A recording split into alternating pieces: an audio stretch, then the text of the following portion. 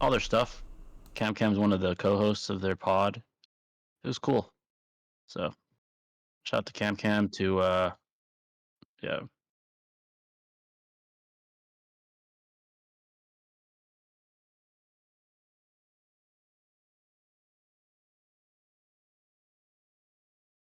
Yeah. Yeah, it's the game is just Ultimate Ninja Storm 1 through 4 packed to a single game. That's what I heard, yeah. Meaning it's not canon since the games are especially set in an alternate universe. Yeah. Yeah, I agree. It's not canon. But yeah, I'm gonna definitely check it out. The game looks cool. I saw some of the gameplay with some of like the new version of the characters like Baramo, Naruto, and stuff. It looks pretty cool. So, Jigen, yeah, it looks really clean. Like I saw a guy using Naruto online. It was pretty clean. Like the animations that they gave him.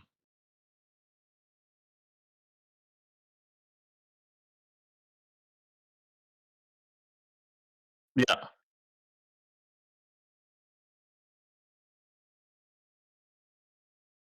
yeah, yeah, exactly. Yeah, and they sometimes like if you do the right ultimate scene, they even show like anime panels and stuff like of like stuff. So that's Exactly. more of like a yeah, they're kind of like adapting it Canon into the game. So that references. part, Yeah. yeah. Hey Jay, have you read any of the Urasawa works? I haven't heard of it, but thanks for coming in, Cloud. But yeah, folks, any questions at all? We're just chilling right now. Tomorrow we should have the whole gang, me, Batman, and Shinobi, doing Yes, like an actual sir. pod. But yeah, a lot of things have happened in anime. Boruto, we can talk about that tomorrow. Even right now, if you guys want, I'll probably save most of the talks for tomorrow and for my official review, which I'll drop next week because the official chapter isn't out yet. I read the spoilers, but which you guys seem to enjoy, so go check that out if you want to see like my thoughts about it currently, or my I would say encapsulated thoughts. I want to give a more thorough analysis, like when the official chapter drops in a couple days. But just for example, the Sand Ninja that imitates Itachi gets killed by Naruto during the Kazekage retrieval arc is alive and well. Was never a traitor survivor. Yeah, it's not canonical. They definitely changed some things for sure. Let me put this on. Keep up from Yeah, Kedrick. You should that like again, brother. if there's blatant contradictions and things or whatever, then obviously we're not putting that into consideration. Yeah, I'm no. mainly just advocating for things that is already backed up by the manga and the anime, or things we've already seen, or Yeah, things that are just exactly. already further substantiated for like that would make sense. So Yeah, exactly. Let me put this on the screen, Kedrick. Appreciate that, brother. Give me a second here. like to be fair, like the only game that I actually hear that's advocated a lot, there's another one too, but the main one I hear 24/7 that I've heard from like Swag and Naruto Explain and some other person. Six don't fuck with it though, and a couple others. Yeah, no, But it doesn't really use games. yeah, Yeah. but TG also uses the games. But either way, the only one that's always talked about is Naruto Storm Revolution, and Oh yeah, yeah, yeah, they advocate for that because they say like basically Kishimoto's heavy involvement, blah blah yada yada. So then, therefore, you can kind of use that, but and that's just basically showing the Akatsuki, like how the origin, how they formed, and then it's showing yeah. And it Minato doesn't versus really contradict Jiraiya. anything either. Yeah, exactly. Yeah, It's not contradictions at all. It's basically showing Minato yeah, beating up Hiruzen and Jiraiya in a 1v2. It shows what's it called Pain versus Kakuzu. It shows the Henry Akatsuki being Kakuzu. Yeah, formed. It shows a lot of goaded shit and basically things that just make sense. And we have a crazy yeah. amount of That one evidence for seems the the manga. most. That game seems the most consistent. I don't Yeah, know if I'll say it's blatantly canonical, but compared to the other games, at least it is the most like consistent exactly. And with that's why the people use it narrative. a lot Yeah, too. It even has the yeah. Itachi and Shishri scaling. You get more with them too. So, Oh yeah, you do. You do actually get quite a bit. Yeah. yeah. Indra and Astra. By the way, thanks again for the $2, kidder. Appreciate that. Indra and Astra versus Hashirama and Madara. Indra and Astra have a Sutsuki DNA, Yeah. and they literally get powers from their father, Bro, especially Asura. Indra is born with talent, and Asura eventually inherits his father's power as the Ten Tails in Cherokee, so they would slam. Uh, yeah, yeah. Astra had besides like Jubidara. sage mode Besides and Jubidara. shit, and the power Yeah. of love and mental imps basically. Indra is just a Yeah. pure fucking genius. Like he was the one that made hand He's a, signs in jutsu. So yeah, Hashirama is basically a poor. These two guys are poor man's versions of these two. Besides yeah, Jubidara, not including that version, but like alive, Hashirama and Madara are poor man's like versions of these guys. So. I love Hashirama and Madara, but come on now, like, come Yeah, they're not on. touching Atsuki levels is beyond them. Even Jubito was beyond Hashirama. Now we're talking about a guy that's possibly on the level of Jubidar now. So And what's also annoying is uh, when like people are like, well, look at Sage Mode KCM2 Naruto and Sasuke. It's like, bro, Jubito could have killed them. He was literally testing yeah, them the whole time, trying to prove a he's point, literally and like mentally volatile nerfed. power. Yeah, Yeah, exactly.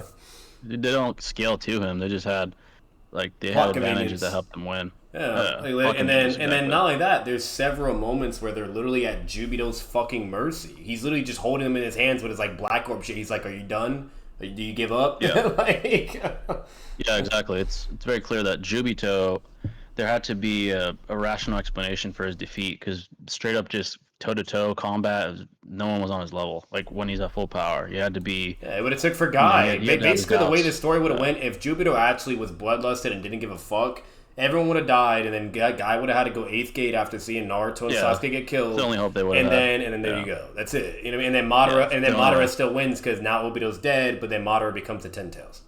Like, Yeah, they had to have some sort of Deus Ex Machina essentially for that to work. A very convenient like decision the writer made so that person could lose and then protagonist could win. So Naruto achieving real world peace makes him the best Hokage. I agree. Yep, I think from a moral standpoint, yeah, I agree. He is the best Hokage. Not even just power wise, but uh, diplomatically, character wise as well. it was the most like yeah, it was political, it was evolution and the nation's development. It was fucking just even way less violence, you name it. Like, don't get me wrong, there's still a lot of fucked up shit in Boruto for being nitpicky. But like compared to part one in Shippuden, drastically better. Drastically. So Yeah. The formation of the Koskian Revolution does blatantly contradict the manga. He done there is especially Kakuzu's first partner, but in the manga, Kakuzu had a bunch of prior partners he killed. yeah, that doesn't count. No. Once again, if it's a blatant contradiction, we don't give a fuck about that. Yeah. Either way, I don't think any of the games are canonical, but yeah, Yeah, like no, it's still like it that has one's to closest. be. Yeah, what me and Jay are advocating for, which is like understandable to sit to argue for, is things that are already substantiated and supported in the manga and the anime.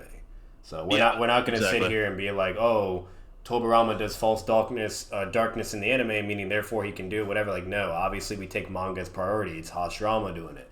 Same thing for the video Yeah. games. If there's a blatant contradiction, manga is the priority no matter what. But we're talking about things that just, if it's already shown and there's an abundance of evidence, then yeah, we can fuck with it. For instance, Coxie versus Pain. It makes perfect Yeah. sense. Tenno Pain just bodies him. Yeah. So, Yeah, exactly. Kedrick, Mr. Moneybags. Yeah, shout out to Kedrick, man. Appreciate the donations, brother. Um, shout out to CanCam as well. Again, one of the co-hosts of the podcast I was on. Shout out to them.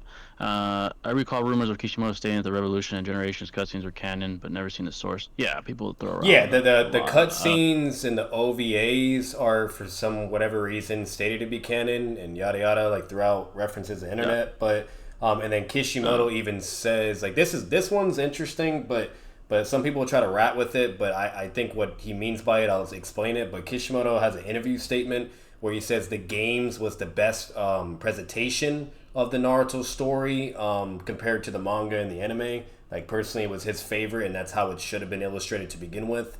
What's it called? And that's just Kishimoto speaking upon it. But the way I view that is it's kind of like his subjective preference. If he could have like redone it, he probably would have done Yeah, it people that have done way. it. Yeah, you know, Yeah. and basically, and then just basically saying like it's really, really good. Like the games are very well done Yeah. and stuff. You Kind of know, like so Bleach, the Bleach author with the anime. There's things yeah, in the anime, even in the movies, that he'd rather have happen that didn't happen in the manga. Same thing. yeah, So, exactly. So. with Tito, I think is his name, or whatever the But the author's name is. OVAs, I Um, do fuck with the OVAs because, like, for instance, seeing the OVA cutscene where Minato is beating up Hiruzen and Jiraiya, that makes perfect sense. Like their dialogue, how that's like yeah, they literally did that to test him for the title of Hokage. They were like, if you want to be the fourth yeah, Hokage, you got to beat us. So that makes yeah, sense. exactly.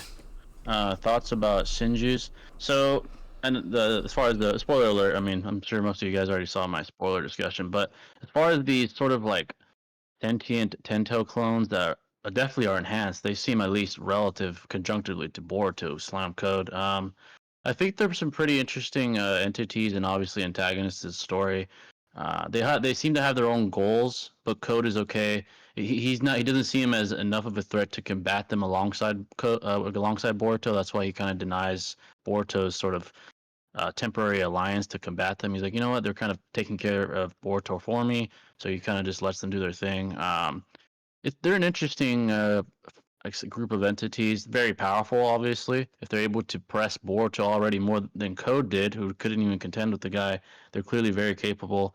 Um, I guess they're cool. I think they're like amazing as far as villains. I mean, we just saw their introduction. And I guess from a logical standpoint, I understand their introduction. Code doesn't seem like a threat to Boruto, like literally at all. He seems like like they're not in the same league currently, and maybe that was a failsafe for Code. You could argue logically as well.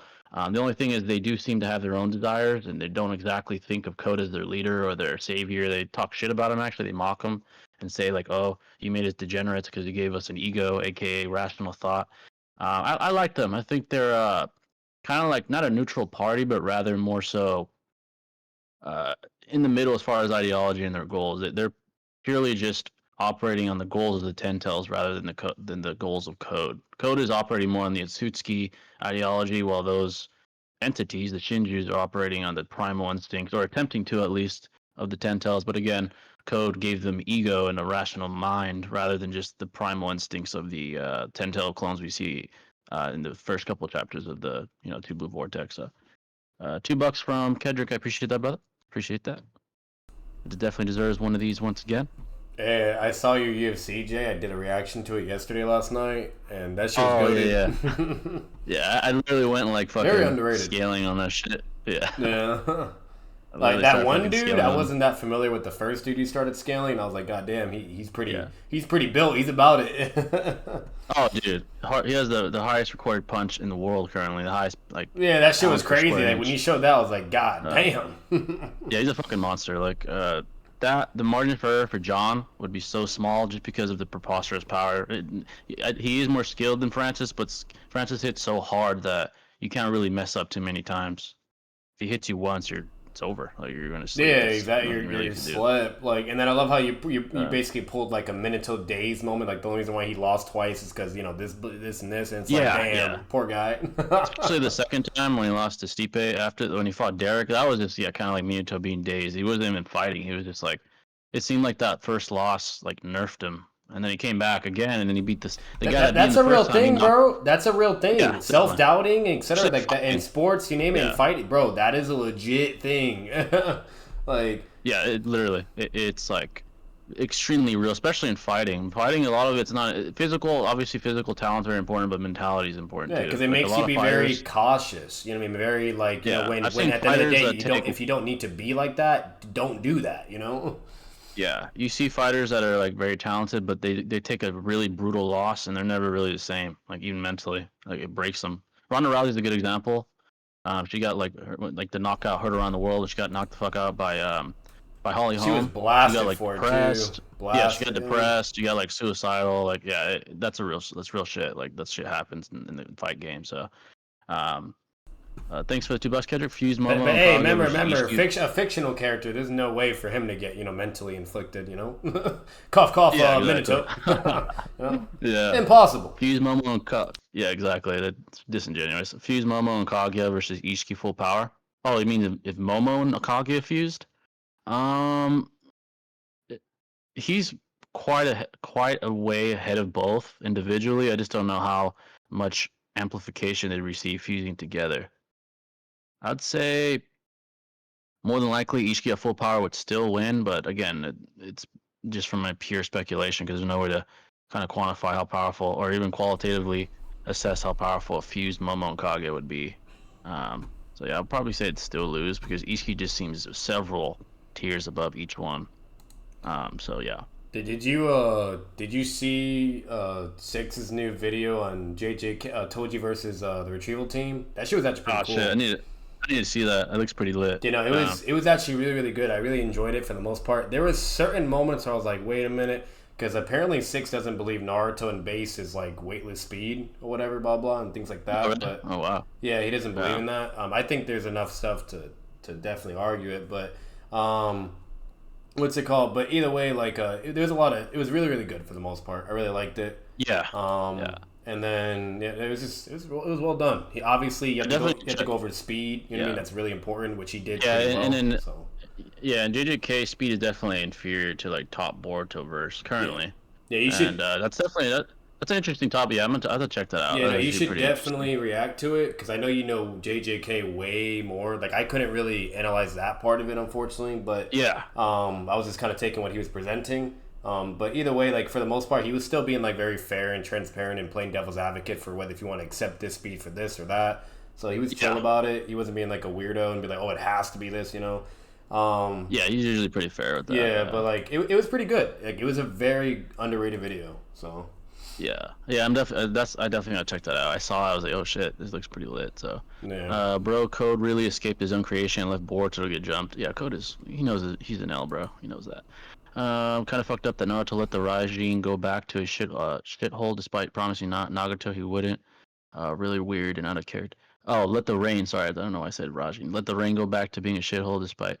Yeah, I mean, I think Nagato's overall ideology wasn't just the rain, but the world in general. I So think Naruto Kishimoto kind just of like forgot about it, to be honest. But yeah, in a way, like what was the rain even really relevant for after Nagato's death? Like, it really wasn't that relevant. So Naruto did kind of conclude, like, fulfill his promise to Nagato with the world peace. But I see what you're saying. Like, technically, it didn't really. I mean, the rain really never explored in the narrative after that. But you can use semantics to argue that since Naruto only promised to Nagato he'd bring peace to the Rain Village instead of prosperity. That's not wrong of him, but that sounds ratty to me. Yeah, yeah, exactly. You can use semantics. yeah, it's like Code is such a what fraud. everyone It's gets sad. mad about. Facts, facts. What everyone gets mad about is like fucking Naruto's promise to Konan and how he'll take care of the hidden rain village, yada yada yada.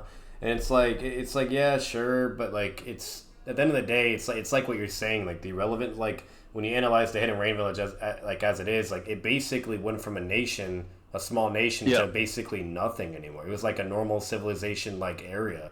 So it was like it No, if wasn't really anything, enough yeah, incentive or political importance to really do anything for it. You know, that's kind of the yeah. issue. But Just explored in the novel. Yeah, yeah, exactly. Campaign, yeah, and then the actual like main comic, not really.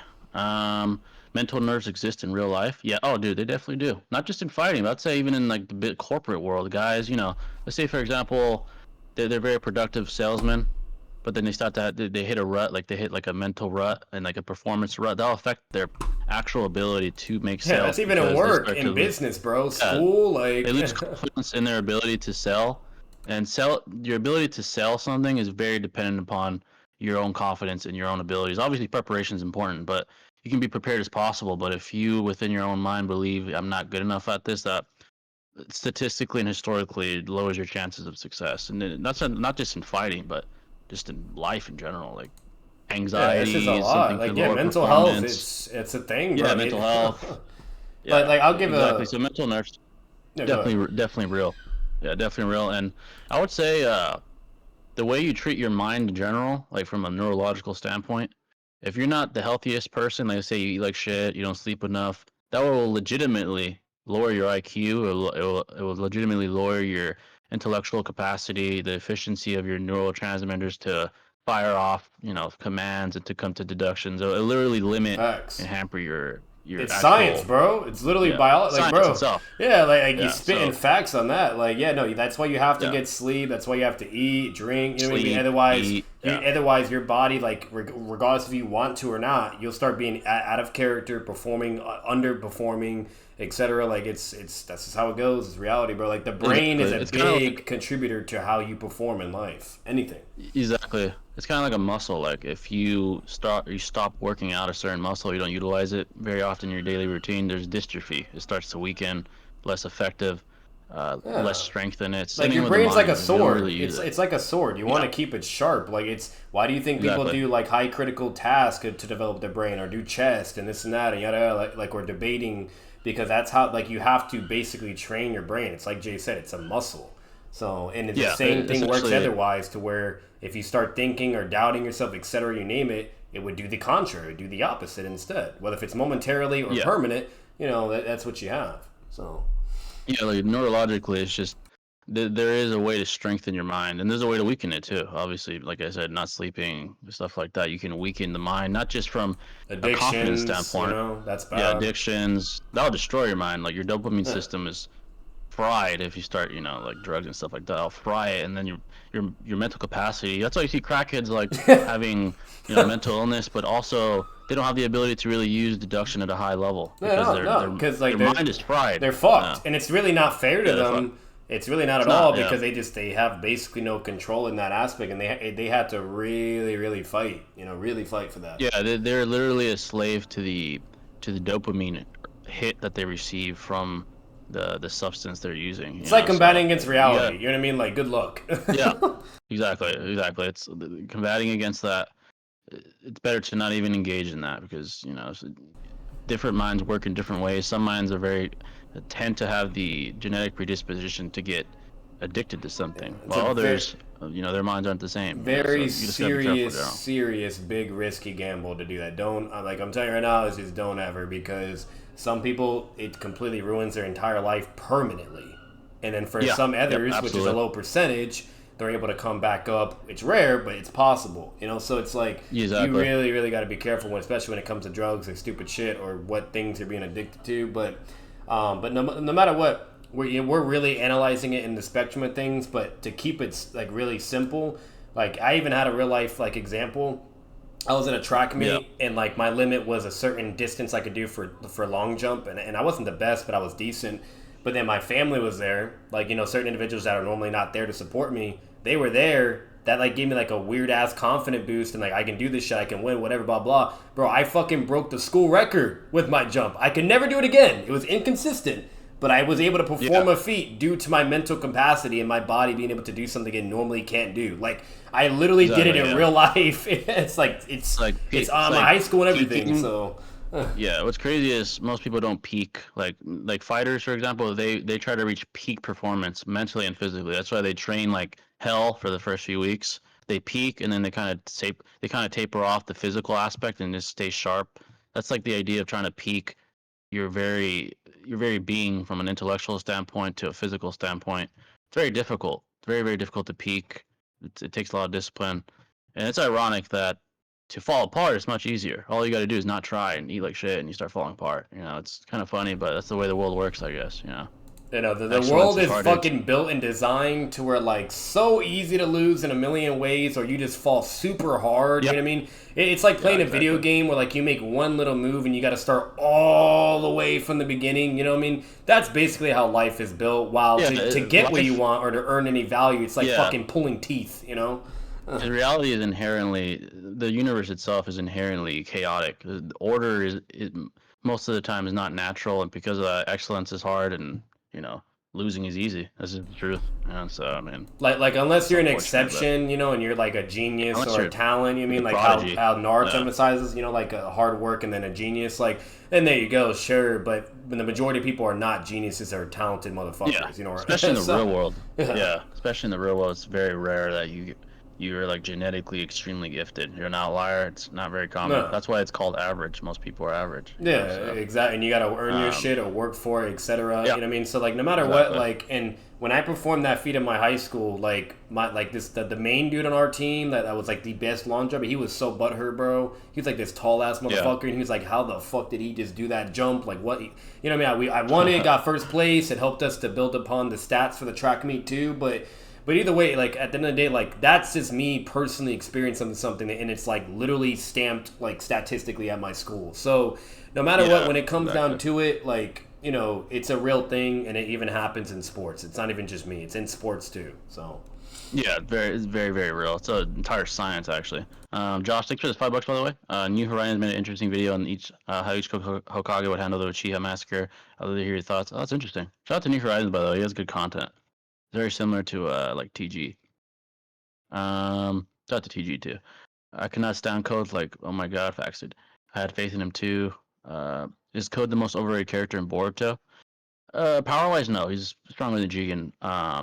If anything, he's hated a lot. So I wouldn't say he's the most overrated, in my opinion, as far as like the hype they receive would probably be maybe Kawaki currently, even though there's not much on any of those guys because he hasn't done anything oh, you know, yet. for sure. There's this one Uh, dingaling. right now, There's this one yeah, dingaling called Truth, or the one I forgot. I don't know what the fucking name is, but either way, I forgot what he is. But But he thinks like Kawaki's this like god tier motherfucker. Like with like it was like an Yeah. outrageous thumbnail I saw on his YouTube. I'm like, come on, bro, what are you on Yeah, about? he doesn't. He was unable to kill Code, who was damaged by the Rasengan Uzuhiko, and he tried to blitz Boruto, and Boruto like dodged it. He has the least impressive performance right now. That might change, but right now he's the least like he seems the least capable.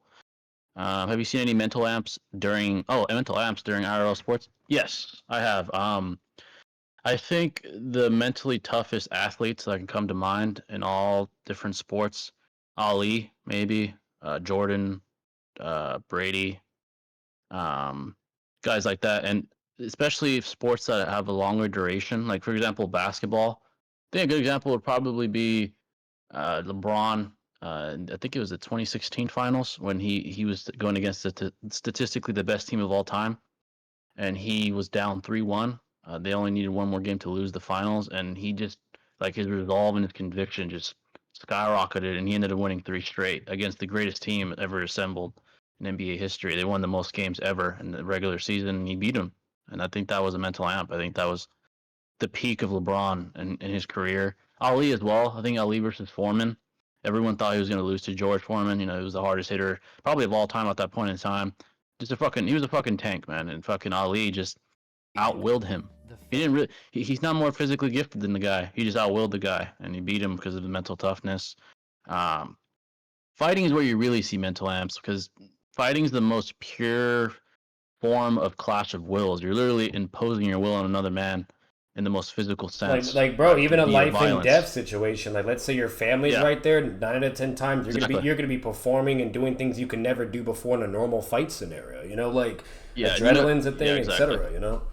And you know what's probably the most beautiful display of mental amps in the tangible sense is adrenaline. Like you see, for example, a mother sees her child like being crushed by some heavy object, and her adrenaline kicks in. She's lifting like Yeah, bro, three she's doing times a her weight. superhuman feat. That's Like it's happening in real yeah, life, yeah, literally. And then she literally. dies. Like That's like her body will literally, like right after she pulls the feet and saves her child, she'll literally die because her body was not able to do that naturally, and she just basically defied reality for a moment, exactly, and then literally literally. like and she's dead. Like it's sad, but She it's goes possible. exactly. You know. Yeah, it's possible. It's been observably like recorded, and it's literally an illustration of mental amps at work. Like neurologically, minds have like this failsafe, fight or flight is what you call it, right? A lot of instinct is either you run away or you fight with enhanced abilities due to adrenaline. Like from a physical standpoint, your senses are heightened. You're probably faster, stronger. Very rare. And what athletes actually do, which is interesting, is they try to a lot of the good athletes, at least like the greats, they explore sports psychology and they try to like extract they try to extract not extract but rather exploit the nature of the human mind. They try to like they try to reach peak performance via I guess you could say meditation or whatever forms they use to maximize their body's potential. And they try to have that fight or flight response within their very body. I think it's not a good. It's a good method at times, but that's a temporary solution. I think just becoming more skilled is probably the best way, which is what most of the greats do. But sometimes, adrenaline does help, especially in fights. I'd say. Um, Mental amps are very real, very, very, just like mental nerves. Even science proves it. Not just observable, like eye test sort of tests, but actual science. So Like it's fucking documented. It's feats. yeah, literally, it's literally documented. So, Jay, is it why that I hate Jay? Why is it that I hate Ishiki downplay? I mean, maybe not today, not seen as high because of these like monsters that we're seeing, like Code and Boruto and stuff. But I think he's still quite respected for the most part. Boruto really getting nerfed. Excuse me, really getting 4v1 while Code is just standing. Yeah, dude, Code is a fucking. Yeah. He's But a oh, that loser was in that another respect. thing. I reacted to this video recently as well, Jay. It was how Minato loses to Kenningen badly. What's it Oh my called? god. Yeah, it was really it's yeah.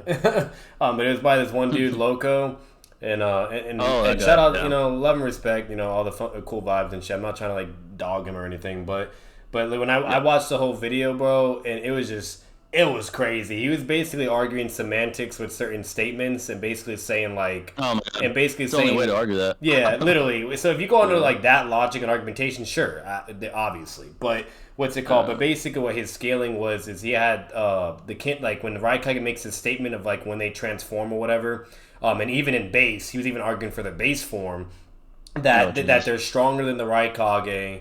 They're stronger than all these motherfuckers. The entire Shinobi Alliance, basically, is what he advocated for. The whole Yeah. Shinobi Alliance, Ken and Gin, are apparently stronger because of Raikage's statement. Oh my god. I think I saw that. I saw he posted that he made that video on one Yeah, of our like no, servers. all I was Yeah. saying, bro, is definitely debunk material. I had a lot of fun with it, but Yeah. yeah, you Yeah, I'm definitely and at least gonna watch it. But yeah. yeah, and then what was really funny is when I was right when I was reacting and debunking the video, there was like a video recommendation from like a guy that's doing Naruto content as well. His thumbnail was goated too. I never heard of the guy, Yeah. but his was the exact opposite of why Minato like bullies Kinnigan. I'm like I know damn well that motherfucker saw this video and he got pissed. Yeah, he's probably like, I need to respond to this shit. Yeah, literally, Yeah, that's like great. he didn't even mention him, which is the funny part. But it's just like, come on, the timing of it right after, and then Yeah. it's like, come on, you know what I mean? Like, so Yeah, man. it was really funny. But like he did all that, and he basically said Killer B is over the Raikage and Minato. He also said, fucking, what was the last outrageous thing? Oh, he also said Darui is relative to V2 Raikage and to KCM Naruto and Yellow Flash Minato. And I was like, bro, what is this Yeah. man on? Jesus. Some guys just will try to die on the hill, I guess. Yeah. It was definitely unique. I'll say that. But yeah. connecting all those dots, therefore, if it's under that logic, that's why Minato would lose to Kenningham. So Yeah, that's very weak, like premises, but I mean, yeah. Not fused. I just meant them together. Oh, Momo and Kage. Oh, they get slammed by Ishiki. They'd probably get beat worse than fucking Boruto. Kage had to fucking like literally attack him and like betray him off guard, and that was the only way she could put him on the verge of death. Yeah, like they get their asses whipped. And the only way you get off guard in the series of fucking Naruto, by the way, it's a common consistency is when it's a loyal comrade, aka Zetsu to Madara, aka Obito to Madara, and then Kage to Ishiki. It's someone that you trust so much that you would never, ever, ever even have your guard up for, and just wouldn't ever think that would ever betray you. And that's why Ishiki even got hit to begin with. So the only ways a lot of those guys are even defeated is just like betrayal. Yeah. So honestly, I think Child Boruto solo JJK might be wrong. You mean like beginning of Boruto? He'd probably beat a lot of people, like most of JJK. He might struggle with like the top of the verse, like Gojo or Sukuna. But I do see him beating most people. Like if it's early Boruto, even he would still do pretty well. Current Boruto would fucking slam everyone. Even base Boruto today would fucking annihilate exactly. Because the problem is like when I saw Six's video, he went over the speed and everything. Basically, the Naruto characters in part 1 during like the retrieval and shit were already like Supersonic Plus, blah blah, all this shit, and like going all this yada yada. And then JJK, they're only reaching like Mach 1 or like some other shit or whatever. That's to most people in the verse, like Mach. Yeah. Yeah, exactly, and like all this other shit. So therefore, like basically in a nutshell, I'm not gonna get into it. Neji was way faster than Choji, based upon the speed scaling for part 1, while they're kids in retrieval. So if you have Neji, who is way faster than Toji, okay, like I'm just saying, bro. Yeah, like Chidori Sasuke would fucking blitz Toji. Yeah. So it's like it gets really problematic, and you're talking about characters that are already like reacting to sound attacks, you name it, etc. So it's like you have all that with JJK. So like then you talk about Boruto, like come on. Oh god, no, that's a fucking slaughter. Like the only guy that would have a chance would be fucking Gojo, just because of Infinity. That's the only thing you have. That's the only thing. If anything, current Boruto could just blow up the planet easy and just let him die in fucking the vacuum of space. But literally, is all he had to do. So it's like common now. Let's see.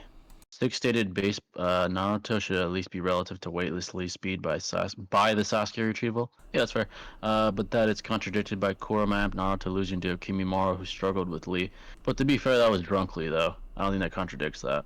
That's like an enhanced Lee via alcohol, like amped up beyond weightless. Yeah, as crazy as it sounds, Drunken Fist is an amp itself. Like, yeah, like I mean, sure, like guy had to get involved. Yeah, like sure, like if you want to like be really nitpicky about it or be like a weird, skeptic little rat, you can be like, well, it's not like saying whatever. Well, the problem is feats are feats. You know what I mean? Like sure, it's only stated to where he's unpredictable and he's very fast. But I think with just that alone, with Kim already saying he's very unpredictable and too fast, I feel like that's safe to say that Drunken Fist is pretty. It's definitely it. Like it makes no sense because he's just drinking alcohol, but that's just how it goes. You know what I mean? Like it's Yeah. stated and the feats are there. Definitely, So I'd be very safe, like safely deduced at least over base weightlessly. Maybe you have an argument if he's using like gates, but base, I mean, he's just like based off what Guy said and his performance against Kimimaro, who could slaughter the sound forwards, like he's fucking pretty capable, like even it's drunk. it's blatantly Yeah, shown. Like basically yeah, it's fights blatantly like shown. yeah, like in the manga he's not able to land a single attack, and in the anime it shows extra detail to where Lee is at first able to tag him a couple times, but then Yeah, yeah, Kim Maru could now analyze his attack style and know how he fights, and then he's just dodging every single hit Lee throws at him, and he's like, your shit is very exactly. singular and predictable, like your ass. And then Lee goes Yeah, drunken exactly, fist, otherwise he would have been killed. And then basically that's where Kimura has to go to CM1. So it's like exactly. Drunken Yeah. Fist is no joke, Uh, and like Jay said, like it took Guy and Neji to like subdue him. yeah, literally, they both had to work. Like Neji alone wasn't enough. Yeah, And Neji, we know when he's not intoxicated, whips his ass up until yeah, like and two or third three gate. gates. Yeah, third if you're Yeah, being exactly. fucking generous to Lee. Fourth gate if you're being respectable to Neji. So Yeah, exactly. So drunkly, just I don't think that contradicts the speed. I wouldn't agree with that if you yeah. said that. Do you have any boxing conspiracies? Good question. I do think there's corruption. If I had to think of one of the worst robberies I've ever seen, probably Pacquiao against Horn. It was in Australia. It was a very, very apparent victory for Manny, but they gave it to Jeff. Who, his face was literally beaten, and Pacquiao's face was fine. I think I can call it a blatant robbery, and honestly, like one of the only ways to rationalize why that was is corruption. I think because it was his city, his country, they gave it to him. Like he blatantly lost. I do think that things like that happened. I think it's often no, but I do think when you're a superstar in your respective country, judges will favor you. And rationally, you can explain why, because the fear of the fans going after you, even in a physical sense, sometimes if you like, I think an example was I Oh was yeah, you're trying to putting think of an yourself on the example. radar, bro. Like, come on.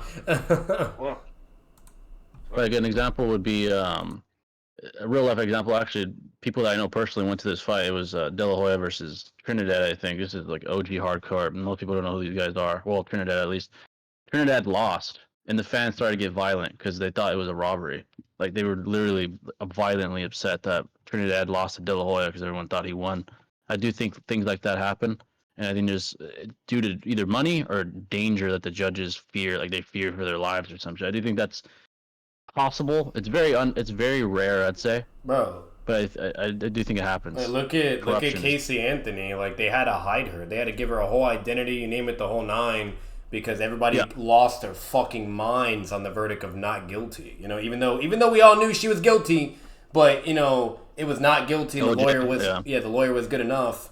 And like bro, like that's just all you need. And like even that would even go for the judge too. Everybody would also blame the judge as well. You know what I mean? Like even though it's not the yeah. judge's fault, they're just doing their job, and it boils down to the jury as well. But like it's just hey, that's just kind of how it goes. Like so. Yeah, I think in boxing there is corruption. Even today, I do think there is corruption in the sport. I think there's a lot of conflicting interests amongst promoters because boxing is a very decentralized system. It's not like the NFL, which is one corporation. It's not like it's not the NFL. It's not the NBA, the UFC. They're centralized entities with with one head boss, with one head corporation. Boxing, it's decentralized. There's Eddie Hearn. There's fucking the guy that promotes fucking Wilder. There's the guy that promotes Tank. There's Floyd's promotion, De La Hoya's promotion. They all want what they want. And then the fighters themselves, when they're in opposing camps, they want what they want. You have conflicting interests, and then you see fights that never happened. For example, like Floyd versus Manny was probably 6 years too late. Those guys were already damn near 40 years old.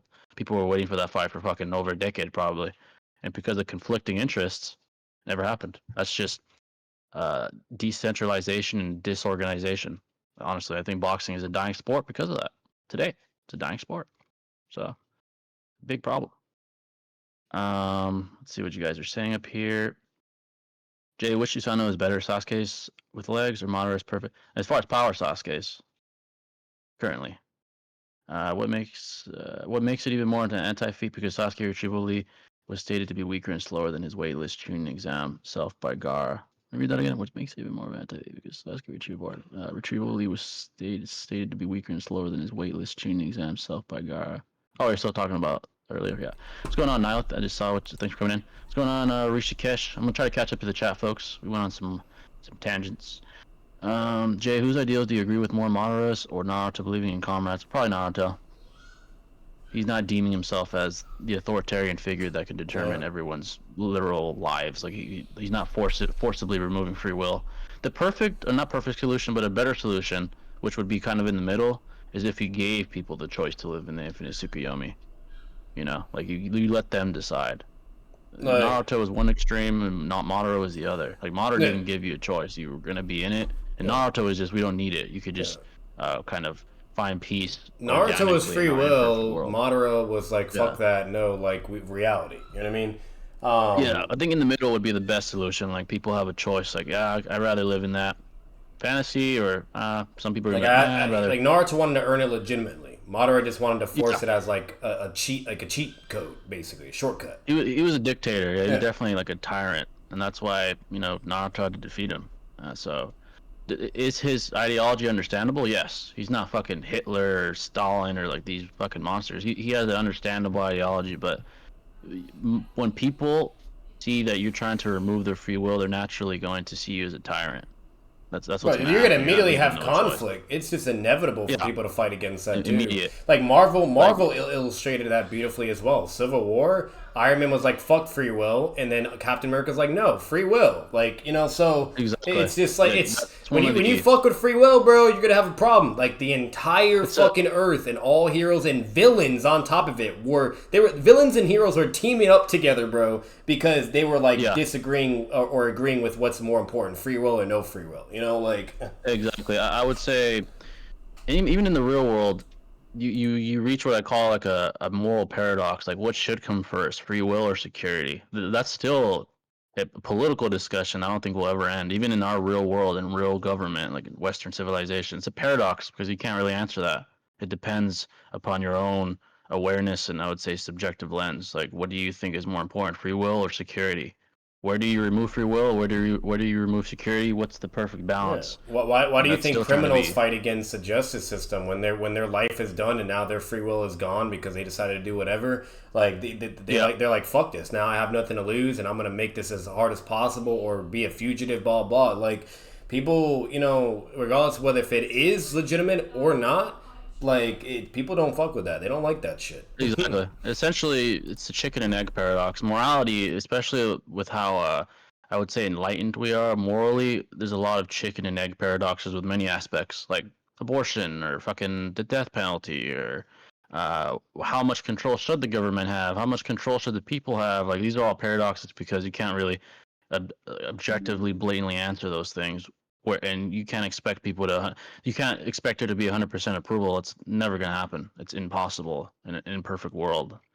So you come to a moral paradox, and to this day, we still have it, We're always despite gonna be our walking advanced on regard. eggshells, bro. This is how it's Yep, gonna be. It's exactly, humans. Like exactly. it's like what Payne said. Humans are. It's impossible for humans to understand one another. It's literally Yeah, impossible. and Like that's one thing those guys got right. Pain and Madara, they have that part right.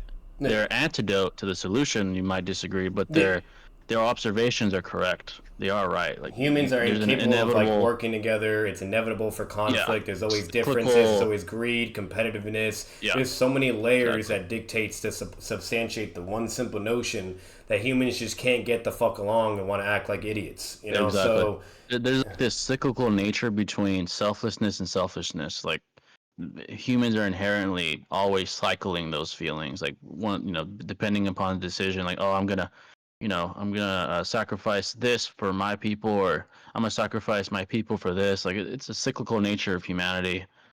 Between like Madara explained, like the cyclical nature of war and peace. It's inevitably always gonna chronically continued to progress. So he was right about that. His solution, maybe you disagree, but his observations, he's right. I think most people would agree with that. I even took one of them and made it. For what it's worth, I still stand by the general concept of most of the arguments I used during a debate. I eventually took one of them and made a Reddit post. Reddit's a good place to debate people, by the way. Yeah. You guys hear about the Star Wars Knights of the Old Republic remake getting canceled? Oh, really? That's unfortunate. I didn't even know that. Is Barrymore Naruto still relevant when it's to showing power scaling feats? Is he even in top 5 anymore? Number 1 would be a theoretical Shibai, but let's exclude him. I would probably say number 1 is probably Damon, excluding Shibai. Damon, Ida. After that, then you're talking about probably Boruto. Maybe the Shinjus with their feats already. They might be even above Boruto, possibly. They're in the contention for that spot. And then you'd have Code, Kawaki, and then the rest of the cast. You know, it gets everyone else after that's like substantially weaker after those individuals. So like the top of the verse right now, um, unless we are introduced to more people. Boruto suffered more than Guts. I haven't. I need to check that anime manga out with Guts. I need to check that out, man. And I've heard a lot of good things about that. Hey Jay, do you ever accept video submissions from viewers? I made a video response to Caucus versus Pain debate and would love to know your thoughts, though I should ask you directly. Yeah, I do have like obviously a paywall to do that, but yeah, I do. Someone would just have to let me know how long it is, and then I'd give a fair price. I'm not, fucking like some of these guys that charge like $1,000 to react to something. It's way far less than that. But yeah, I do take video submissions. You could ask me here. You can join my Discord. Ask me privately, whatever you guys rather. However, whatever method you guys would rather do. I like the theory that Kakashi doesn't read the erotica for the that at all and is entirely focused on the story. I mean, possibly. It seems like a lengthy book, you know. Just look at the picture. It doesn't seem like a short exchange or narrative, you know. It's possible. It's honestly kind of questionable that more people inversed inside with Madara. I mean, I think the Shinobi Alliance, the creation of it kind of reinforces that most didn't agree. Because if most did, then a lot of Shinobi would have been hesitant to join the alliance in the first place. You know, most at least. You could argue some joined because of peer pressure and they didn't want to go against the grain of the majority. You could argue that, but I would say the formation of the alliance reinforces that at least most individuals were against it. Moderate's ideology. For $10 billion, would you get in the ring for one round against a bloodlusted prime Mike Tyson that's wearing metal gloves? I'd probably die. I don't think I'd ever see that money. I think I'd be exterminated and wiped from the earth. But would I do it for 10 million? Excuse me, 10 billion? It's a tough decision. I could just survive one round, which is very unlikely with Mike using metal gloves, because even if I defend most shots, he'll break my arms. He'll break my bones. I really don't have a defense against not only the metal gloves, but the PSI, the force that he's able to throw with. Even with normal gloves, he was executing people in his prime with one shot. So I can only imagine how much force he would generate with metal gloves. Honestly, if I had to choose, probably say no, because I'd die. There's a very high probability that I'd lose my life. So no, probably not. I probably wouldn't do that. Maybe if he has regular gloves, because he's just gonna he'll just blunt force trauma annihilate me with metal. You know, that's too. If it was just regular gloves, maybe for one round, I'd get my ass beat for around 10 billion. But yeah. What's your take on Attack on Titan's end? I feel like it could have been executed better, but there's unnecessary hate on it. I think that it was. I think it was pretty well done overall. I understand the criticism, like, oh, Aaron is so he's so double-minded. He can't make a decision, and he's so wishy-washy. But I think that was the point.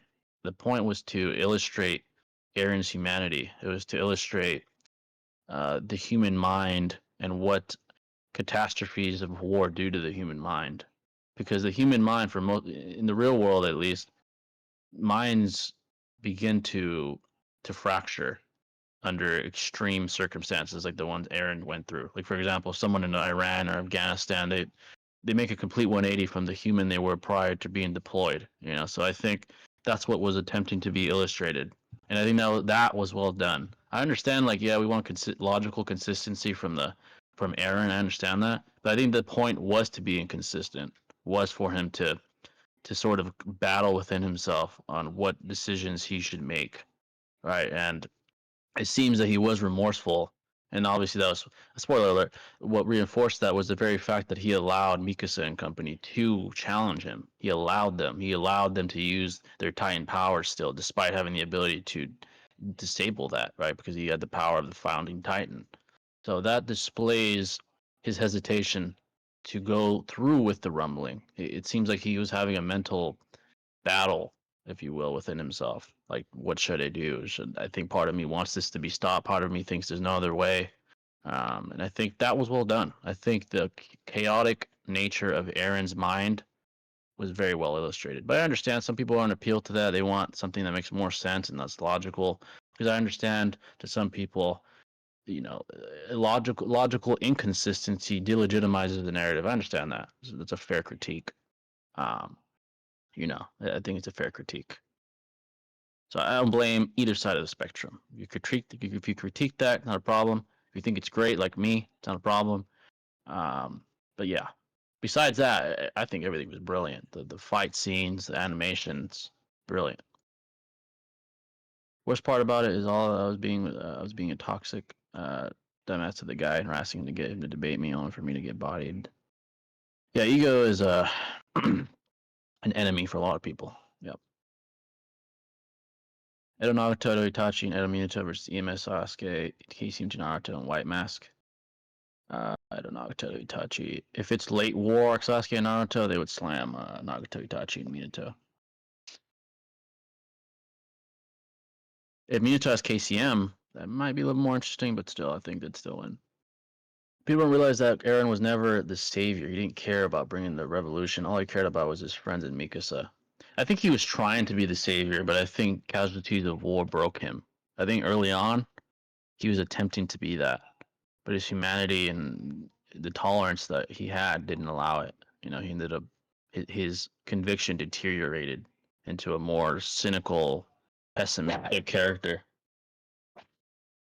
Be right back, folks. My dog is barking. Be right back.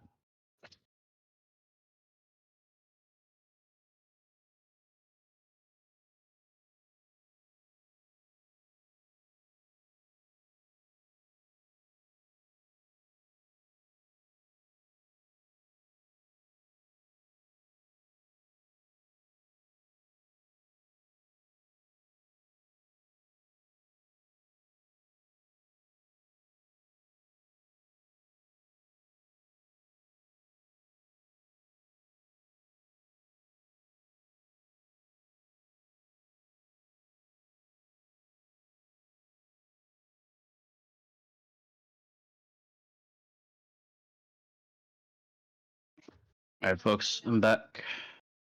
Apologies for that. Jay, the free will isn't really convincing for me to not go with Madara's Infinite Tsukuyomi because everyone always chooses the wrong path. I think the wrong path is subjective, though. That's the point. Like, Madara deemed himself as worthy to determine that everyone was just irredeemable. It's a moral dilemma. It's a paradox because you have to decide what should you prioritize morally. Yeah. For me, Eren is definitely a 10 out of 10 character. The guy had a great character development. I agree. I do think he's one of the best characters in anime history. I think his chaos, the very trials and tribulations he had, is what makes him great. He's not the typical ideal character that never crumbles under pressure like Goku or something. He's human. He's a human with his own demons in his closet. So I do think he's a great character. You really miss Sasuke and Casey Naruto from the Ten Toes and Cherokee Obito fight versus Edo, Madara, and Hashirama and Madara would beat those guys. Yeah, they would fail to beat Madara and Hashirama.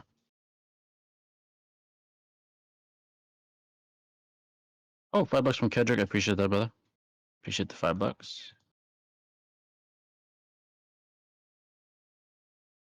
Put the unscreen, folks. Gotta show credit where credit is due. Give me a second here, folks. Give me a second. By the way, feel free to ask any questions, folks. Gonna be, a couple guys asked some combat sports questions. IRL fighting mechanics, whatever you guys want to ask. Feel free. Appreciate it. Give me a second here, folks. Put this on the screen real quick. Right. Picture up. Appreciate it, Kedrick. Once again, let me read what you said real quick. Something about modern ideology. Yes, it makes sense, but it all gets ruined because Kaguya will eventually return eventually. Yeah. I think the Kaguya introduction was not well done. I agree with you. It was not well done. I think it was very rushed. She had no development as far as the character at all, and she was in this pivotal moment in the story. Like the climactic point of the story was sort of diluted by that. So I agree. I haven't watched your recent tournament power video yet, but isn't Universe 7 too overpowered now? Here's my argument to that. I guess I say it in the video, but I'll just say it here.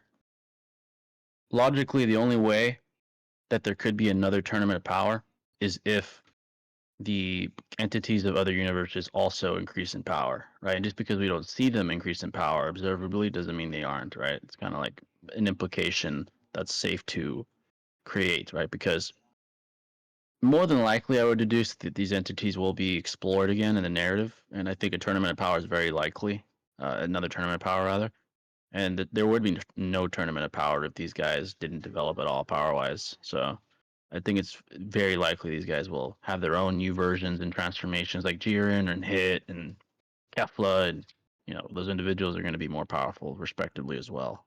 More than likely, obviously you can't prove that because the narrative hasn't been told yet, but more than likely I do believe that they will be able to contend at least with Universe 7. Specifically Jiren. Jiren's is set up to be an obstacle in Goku's way, a rival, if you will, similar to like Vegeta and like Broly and Frieza and guys like that. He's set up to be that kind of entity in Goku's life. So that's my theory at least. I hate it when critique videos make baseless assumptions to interpret plot point in the most interpretable way. Yeah, usually the stem root cause of that is bias.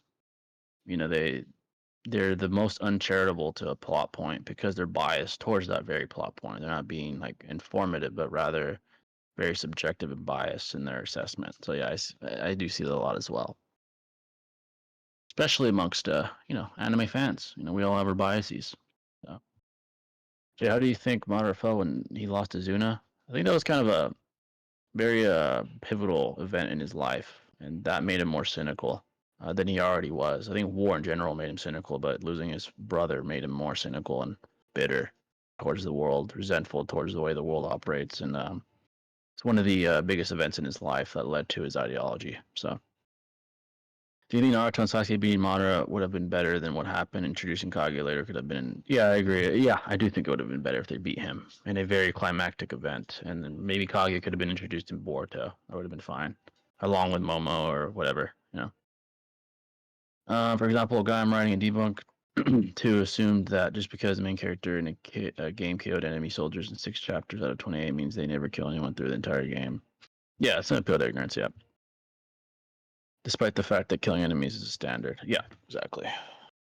Whose ideology is worse, Aizen's or Light's? My opinion, Aizen's. I think Aizen's more cutthroat. He has less remorse. He embraced his malevolence more than Light did. I think Light was kind of like fighting with his inner demons at first, and he kind of let go because of his pride. Aizen never really was a redeemable character. It seemed like he always seemed like an antagonist. So Aizen was more malevolent. Light seemed more human, ironically, than Aizen. More redeemable.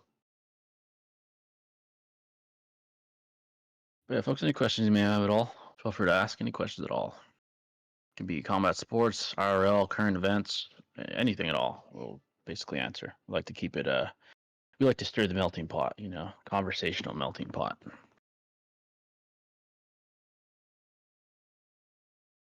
We've been gone for a while, so yeah, we had to come back and do one of these streams, Jay, if you had to write Aizen's backstory, how would you write it? I mean, that's a tough question because we already know who Aizen is, and I think he was pretty well written. What's going on, Ken? Tomorrow in 3 months as a supporter. I appreciate that, brother. Appreciate you being a member. And think about becoming a member, folks. I post these streams for members only, these chill streams. I post these for members only. So if you want to catch the full thing or you missed the full thing or something, become a member. You can watch the whole thing, all of them, all the ones we've done. And we've talked about many things. So, Jay, who is worse, Cell or Frieza? Who's more malevolent? Frieza. He's more vindictive than Cell. Cell just wanted to test himself. Who has more evil, Black Zetsu or Danzo? Zetsu. Zetsu's more evil. Danzo at least cared for the leaf in his own convoluted way, but he cared for the leaf. Zetsu just didn't give a shit about the Shinobi world. He used everyone that was close to him. He used as a pawn. He didn't give a shit about anyone, including Madara, who he backstabbed, as we all know, figuratively and literally. So, but yeah, folks, any questions at all? As far as what's to come, podcast tomorrow, Boruto review. I am scripting a video. I haven't had as much time to script because I'm, in my IRL endeavors. I graduated college a couple months ago. I'm trying to job search for a job that will let me seamlessly do that and this, right? Preferably like a remote job because I program, computer programmer, so I'm trying to have a routine where I can seamlessly do that and this and really maximize my efficiency. So that's what I've been doing, that job searching, stuff like that. I've been scripting, not as much though. I think once I do get a job, I will be scripting more often because I'll have my the job I do, and then I'll do this. It'll be more like structured. Right now it's more decentralized because I'm searching for jobs, doing this, doing that. So been doing that. But I am scripting a video. Hopefully, the next couple weeks I finish the script, get it recorded, send it to an editor, good editor. It's a Naruto video. Then I'm thinking of doing another combat sports video. You guys let me know your thoughts on it, by the way, if any of you have watched my MMA video, John Jones versus Ngannou. If you guys enjoyed it. I do want to make more MMA content, more UFC content, perhaps even boxing content, maybe scaling like Jake Paul or something like that. Actually scaling him, stuff like that. Yeah. What's going on? Oh, appreciate the $5, Ken. Appreciate that, brother. It deserves one of these. Let me put that on the screen. Appreciate that. Filling up the screen today, folks. I appreciate it. Shout out to Six for the idea to kind of putting the donations. I got that from him. Putting the super chats on screen. Shows how to give credit where credit's due. Give me a second, folks. Let me put that on the screen. Where is it at? Just had it. I think I saved it to the wrong. Give me a second, folks. I think I saved it to the wrong location. A second. Redo that. Here. There you go. And go to.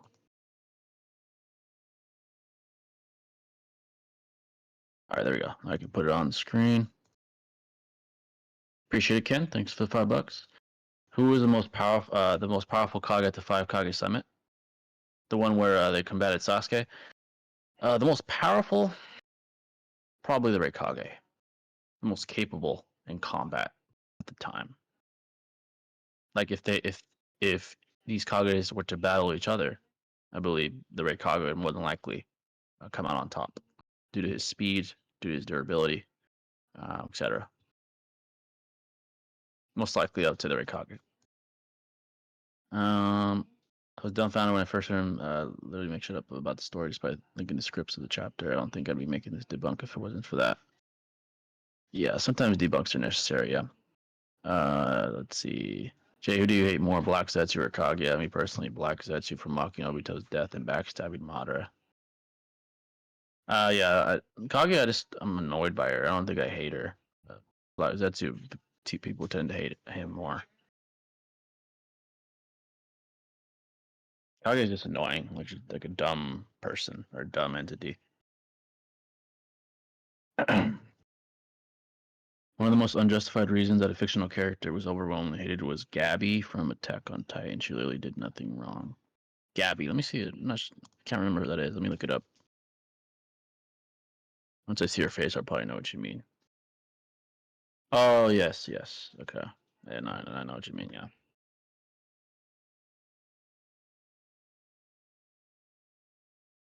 Yeah, Attack on Titan was brilliant. Narratively, I can't even argue it might be the best narrative I've ever experienced in anime. That good. So no fillers, amazing pacing, amazing. The anime just makes it even better, illustrates it beautifully. It's all very very well done. Very well done. Talking about JJK. Yeah, talking about Attack on Titan, like narratively, Oh, okay. might be the best I've ever seen. Oh yeah, no, yeah. I've heard a Yeah, lot of good about Attack on Titan. It's really pretty really goated. good. And Yeah. Levi or Levy, he's my favorite character. I love that Oh, motherfucker. dude, yeah, yeah, I think he's mine too. Not Yeah, even the Levi is a main, and he's fucking. my favorite. Yeah, I think his Beast Titan battle altercation might be the coldest scene I've ever seen in Some anime moderate ever. shit, bro. Yeah, it was literally the fucking the Beast Titan destroyed like an entire army, and this guy slaughters a whole platoon of fucking Titans very quickly, and then almost kills the Beast Titan. The only reason he didn't die is because the fucking I forgot what the fucking Plot the cart convenience. Titan or whatever saved him. Yeah. Yeah, he got saved. He would have died there. So Levi is a cold ass fucking. It's a cold ass What I character, man. missed so while I was gone for a bit though, anything crazy or no? People are asking me. Nah, nothing crazy. Oh, Someone okay. asked me about modern ideology. Oh yeah, yeah, yeah. Okay. What else? Ken was in here. Ken's in here. He asked about the Yeah. most powerful Kage at the five Kage summit. I said probably the Red Kage. Oh yeah, Riot Kage hands Uh, down. Yeah, he would just speed blitz everybody yeah, and fucking slam in Fade one Blitz. shot. Like Exactly. Danzo, if you're being fair, like if Danzo's not immediately in V2, then you could argue Kodo. I'm just saying, or Izanagi, to Yeah, fucking where, Koda. and then he wins no Yeah, matter what because of hacks. This is how it goes. But that'll be like his best argument. Yeah. yeah, but if overall, just yeah, they all just get speed blitz before before their nerve transmission could even realize they're just dead. Exactly. Especially if he's bloodluster. He's like Yeah. really attempting to blitz. Yeah, he's gonna fucking blitz all of Now, them. if he's acting like he Um, did in character against Sasuke, then he's a fool. You know what I mean? Because he's basically yeah, he's giving them a being arrogant. chance. He's gonna let them like activate all their fucking prep jutsus now, yada yada. You know? Yeah, he's definitely a little arrogant in that fight. Yeah. Because if he was just in Really. V2 right away and then charged in to kill Sasuke, Sasuke would have died. He would have been Yeah. dead. Oh yeah. Yeah. He would have been fucking. Yeah, you got clapped. Armin shined in the series finale, easily the best character. I really enjoyed how they did Armin in the finale. I agree. Armin did very well, and I think he was finally given credit for the kind of character he is. Because I've seen people kind of try to argue it would have been better if Erwin was chosen over Armin when Levi had to make the decision of who to give to Titan power to. And a lot of people said, Erwin is a more stand-up character. He does what it takes. But hey, Armin earned respect in the finale. He did what had to be done. He made the hard choices, including having to go against his best friend Eren, Yeah. which is very, very noble of him. Very decisive So and I think, calculated. yeah, this displayed Armin as the leader. Like he While earned the that other role. guy was like, Yeah. So I think Levi, the decision he made, well, not Levi. Actually, Levi's original decision was to give it to Erwin, but Yeah. Levi eventually giving it to Armin, I think, was the right choice. So Armin nuked the fuck out of Eren at close range, and Eren took no damage. What modern nuke could kill Eren? Honestly, the Attack on Titan verse doesn't scale that high, even in comparison to the real world. Like Yeah, a nuke, no. like our nukes today. Just think about it. Hiroshima, which is like a primitive nuke now, nuclear. The nuke that bombed Hiroshima and Nagasaki are primitive compared to today's nuclear warheads. Today's warheads could probably level, if I'm being lowballing, probably an entire large city like LA. So I think a nuke would absolutely obliterate fucking Eren, like the actual nuke and the rumbling as Bro, well. just I think, use Google. Go yeah, fucking look that shit up. Our strongest nuke and how much fucking destruction it could do. It's insane. And that's just one. yeah. Insane. This is one, by the way. Yeah. The And it's atomic bomb, poison just at the think same about- time. It's literally like it's Yeah, a Sisori Biju bomb, bro. literally, even if the rumbling doesn't get annihilated by one, the radiation will take him out. So nukes are pretty, compared to the Attack on Titan verse, they're pretty Some damaging. fucking it's a hacks bomb, bro. Yeah, like in fucking Attack on Titan, missiles are impressive to people. That's Imagine the a problem with nuclear fucking warhead. nukes. It's like even if the explosion doesn't kill you inherently, then you're either dying by the heat or the radiation, or from starvation because you can't even fucking leave. Like you're like it's ridiculous. Yeah, Attack on Titan doesn't scale that high. At least in comparison to like fucking Boruto and things like those kind of animes. Not even JJK. Like fucking Gojo would slam the fucking rumbling. So Don't get me wrong, it has like similar capacity in certain regards, but nowhere near to like even our old fucking bombs, you know, like when yeah, we nah, fuck see no. Eren first transform, like he's not even destroying the entire fucking city. It's like only blowing up a couple buildings. You know what I mean? It's like Yeah, building literally. level. Like, yeah, literally most Titans are building level, Yeah, and then the fucking the rumbling is just like city level, like at one time, like yeah. not that powerful. Yeah. Let's see. Seriously, a side character revealed to be the main villain in Secret Master Bind. The title goes to Madara. Yeah, Madara is all-time great. Yeah. Uh, yeah. Folks, any questions you may have? Any questions at all? Attack on Titan, man. I gotta say, amazing. Very well done. My opinion, in my list, it's top 5 anime of all time. Yeah, once Very, I very good. finish Boruto, cause I'm watching JJK just for fun, not for scaling or reaction or content purposes yet. Yeah. But I'm gonna once I'm done with Boruto, cause I've been reacting to that and just for for the fans, I'm going right into Attack on Titan, cause I heard a lot of good Yeah, about Attack on it. Titan is fucking So good. Yeah, it's really like narratively, it's fucking probably the best I've ever seen. Like anime wise, it's really fucking good.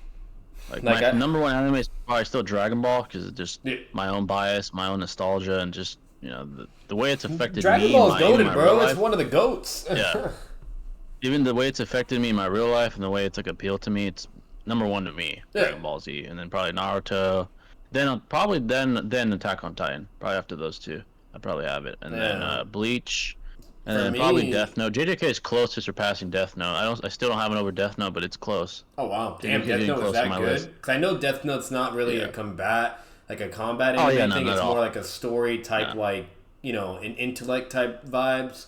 Yeah, very So intellect. It's like yeah, that's it's crazy. extremely Wow, like intellect. Yeah, it's is really good. that Like the good, narrative is huh? really good. Yeah, pretty fucking. I guess like the cat and mouse game that Light and L have is very like very climactic, That's another thing thrilling. Like I it's can't wait to really watch. Because I'm gonna also like yeah. I haven't like decided yet. I'm still contemplating whether if I'm gonna actually react for content or if I'm just gonna watch it on my own time. But that's another show I'm really excited for. Death Note. So Yeah, Death Note, it's like great for as far as content wise, it's great for narrative analysis, like okay. what ifs and fucking like Yeah, Light or versus even comparing him to like the Shikamaru. Joker or Batman detective shit, Yeah, Even though they like how slam, let's be Batman. real, they slam, but Oh yeah, they do. Yeah, like fucking if he struggled with L, Batman would fucking yeah, catch we his would have ass to for take sure. like a Yeah, early year Batman, you know what I mean, or some yeah, shit. that's basically like all the videos I've seen. Like Seth, for example, he Yeah, basically said the only chance fucking Light would have was against like year one Batman, yeah. basically. Where It's the the only chance he motherfucker's fucking have. struggling to like solve the Halloween, like that goated comic storyline where it's like Yeah, really like that weird, comic. etc. You Like know if all he's the like other that stuff like nerf. that. Yeah, where he's not there yet. You know what I mean? He's not built different yet. Like so. Yeah, exactly. Like he's not that guy yet. Yeah. So let's see. He beat I've his heard argument. ass, but strategy and intellect at that point he'd probably take it. He pull a Yeah, Joker yeah, basically. yeah. You know what I mean? He Physically, I pull a mean, Joker. Light's He just a basically just beat his ass like a Joker move. yeah, literally, yeah.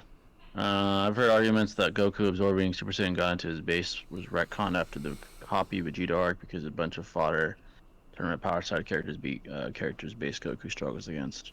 I mean, you could argue Goku's getting fatigued over time and stuff, though. Doesn't mean like he didn't absorb it. But yeah, I've heard Yeah, arguments like that too. key is very important. Key level is just like Yeah, Naruto chakra, and very important. throughout the entire narrative, it's very obvious that the fucking base forms of these characters are not equivalent from point A to point B. Like fucking Saiyan arc base Goku is inferior, far inferior to fucking Super base Goku. At this point, Yeah, he would slam fucking Super Saiyan 3 Goku in the Buu arc in base today. Like he'd fucking slam bro, him. It would be competition.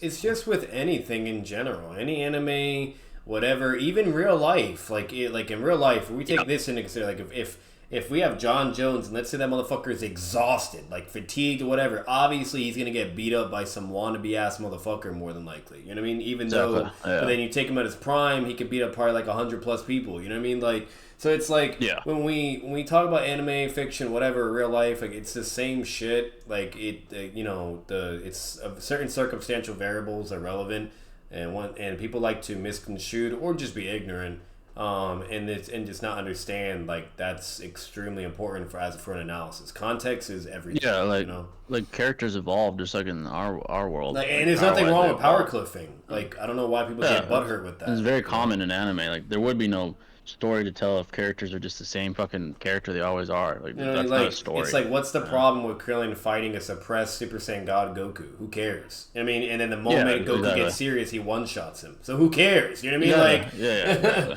like fucking, Yeah, and then if he's in the tournament, he's like fighting for who knows how long, and he's like clearly fatigued, whatever. And some other characters like showing some relativity, whatever, blah blah, or equal. It's like, yeah, sure, fatigue Goku. Congratulations. You know? yeah, like it's very obvious his shit's like volatile. Like he's constantly fluctuating. Like Like at one point, we he's all getting- should know Vegeta and Goku are it, bro. Come on. Yeah, like it's very They're obvious. the top dogs. What if, yeah. What if Minato recognized Obito during the Nine Tails attack? That might have He'd actually get went against mentally him, nerfed. really. Yeah, that would probably Yeah, go he'd really. get dazed. Yeah, he'd get dazed, and then Yeah. Obito would kill him. I'm not even joking. Basically, what happened in the war arc would happen Yeah. in the fucking yeah. So that And would it'd be actually even worse because it's like it's during the moment too. You know what I mean? Like Yeah, at least the in the moment war, like he at least got to contemplate it and had a bunch of people to like help him. You know what I Help mean? him. And then Yeah, get his exactly. head out of his ass from Naruto. But there, he's fucked. He has nothing. Yeah, he'd probably get calm-weed. Yeah, Yeah. he'd get fucked up. And then obviously we'd have to have a debate now with the new Boruto chapter. Could he get out? There's an argument that he can. There's Yep. an argument that he can't. Yeah, that Boruto shit's was able to. crazy. Yeah, like I don't know if you already gave your thoughts on it, Jay, but like fucking, Yeah. because I probably wasn't here for it. But like, what I will say at the end of the day for that, guys, is the fact that fucking like when it comes to can Minato do it, so like there's two ways I think of it. It's either one, Boruto's just the exception because he's that fucking guy, alien DNA, whatever, blah Yeah, blah. Sutsuki. Power cliffing, Yeah. that's just there you go, right? He's the only one that can do it. Yep. But let's say you don't even think that, and you don't want to go along that line of evidence, okay? And you say, okay, maybe it is a technique, and Flying Raijin can do that, right? Because space and time is just a different thing. The problem is, and what we do know definitively, is when it comes to traveling through another space and time, especially if it's not yours, it takes a ridiculous amount of fucking chakra. And Minato has a lot of chakra, but does he have 6 past level chakra? Does he have 100 healings level chakra? No, okay? He's not built like that, all right? He's not fucking Naruto. He's not Hashirama. He's not aliens, whatever. So when it comes to chakra consumption to do that, sure, he probably can, but he doesn't have enough juice to do it, especially after everything going on throughout that entire event. So when Minato's conceding verbatim statements and saying, yeah, if I get calmly, it's over, or I'm fucked, or not even Flying Raijin can do whatever, that's basically more than likely under the logic that he just can't get out because we all know if your chakra and stamina goes to 0, you die. It's the same shit as being killed. Like with Chidori, when Kakashi talks to Sasuke, how chakra and stamina works. If you try to do a Chidori when you don't have enough chakra, it drops to 0 and you will more than likely die. You know what I mean? So it's way too risky. And that's probably why Minato couldn't do it. And we see examples. Obito with Kaguya's dimension, he needed a 6-pass Naruto Shadow clone and Sakura's 100 healings to even do it a couple times. And that motherfucker had DMS and was huffing and puffing.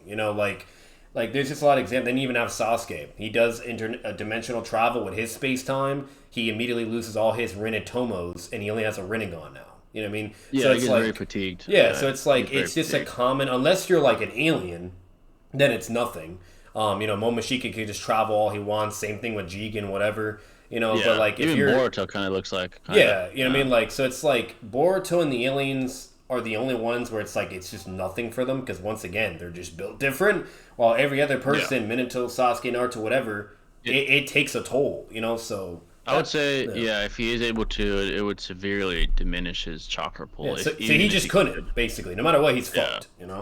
Like fucking doing that was like basically almost exhaust him completely. I don't even think Sage Mode could do it either. Now, if he had KCM, at that point, I'd say he could probably do it. I could see KCM Minato Flying Raijin. Yeah, but he'd be able to kind of like withstand the chakra like usage at that point. But that's if we grant along that line of reasoning. And I think if we had to pick, I think it's just more of the exception. That Boruto and the aliens, that's just how they are. And in Kawaki, Kawaki could do it. Well, like in the beginning, during the Ishiki arc and Jigen arc, he could travel through dimensions with no problem. He did it with Boruto when he sent Naruto when he sent his ass to that frozen time dimension. So yeah, he can do it. He could definitely. Literally, bro. Like Shikamaru was talking shit. He was like, "Oh, like bro, like fucking." You know what I mean? Like, there's no way to get there, whatever, blah, blah. I don't give a fuck, blah, blah. And then Kawaki's like, fuck you, bitch. And he just leaves. Yeah, Like, literally, he's like fucking fodder his ass. Yeah, so those guys are just extremely powerful. Like they're so vastly superior to Minato that like even if he could, more than likely he'd be fucking exhausted if he did it. Like he probably wouldn't be able to really come like engage in combat anymore after that. So yeah, it really wouldn't help either way. What did Minato recognize? Oh, I just read that. Let's see. Oh, $5 from Josh. Appreciate that, brother. I have it on the screen. I just haven't read it yet. If an Uchiha had the lightning cloak, would it increase the Sharingan's perception abilities? Hmm. That's a good question. That's a good wait, question. what did he say? So, It's my bad. he said if an Uchiha had the lightning cloak, would it increase the Sharingan's perception abilities? Uh, well, It so would. we have one statement that says with the lightning armor, it says it increases your reflexes, your nerve transmission, and your reaction and combat speed. We know that verbatim. Yeah. So most likely yes, because I think when the Rikage obviously goes up in versions, like each version respectively, his overall speed from perception to physical movement increases. So I would say yeah, probably it probably would increase perception and physical movement as well, like your ability to perceive and your ability to react both. I believe. So that's what the Lightning Cloak does to others, like the Raikage, the third Raikage, etc. So yeah, I'd probably say so. Yeah, it Gojo. more than likely does because like the way I see it is fucking if it's increasing their brain capacity, nerves, you name it, all that shit, then it should definitely be able to affect their Sharingan and just increase the precog and just it would just naturally go because you're enhancing your body. It's like drugging that shit, you know, like Yeah, it's kind of like steroids. yeah. Yeah. So I don't see why it wouldn't. Gojo. Well, Yeah, I don't me either. Yeah, I agree. What's going on, Morgan? How's it going? What's going on, brother? How you doing? Gojo, Koski, Gauntlet. Who does he stop at? I'm not gonna lie. I do see him slamming Hedon. Hedon would never touch him, and he's a retard. Kakazu. He's kind of close quarter combatant as well. He's not like he could touch him. He doesn't really have hacks. He's more physical based. He has fucking hearts. Um, then you gotta there's a lot of things you gotta begin to presuppose like chakra level versus cursed energy level. What we do know is Gojo could use his infinity at all times. Especially more recent versions of Gojo, he uses it with minimal resources. He has it on all the fucking time subconsciously, so he could probably use it for fucking days on end if he has to fight someone. I do think Kakuzu would get fatigued before he'd even make a dent in fucking Gojo's cursed energy. He would just never touch him. He'd get exhausted. At a certain point, Gojo would use his hacks abilities, which literally can like have to deal with matter and things like that to the point where Kakuzu would be so depleted that his reaction times, his ability to combat would be so diminished that Gojo, barely using any resources, would maybe beat him. After that, it starts to become more and more interesting. Yes, the story, poison, questions of how would poison interact with infinity. Uh, and then I think once you get to fucking like Kisame and them, I do think he'd probably lose. Because then you're talking about immense amounts of chakra and pain with his axe and fucking universal pull and push. There's a lot of weird shit. I'll start leaning towards these higher up guys. Maybe he could. I do see him more than likely beating Hedon, probably beating Kakazu. After that, it starts to become interesting. Datara, maybe, maybe. Sasori, slight chance. After that, it's very unlikely he beats other people. Again, this is just my own speculation. There's so many things you have to presuppose, like how things interact and things like that. But that's what I would say. If I had to say how far I'd get. Minato would be able to get out of the common dimension. Sasuke summoned his hawk from Earth to Kaguya's lava world. I mean, that's not equivalent though. Sasuke has, he has his Rene Sharingan. Minato has Flying Raijin. Um, Nah, suppressed or not, why would Goku go blue just to spar Krillin? Yeah, that was ass. I agree with that. That was ridiculous. Kinshiki versus Toneri, probably Kinshiki. Momo versus Kinshiki and Toneri, probably Momo. I can't stay, but I wanted to drop by. Appreciate it, Morgan. Thanks for coming in, brother. Power jumps are insane in DBS. If you assume that base Goku being Super Saiyan God level is still true, it shits on Goku's progression if Fodder's characters surpassed him with less time and worse training. Being still true. Yeah, I do think he's beyond like Battle of Gods base Super Saiyan God Goku now in base. I think he's beyond that. People have been repping that Sasuke is one of the best deuteragonists in Battle Shonen for a while now. Nice to see him upgrade to best character in general. Yeah, I agree. Jay's are on that I think Momo would rather just run away than even date or fight Ishiki. Majority of the Utsuki would rather run or off guard him like Kaguya. Uh, how strong is Fused Momo? Inferior to Naruto and Sasuke. Honestly, I think Naruto individually at full power would beat Momo. He was fatigued. Half of his chakra was gone. I think he's relative to maybe full power. One of them full power. At best. Slightly inferior.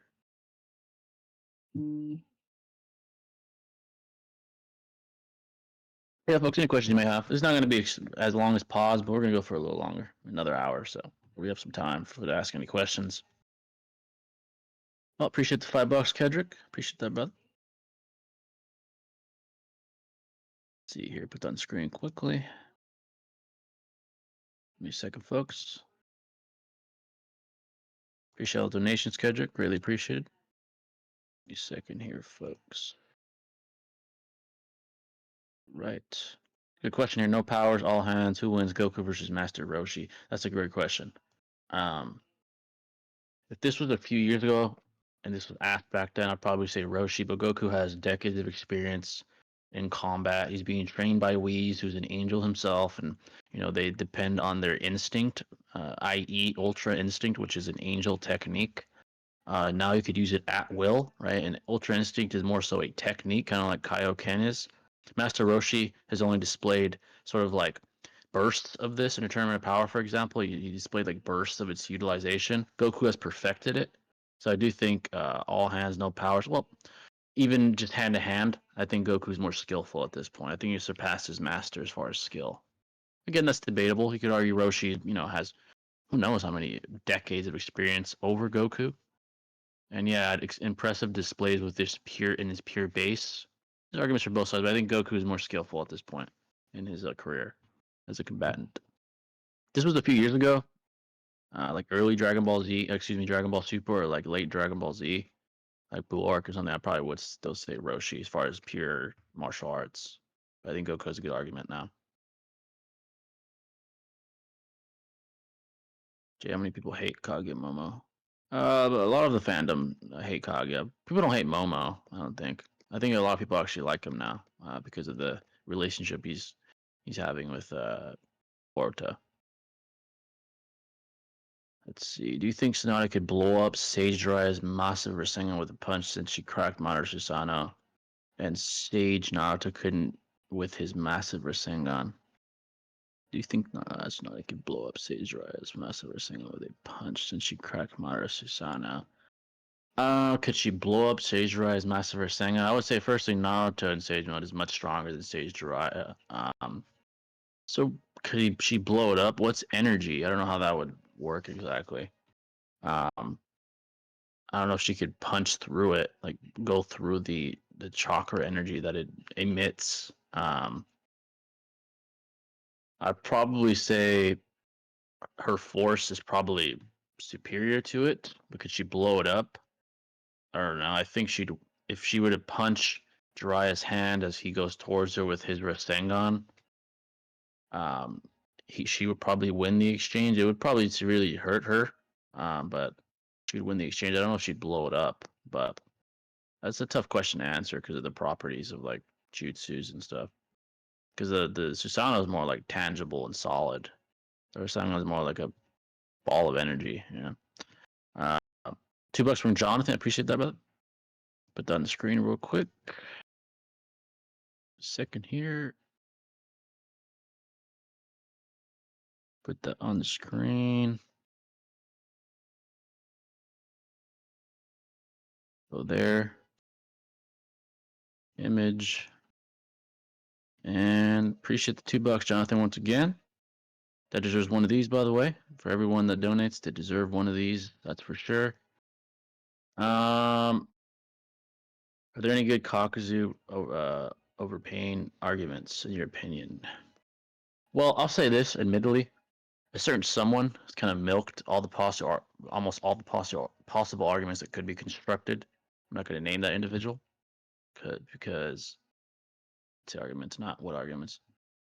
Because our bridges are burned, but that's not relevant here. But as far as good arguments, the best I've heard, mostly from that individual, to give him credit, It's probably trying to create the possibility that Kakuzu never really displayed his full potential, like not utilizing whatever that form he has is. It starts with a J, I think. The Yuito argument is probably honestly no. The best argument is probably the Itachi and Kakuzu argument where they run side by side during the war. Honestly, I think it's a very poor argument, but it's the best I've heard. It creates the theoretical possibility that Kakuzu may be relative in speed to Itachi. Do I think it's remotely probable that's the case? No. It's very easily debunkable, but that's probably like the best argument I've heard for the guy. Convert obviously as a result of that, he'd be like over pain or like very close to pain at that point with the Edo Itachi and Edo Pain, or rather Edo Naruto altercation. So there's that one. You could use a semantical argument and use, him being the deadliest in the Akatsuki as an argument to substantiate him being the most capable combatant in combat amongst the Akatsuki. Again, very easily debunkable, but you could use that and sort of be disingenuous and consider the data book hyperliteral. Yeah, I think I've heard it. It's called the Jiangu state. Yeah, that's what I meant. Yeah, the Jiangu state. Yeah. So there's that argument. So those are probably the best arguments you can make for the guy. Honestly, there's really nothing that good, which is why the majority of people think it's a joke to even argue that. It's comical, it really is. But yeah, I don't think any of those arguments are good though. They're the best I've heard, but they're not good. Adult Sasuke versus Prime Kage and Fuse Momo in depth. Prime Kage and Fuse Momo. Full power Sasuke would well, Fuse Momo might be interesting. Them together might be a problem. Yeah, them together with Momo using his giant like rock column thing, and then Prime Kage using like an expanded True Seeking order. That might press Sasuke a little bit. Makes sense. Thanks for the reply. Yeah, appreciate it. $2, Jonathan. It's fascinating that it keeps coming up. Yeah, it is very fascinating. I think it's for shock value at this point. I think people utilize that. Someone that created these arguments utilize it for shock value and to create kind of stir the melting pot. With the shock value that these honestly ridiculous arguments bring. It's shocking to the majority of people to hear that. These very poor propositions. So yeah. It is very shocking that this keeps coming, ironically, because those premises are shocking and ridiculous. So, let's see. But yeah, folks, any questions at all? Any questions at all? It could be about anime. It could be about sports. It could be about current events. One of these even got really political, by the way. I think it was might have been the last chill stream. It got like extremely political, like the most political stream I've ever done. So we even talk about that. Whatever you guys want to ask, feel free. So what was your opinion when Madara curb stomped Naruto Sasuke? I think Madara's overall character in the war arc was one of the best illustrations I've ever seen for an antagonist, power-wise and character-wise. Very well done.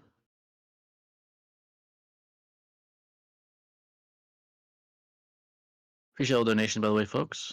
The screen is getting filled up, as you guys could tell. Appreciate that.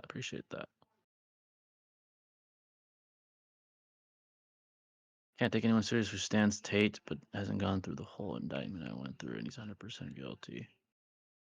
Yeah, I disagree with that. I don't think he's guilty. There's literal bureaucratic organizations that have looked at. They've talked to almost everyone he's ever affiliated with and haven't come with one remote piece of condemning evidence against him. So I disagree that he's 100% guilty. If their version of the criminal justice system hasn't come to a conclusion after over a year of this ghost hunt, then it's very unlikely that he's 100% guilty. I disagree. Kendrick with $2. Appreciate it, bud. Put that on the screen real quick. If I could somehow make a script that automatically makes these screenshots for me, that would be good. I'm sure it's possible. Computer programmers probably, like a good one that knows about scripts probably knows how to do that. You look into that to make these more quick. Give me a second, folks. I put this on. Oh, wrong one. My bad. Let's see here.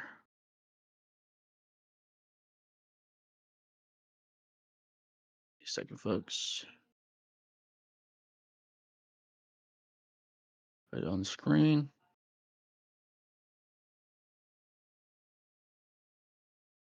We'll read it with quick succession. Appreciate it, by the way, Kedrick. Appreciate it. There we go. Now that that's out of the way, that definitely deserves one of these. All right. So, any advice on dealing with addiction? It's a good question. So, from my perspective, I believe the first step is acceptance, accepting that you have a problem. Because the most common problem I see is denial. With that, a lot of individuals don't want to admit they have an addiction, whether it's food or whatever it is, drugs, or for a lot of men, corn, to keep it politically correct. Denial is a huge, huge issue.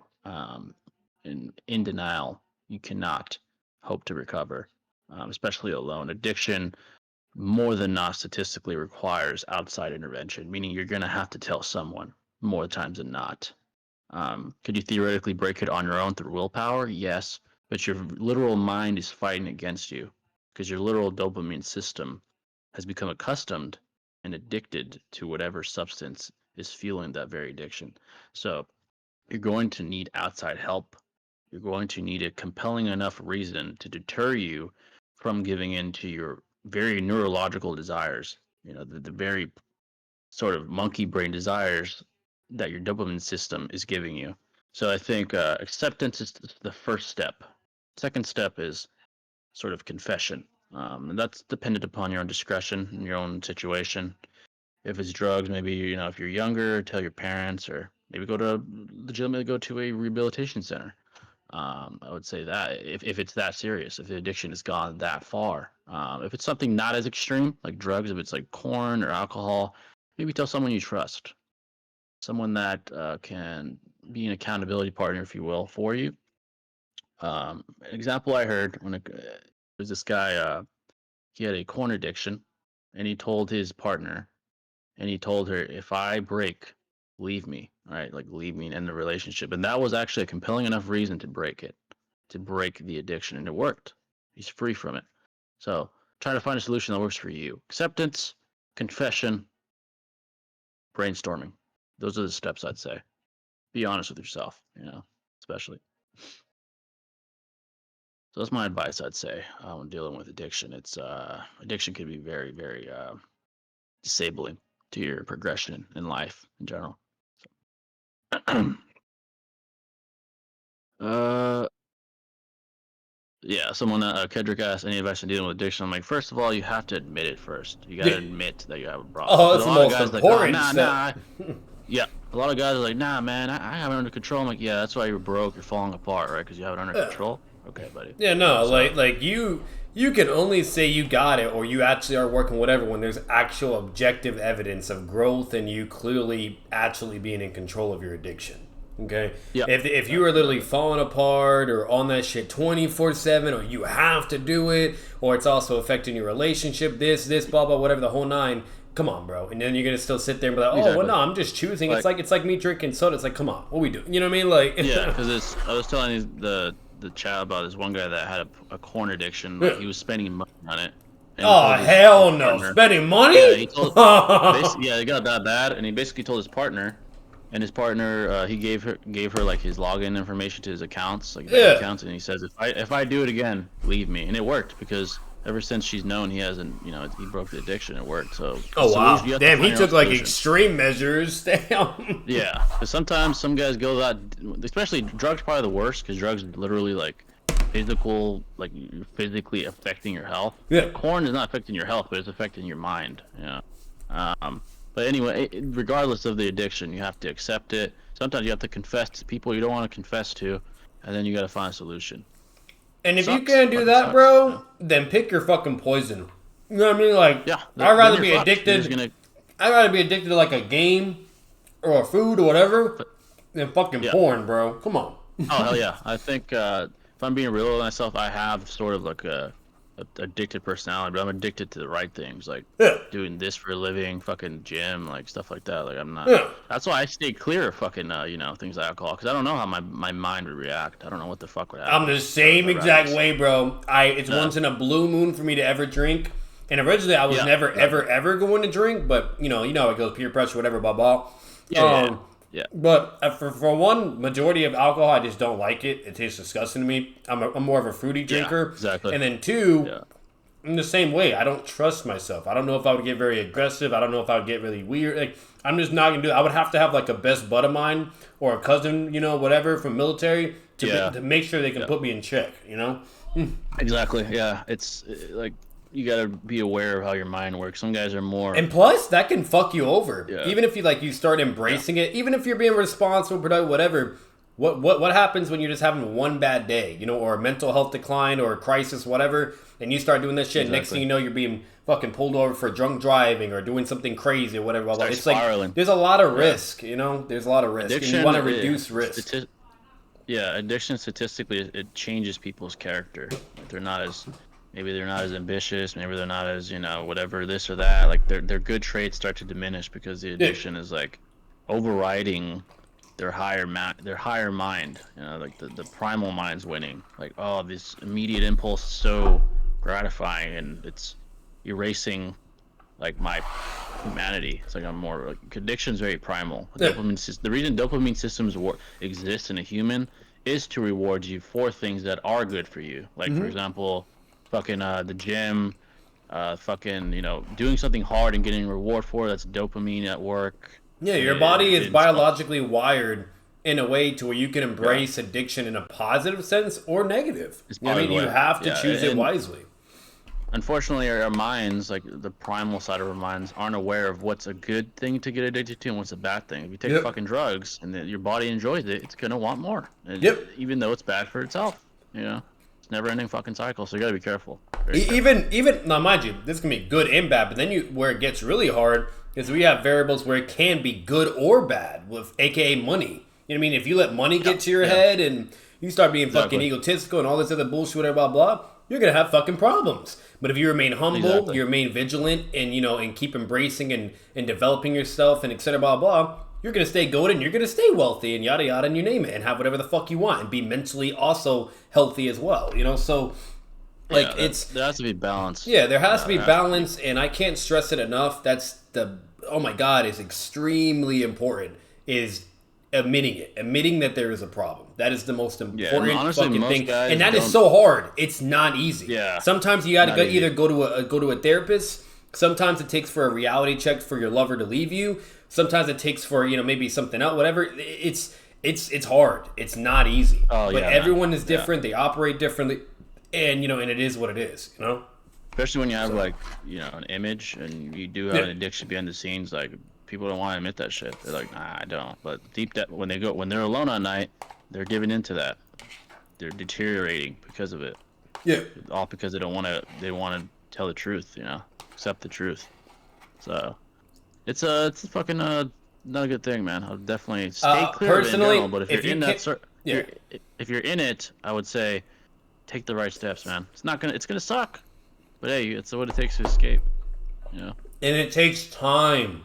That's so important to understand. It takes time, especially if we're talking about drugs and shit. Like, even from a neurological even standpoint, if you fuck up, fail, whatever, learn from it and go better. Don't let it bring you back down to where you're starting all from scratch, or let it bite you in the ass where now you just think negative and think no matter what you got to stay vigilant, stay positive, and you got to basically embrace those failures.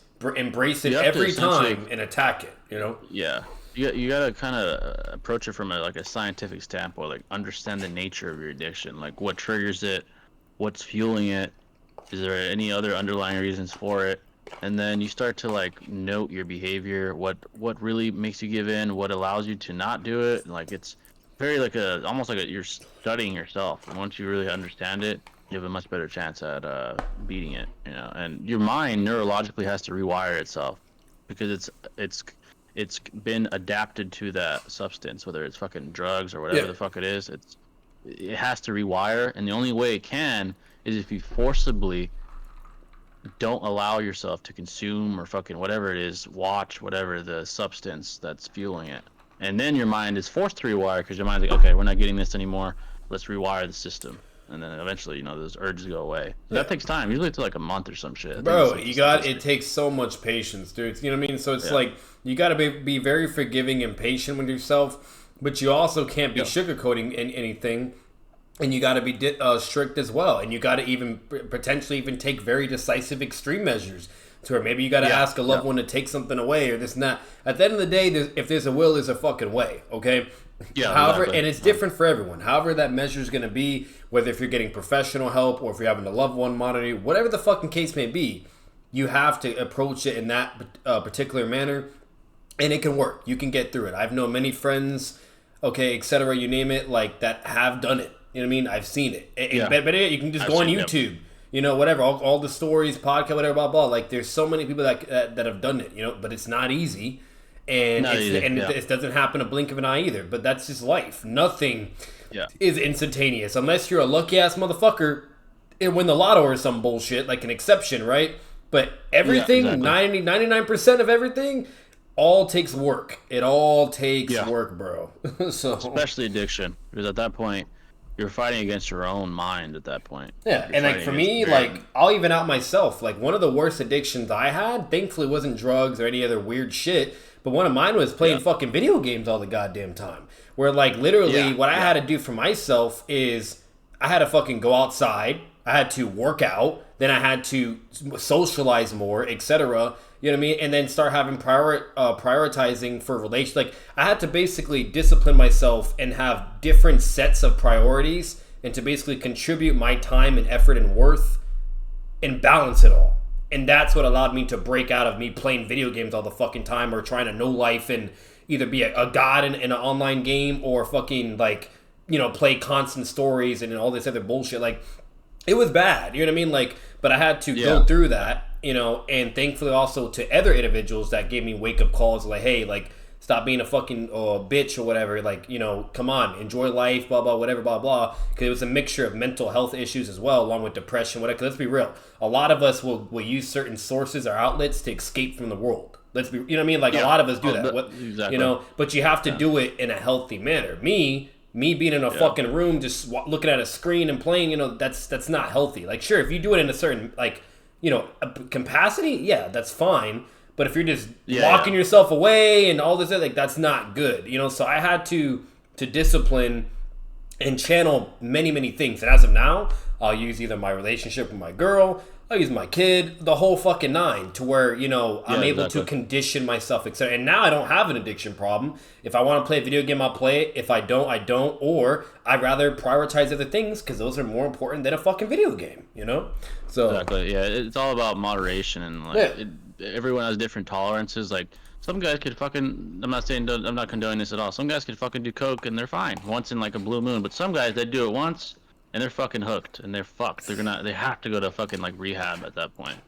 So you gotta be very careful. Drugs in general, I don't care who you are. Statistically, the odds are against you. I wouldn't even touch them. Yeah. Alcohol. It is not worth it. Yeah, especially the extreme ones. I wouldn't even alcohol, bro. Even alcohol. Even alcohol. Be careful. Don't even do that. Like if it's fruity drinks or some whatever, sure, you do you, right? Free reign. Yeah. But like if it's like whiskey or it's like some hardcore shit, blah blah, you name it. Come on, bro. Like, don't be stupid. Yeah, I would say stay clear of it. And if you're like, you have enough awareness to already like acknowledge that you in general have a addictive personality, I would just stay clear of all that shit. To be honest, like me myself, I don't even go near any of that shit because I get very it's contingent upon the person. That's the problem. So if you know you have really bad, compulsions or obsession, whatever the fuck case may be, okay, why would you want to take a fucking substance that's gonna affect you psychologically and mentally, etc.? You know what I mean? Like, come on. Exactly. You know what I mean? Like, be smart about it. Make sure you have contingency plans, you know what I mean? So, like, to where if you are going to drink, that you got a guy that's watching you and driving, you know what I mean? Like, you need to be productive. You got to embrace things and understand reality and pros and cons, you know? Yeah, you got to be calculated. Like, you got to understand your own nature and be calculated. With your calculations being dependent upon your nature. Like, what's your personality like, your mind, your habits.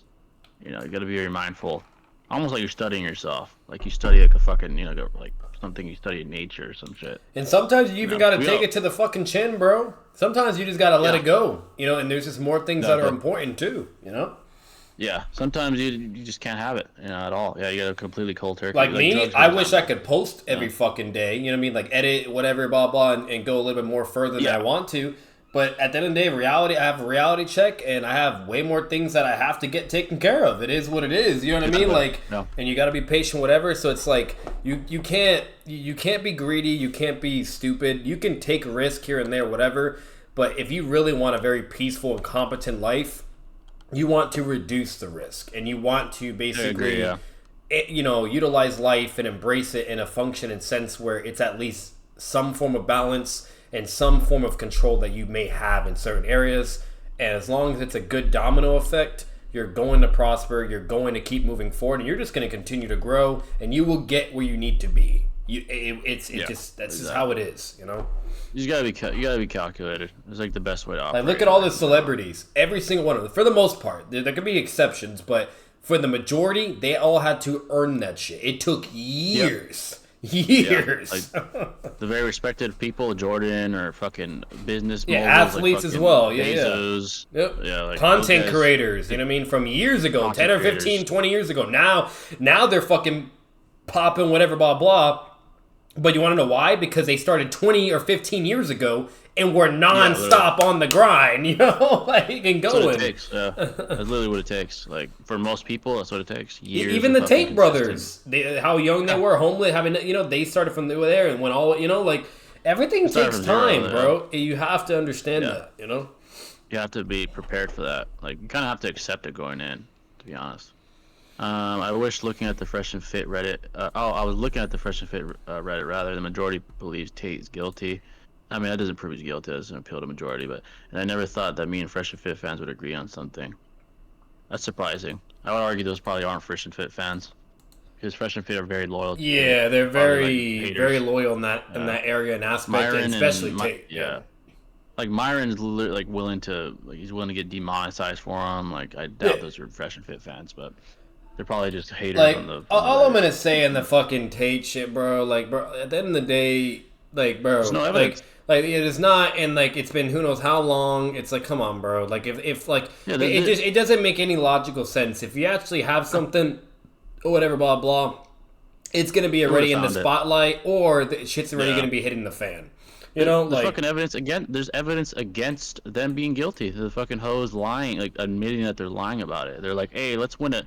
I'm gonna win an Oscar with my performance." Like, what the fuck? Why yeah, are they still? I don't understand why they're still incarcerated. I don't. like I don't care this. who it is. I'm not saying. I'm not only saying that because I like Tate. It doesn't matter who the fuck it is. If it like there's evidence that shows that the accuser's fucking lying, what the fuck are they still there? And I then don't look at understand that. Johnny Depp as an example, bro. Like, can you name Yeah, it? Like, like so it's like you guys I gotta don't like be understand at it. least a little bit more like this. It's all I'll say. I'll say it for both sides. Don't join the bandwagon, okay? Yeah, Don't be exactly. ignorant. Don't be stupid, okay? And be a little bit more open minded to both perspectives, okay? And at the end of the day, with everything that we at least do have and do know, have some form of objectivity in that, and then go all day every day with your subjective lens. Like, it's just that simple. And if Yeah, it like, like and think of your fucking. family, There's think of your family members. yeah. If it was your sister, brother, whatever, how would you feel? You know what I mean? Like, wake the fuck up. Yeah, like let's be honest. If it was your family member in that spot and you saw evidence that proves the accuser's lying, you wouldn't think that they should not that they should be freed. Like I don't understand that. Yeah, You know, you know. that just proves bias is involved. If you don't think that evidence that proves their innocence doesn't help them become free men again. Like what the fuck are we talking about? I don't understand that. Those hoes are even in Romania. Those hoes, who knows where the fuck they are? Probably exploiting some other guy. Yeah, What the fuck? literally. I don't understand that shit, man. Hoes are probably living it up somewhere. Or Careful, fucking Jay. exploiting some Don't more don't men. don't say that word. You'll be misogynistic.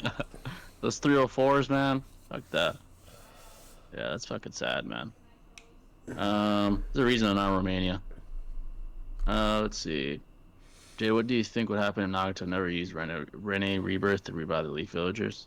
I mean, never would have seen Kakashi again, which would have kind of sucked. But some people argue it would have been better. Like, it would have made the ending more climactic, you know? But I'm glad Kakashi didn't die. I'll say that. Oh, I another thing like to that. further as well, I forgot to mention too, Jay, is fucking is the fact that like normally people start spiraling or start fucking up too. There has not once been any error or discrepancy or weirdness or sus behavior, whatever, nothing. Like, and then it's been the Yeah. opposite of where he's even literally, this I disagree with, but he's literally so humble and willing to accept reality, whatever, that he's literally saying, you know, I respect what they're doing. They're doing their job, whatever, blah, blah, yada, yada, the whole fucking nine. Yeah. And literally advocating for them for what they're doing. You know what I mean? Like, Yeah. and at the end of the day, logically speaking, I disagree, but I get what he's saying and I understand the perspective that he's going from. He's never like, you know, his demeanor's never been inconsistent. Yeah. Like, you've never seen him really like flip the script, and it's been over a year. Like, they've been fucking dealing with this bullshit for like over a year. So literally. very, very unlikely statistically that they're guilty. And no matter what, Very, me very and Jay said it a million times, if we're wrong, we'll admit it. If we're wrong, we're wrong. Yeah, if we're wrong, you know? and there's That's fucking like a simple. video or whatever. And he was a god at deception, by all means, you know? Like Seth. I was a bigger fan of Seth than any fucking. I liked him more than Six and fucking Swag. And as soon as I saw shit that condemned him, I was like, fuck him. You know. Yep. That's what it is. So, it's simple as that. If the same thing happened to Tate, the same energy for Tate. I would start saying fuck Tate, shit like that. It'd be the same way. And at that point, I'm just gonna have severe trust issues. Yeah, at that point, I might not trust anyone. Yeah, like that, literally, like just analyzing anyone as a whole. It's like I give up at this point. It's like fuck this, Yeah, bro. like, what the fuck, man? I can't read. It's like you two-faced ass motherfucker. But once again, Yeah, I he highly doubt that would be the case. So. Yeah, I highly doubt that's the case, and he'd literally be fucking like light yaga me if he pulled that shit. Literally, that would be some next literally. level deception, bro. That would like bury what Seth did, like all the what he lied about. If Tate was able to do that shit, I mean, he's fucking goddamn Eisen. Like we know damn well everyone's gonna be making the memes and get like all kinds of shit too if that actually happened. Yeah, like Seth was being compared to Eisen. Now Tate did the same shit. He's literally Eisen. So we're all hypnotized by fucking his whatever the fuck. I don't know if you ever That's saw the my thing. I think I had you tagged because I tagged Swag6 in you a while ago, but I made like a little funny ass edit with Orochimaru on the rooftop, like doing the weird forbidden face jutsu, yeah. And then I had like Hiruzen as Swag and Six and you, and then Seth as Orochimaru. That shit was hilarious. Fucking Seth. Who would win, adult Naruto versus Prime Kage and Momo? Probably Naruto. Then Bear is for sure would win. Yeah, if it's like full power Naruto, he probably still slaps. It'd probably be like a high diff one, but he would win. Yeah, it'd be difficult. Yeah, and then if he's Barrymore, then obviously no diff. Okay, You're gonna slam him. Yeah, and then if Sasuke's there at full power too, that'd be like a low diff. Especially if they fuse. You know, like yeah. They fuse, they're chalking them down like fucking trees. Yeah, at that point. I really want to do a take guilt or innocent bet. I'd give them 5-1. I disagree. But yeah, like I said, if there is condemning evidence that's like blatant, then hey. What is he on about though? What's his god tier evidence? Yeah, I think he just doesn't like Tate. But what is it? Like what is it? Like I don't understand what his evidence. He just said. He said like I think he's 100% guilty. That's what he said. How? Like, where's the evidence? I don't understand that. I'm not even gonna say he's 100% innocent because like literally, like we wouldn't even go that far. Like so like how? Like, come on, bro. Like that's so. Yeah, I disagree with that. Yeah. Like, what I doing, think he's bro? more than likely innocent, but I'm not gonna be like, oh, he's absolutely for sure. He's fucking spotless. Like because there's weirdos and retards that are like that too. Excuse my language, anyone sensitive to the R word, but what's it called? But like there's people that are like that forte where they're so delusional and biased. We're like, he's 100%. Like, come on, bro. You know, like. Yeah, literally. It's in the indictment. I read it though. What indictment? I've read basically everything. They have him like restricted, but it doesn't say he's guilty. He's guilty of other bullshit charges, not the extreme ones like the fucking trafficking and shit like that. Some dumb shit like. Oh yeah, wasn't it like business or like fraud or some bullshit? Yeah, like they're trying to like get fish for whatever they can at this point. Like, bro, you know how many political motherfuckers have been arrested for that shit? You know what I mean? Like Politics USA, whatever. Nobody cares. You know, like. Yeah, it was like some bullshit like exploiting hoes for TikTok. I'm like, how do you even prove that shit? Oh my god. Some bullshit ass charge. There's not, as far as the major things, there is no evidence really. They would have been already incarcerated in prison by now. Bruh. That's not true. What are we talking about? Oh, we're talking about fucking date. Oh, you guys can ask anything though, by the way. Oh, Jay, Six what's had your some. opinion on Because Six had a an interesting take in his JJK video with like the Toji against the Yeah. retrieval. It was way towards the end, and he brought up one scan where like base Sasuke is like talking shit to Orochimaru, and then Kabuto's like, "Hey, watch your fucking mouth," like blah blah, like give some respect to him. And then Sasuke Yeah. looks at him with a cold look, flexing chakra in a way. And then basically Kabuto's like, "What?" Like he's like, "Huh? Like what is this?" And then Orochimaru's like, "My future's with this child, or whatever."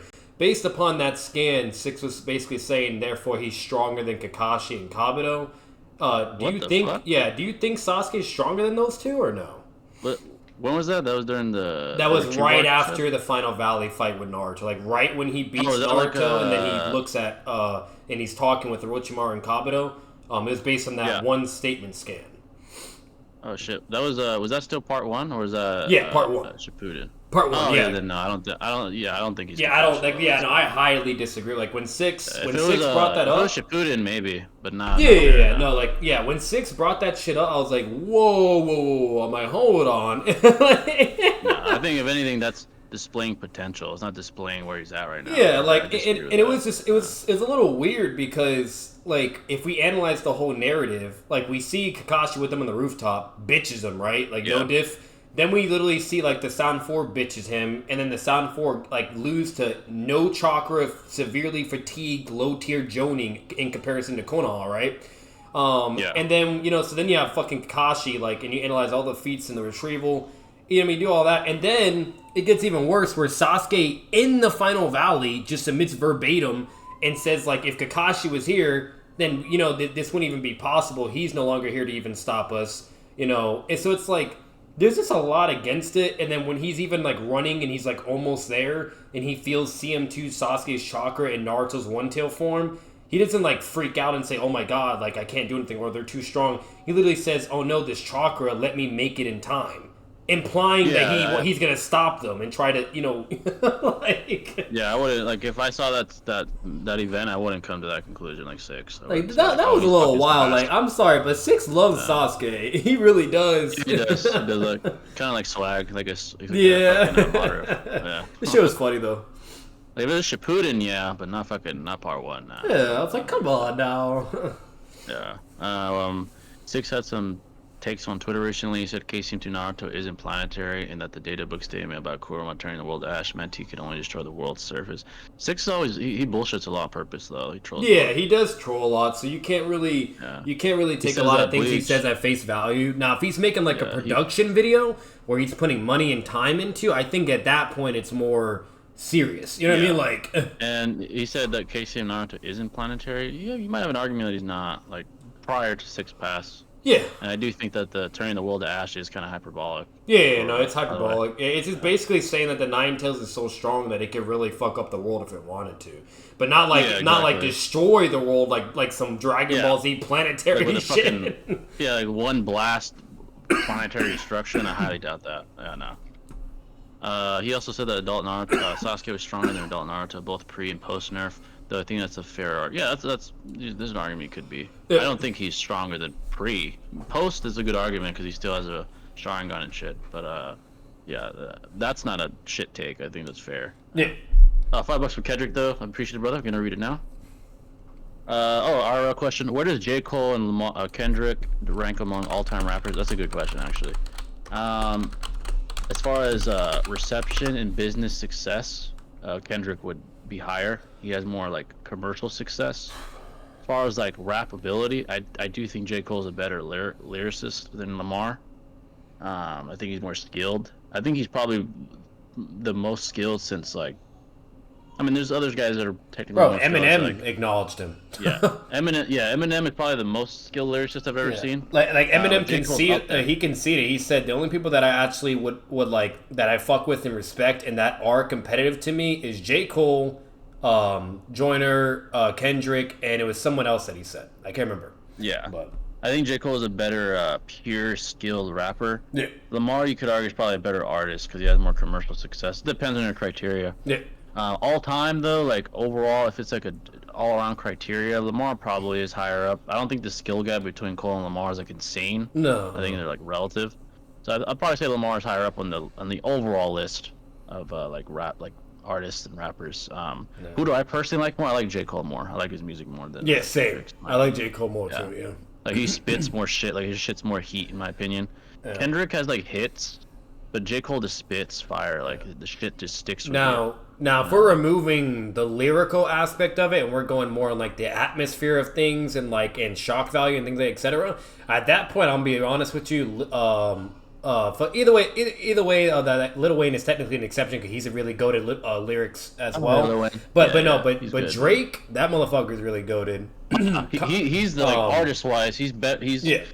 Not only in the rap world, but he's one of the most successful artists. Exactly. I think he's only like Drake's no joke. He's only second to as far as the most hits for a solo artist ever. He's only second to Michael Jackson now. Yeah, when it comes to like value, business, you know, the atmosphere, all those type of things, like he hits the check mark on all that whole fucking bucket list. And then like that now, if it's like lyrics in comparison, like obviously like Eminem, J. Cole, and the other people, they're gonna have more advantage. That's the thing. It's like their specialty. But when it comes to overall, like, I'm sorry, but he's just built different. Him, Lil Wayne was pretty goated too in that regard. Kanye West used to be like that. But you know, like, I just want to put that out there too. Like he's severely underrated. A lot of people underrate like or shit on Drake. Yeah. Yeah, it's funny because they shit on him, but then commercially he has the most success. Literally, like he has the statistics and proof. Yeah. I feel like people that honestly, statistically, he's so big. I guarantee some people that talk shit about him listen to him on the down low. They're just capping. Like, oh, he's so ass, and then they go home and they're listening to him. Did you hear about Joe Budden being a fucking idiot and fool? He's always saying some off the rip nonsense. Stupid. Yeah, but he was talking shit about Eminem, even though Eminem statistically and you name it is the best out of in everything, literally. But in the Hall of Fame, you name it. And then Drake could be second place at that point. But either way, like fucking, like he was saying some nonsense about Drake's new album, and it was hilarious. And then Drake just fucking beamed his ass. He flamed him, bro. Drake flamed his shit. I think I saw it on fucking Instagram, like flamed. Yeah, he like it was bad too. Like I was like, damn. He's like a bitter C-list rapper that has a podcast to talk shit about guys that are more successful than him. Like it's because sad. He didn't make shit in the music industry, and Drake called that out. He's like, you got to go to a fucking podcast and shit to be able to make more money to talk shit and be a fucking goon.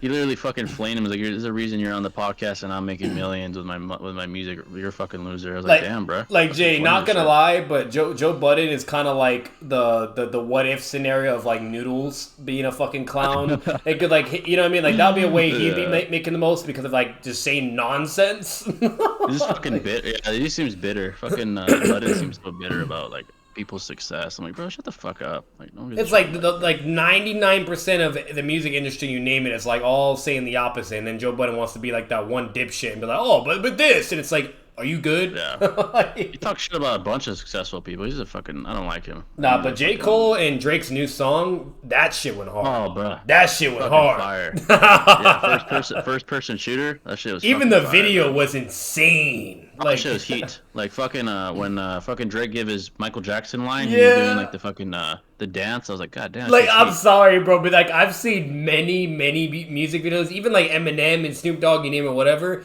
I'm sorry, but I think to this day Drake probably has the best music video. That shit was crazy. Yeah, that shit was fire as fuck. And then they reenacted like the famous picture between Messi and Ronaldo. Yeah. Say like they're the goats. That shit was fucking fire, man.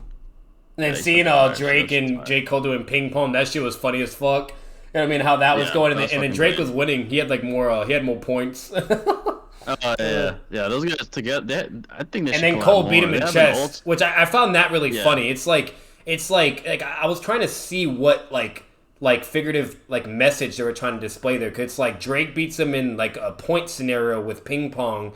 But then J. Cole beats him in an intellect area with chess, and it's like, what are they on about with that? But that might be like a subliminal message. Yeah, makes sense. Like J. Cole is better lyricist, and Drake's just like the better artist. I think that's what it was. Yeah, that's what it was more hinting towards, because like the whole theme was J. Cole versus Drake, and you know how everybody is. They either like to be toxic or even try to like enable, instigate like some bullshit beef or whatever, blah blah. Or it just boils down to like just competent like professional like like who's actually better, right? And like it was like kind of that atmosphere, but in a really badass cool way, and just showing the diversity and how they both basically are different and how Drake can be better and how J. Cole is better. And I that's what I was getting from it. But yeah, they definitely have like advantage over the other. They worked well together. Those guys do good music together. So, let's see. Sticks was spitting when he said that men who advocate for one-sided relationships are weird. I mean, I think men should be trying to become the best version of themselves, and then they should have the right to choose how they want to live their, like, how they want their relationships. I don't think it's a bad thing to want one-sided or a monogamous relationship. And the same goes for a woman too. Like me and Jay have said this a million times. Like, you know, but there's nothing wrong with a woman wanting to be fully independent, this, and this. But at the same time, this goes for both sexes. Have a reality check for once, and reality is very harsh and cruel. You know what I mean? You can do this and this or whatever, and sure, free will, but guess what? There's pros and cons to free will. The point is, if you left a man to his own devices, he would rather have more than one partner. Yeah. If you gave him the choice and there was no consequence, and he knew as a fact that there's no negative consequence for his decision, he would say, I'd rather have multiple partners than one. I don't think that's a bad thing. I think that's their nature. And conversely, women, if you left them to their own devices, allow them to pick the perfect man, they'd pick the richest, tallest, strongest, best-looking man. I don't think they're a bad person for that. I don't think advocating for men to try to reach to a position where they could choose is a bad thing. And that shit's just really funny though, even regardless if Six actually said it or not, because we're just, you know, kind of like taking your word for it. I think I saw a tweet where you said like guys that want to fuck like multiple women in a relationship or can't control themselves. Unfortunately, the integrity of that and transparency, we just don't know, because Six is always trolling. So I don't give a fuck what he tweets. Though. Yeah, I don't give a fuck what he tweets. You know, it is what it is. And either way, I don't like. Do I think it's a bad thing that he disagrees now? I think it's cool if you want to just have one partner. I don't care. Yeah, it doesn't matter. Everyone's different, you know? Yeah, I think a guy should have a right to choose. That's what I advocate for. A guy should have a right to choose. And if the majority have that mindset and are either statistically shown to operate in that way, and it's kind of been like that from, let's be real, even history, throughout history, that's how it's been. You know, I'm just being honest, but you know, who cares, right? Like, I don't give a fuck if you think it's weird. That's just how it is. Care. That's just reality. And same thing with women, statistically, you name it, etc. They actually want something where they're just settling down for one partner and for the man to only be with her. That's just mainly what they always want, majority. They're hypergamous. They want the highest value man they can get. And only to herself too. You know, that's it. Yeah. Do I think that's weird? I don't think that's weird. No. That's just how women are. Yeah. Women are just like how guys want several partners. Do I think that's weird? No. And it's interesting because it's clearly a dichotomy that conflicts, right? That's the most interesting aspect of it, is how men want the opposite while women want this thing. And clearly that conflicts. they have adversarial like desires. Like men want like quantity, women want quality. Yeah. That's really what it is. And I think neither side should be demonized. And I think saying that one side's weird is just like, it's a double standard, because you have to apply that to both sides. Then say that women that want successful men are weird. Then I don't think that's weird though, but at least be consistent about it. Exactly. So it's like, no matter what, like, you know, if we're keeping it a buck, you know what I mean, it goes both fucking ways with that type of logic. If you're really trying to be like that, but it's you got to be a little more open-minded, you know what I mean? Because the problem with the world and how the system is now is we'll be real quick to shit on men or say this, and that if it's anything advocating for any positivity for men. Yeah. Be it if it's a woman and you're against it, whatever, you're called a misogynist or this and this and this and this, you know? And it's just, it's very weird. And that shit, I don't like that hypocritical nonsense. I don't like that shit. And this is what I say. I advocate for men having the right to not the right, but men earning the right to choose how they want their relationships to be. Yeah. That's what I advocate for. I'm not saying every man has to fucking have an open relationship. Like, if you want to be monogamous, cool. That's cool for you. And if you don't, cool for you. And women, if you want to. And let's also not forget all the women that want to work in the sex industry. You know what I mean? By all means, you do you, whatever. There's nothing wrong with that. You know, but women want a rich guy. Women who want successful men are weird too. Then that's all women. Are you saying that most women are weird? Because if you ask a woman what's your ideal candidate, they're gonna describe a successful man. I don't think that's weird. I don't think that's weird at all. I think that's very bizarre to say that's weird. It's almost like you're trying to advocate for women to date down, to date like guys they're not into. Yeah, I'm sorry, bro. I'm not trying to be mean. Yeah, I'm not trying to be mean to you, bro. But good luck getting in a relationship with a girl, because if you haven't realized that women are biologically just like that's just what they want. That's the main core component of what women want is desiring a successful man or even woman. Like, what the fuck are you on right now, bro? How is that? How is a woman desiring a successful person weird? Huh? Like, what? That means you're calling women's biology weird because they're biologically designed like and that. if anything, I think that's actually misogynistic because there's no reason for a disagreement or hate or anything at that point because that's just like common sense to me, like logic. Like, who wouldn't want a successful person? Sense. You know what I mean? Like, that doesn't make any sense. I don't know. Yeah, I meant women who only want successful men. I don't know. What do you mean by only successful men? That's who they ideally want, is successful men. I don't understand that's a problem. I really don't. Like, it's bizarre. I guess women now gotta want losers or sensitive Sallys and emotional men. You know, whatever. Who knows? Men can only have to be in one monogamous relationship, and women have to date losers. I guess that's the way it's supposed to be. Come on, bro.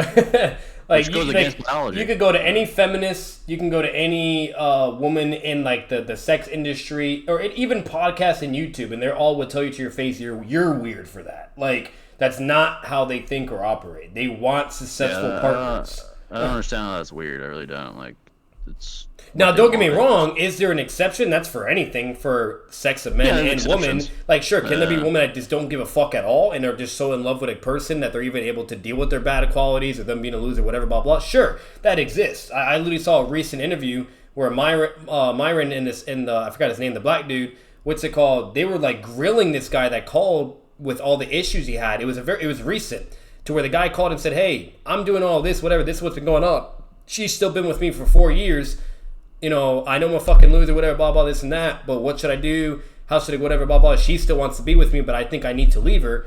And they literally flamed him, roasted him, and said, yeah, bro, like, you're a loser, blah, blah, and she's a goat, yada, yada, yada. And you should have fucking, like, you need to leave her. She deserves better. Like, that's ridiculous. Like, unless you get your shit together and XYZ, whatever. Like, you know, it's like, they're just spitting straight facts. It was crazy. So it's like they're actually more brutally honest with men than they are with women. Yeah, they are. Way more brutally honest. So it's like, yeah, you're broke, you're fat, get your shit together. Like, I'm sorry, bro, but that don't make sense. And mind you, and the main issue within that relationship, the whole thing that the guy was bringing up on the phone, and what they were also analyzing and realizing, okay, because they were writing down what he was saying too. Okay, is the relationship was working and it was going right. But the problem was he was a fucking loser in all these aspects, and he kept disappointing her while she's doing everything she's supposed to be doing, and in his corner, whatever you name it, blah, blah, yet he still can't get his shit together, and she's just having to deal with it, and at that point, now she's on the verge of giving up, and this is bullshit, whatever, blah, blah, and I deserve better. Like, you don't blame her at that point. And then, yet, even with all that, she was still willing to stay with him. She's a real one. You know what I mean? Like, an exception. So, you know, it is what it is. Like, you know, so at the end of the day, like, unless it's to that capacity, that's an exception, and that's just how much, you know, someone can really love someone, and that can go even both ways too. And you shouldn't you shouldn't live dependent upon the exception. Either. Yeah, no, it's not a good. Like, no, you shouldn't. Statistic to bank on. Yeah, like the majority of women would be like, yeah, fuck this, I'm gone. Majority, exactly. 9 out of 10 times, they would all dip in a heartbeat. Yeah, so it's either rich men or losers that exist. You're trying to make an argument. Here's the reality of the situation. Women want the most successful individual they can attain. And what's the case for most women? In modern Western civilization, where women have access to an extreme high amount of numbers of men due to social media, they have a ton of options. So what are they going to do? They're going to weed out those options to the best options that are available. And yes, success is subjective, but what you can say is, pragmatically as a man, the best chance of success you could have with a woman is to become as successful as possible, to have the best chance of you choosing who you want as your partner. And I don't think there's nothing wrong with that. I don't think there's any problem with that. I don't think women are weird for wanting what they want. I don't think men are weird for trying to attempt to become the best version of themselves, not only for the woman, but to be successful in their lives. I don't think there's anything wrong with wanting to win. I don't know why people negatively try to negatively stigmatize winning. What's the problem with that? Yeah. Are we supposed to lose to justify and like cope with like other people that aren't doing as well? Like, I don't understand. It's very bizarre to me. And then not only that, what you just typed right after, now you're like doing a false equivalence. That is nowhere near the same a parallel of woman what who you're saying. wouldn't, Yeah. yeah, a woman who wouldn't date someone who makes 85K but only would date someone who makes 6 figures is weird gold diggers and leeches. Obviously, I gold diggers disagree. are weird. I think gold diggers is a more extreme version where Yes, they're. extreme. Do I think every woman is like perfect? Absolutely not. No. Do I think there are gold diggers? Absolutely. Yeah. But most women want the best they could get. So if they had a choice between a guy that makes 85K and 7 figures, they're gonna choose the guy that makes 7 figures. Are Yeah. they gold diggers for that? No, I don't think they're gold diggers for that. No, like Now, you have the difference gold between digger- a girl. Yeah, go ahead. Yeah. Yeah, gold digger is an individual that goes on dates with a rich man and tries to only exploit him for material possessions. Like, oh, buy me a purse, buy me a car. That's Yeah. a gold digger. But a woman that just wants a guy that makes more money for security, for provision, Protection, take care the of children future, one day, you name it. I don't Yeah. see a problem with that. I don't see how they're leeches or Yeah. gold So diggers. what's I really that's don't. a false equivalence. I'm sorry. You're extreme toxic example of what women can do compared to what many women just want. Period. As to have a very healthy, the positive thing. life. So Yeah, and here's the thing about like the space that advocates for these things. You can't change reality. You subjectively can paint these women as gold diggers, leeches, but the majority of women want the small majority of successful men. That's the point. So whether or not we like it or not, it doesn't matter because that's reality, and men have to adjust to that to have the best chances of success. And it's not even the woman thing, just in life in general, to succeed. yeah. I don't see a problem with that. I don't think men are fucking weird or they're fucking like they're assholes because they're trying to become successful. It's very bizarre to me. Not only that, if me and Jay really want to be a dick too, if we really want to be a dick, what you're saying, like what's even wrong about a gold digger? Technically, if anything, they're just taking advantage of reality itself. You might as well, you know what I mean, like etc. Like, you said gold diggers is what I was talking about the whole time. Do you guys think they're not weird? Based off that description, that's not. We weren't on agreement on what a gold digger is. Yeah, now you're agreeing with what our definition is. So now. Yeah, no.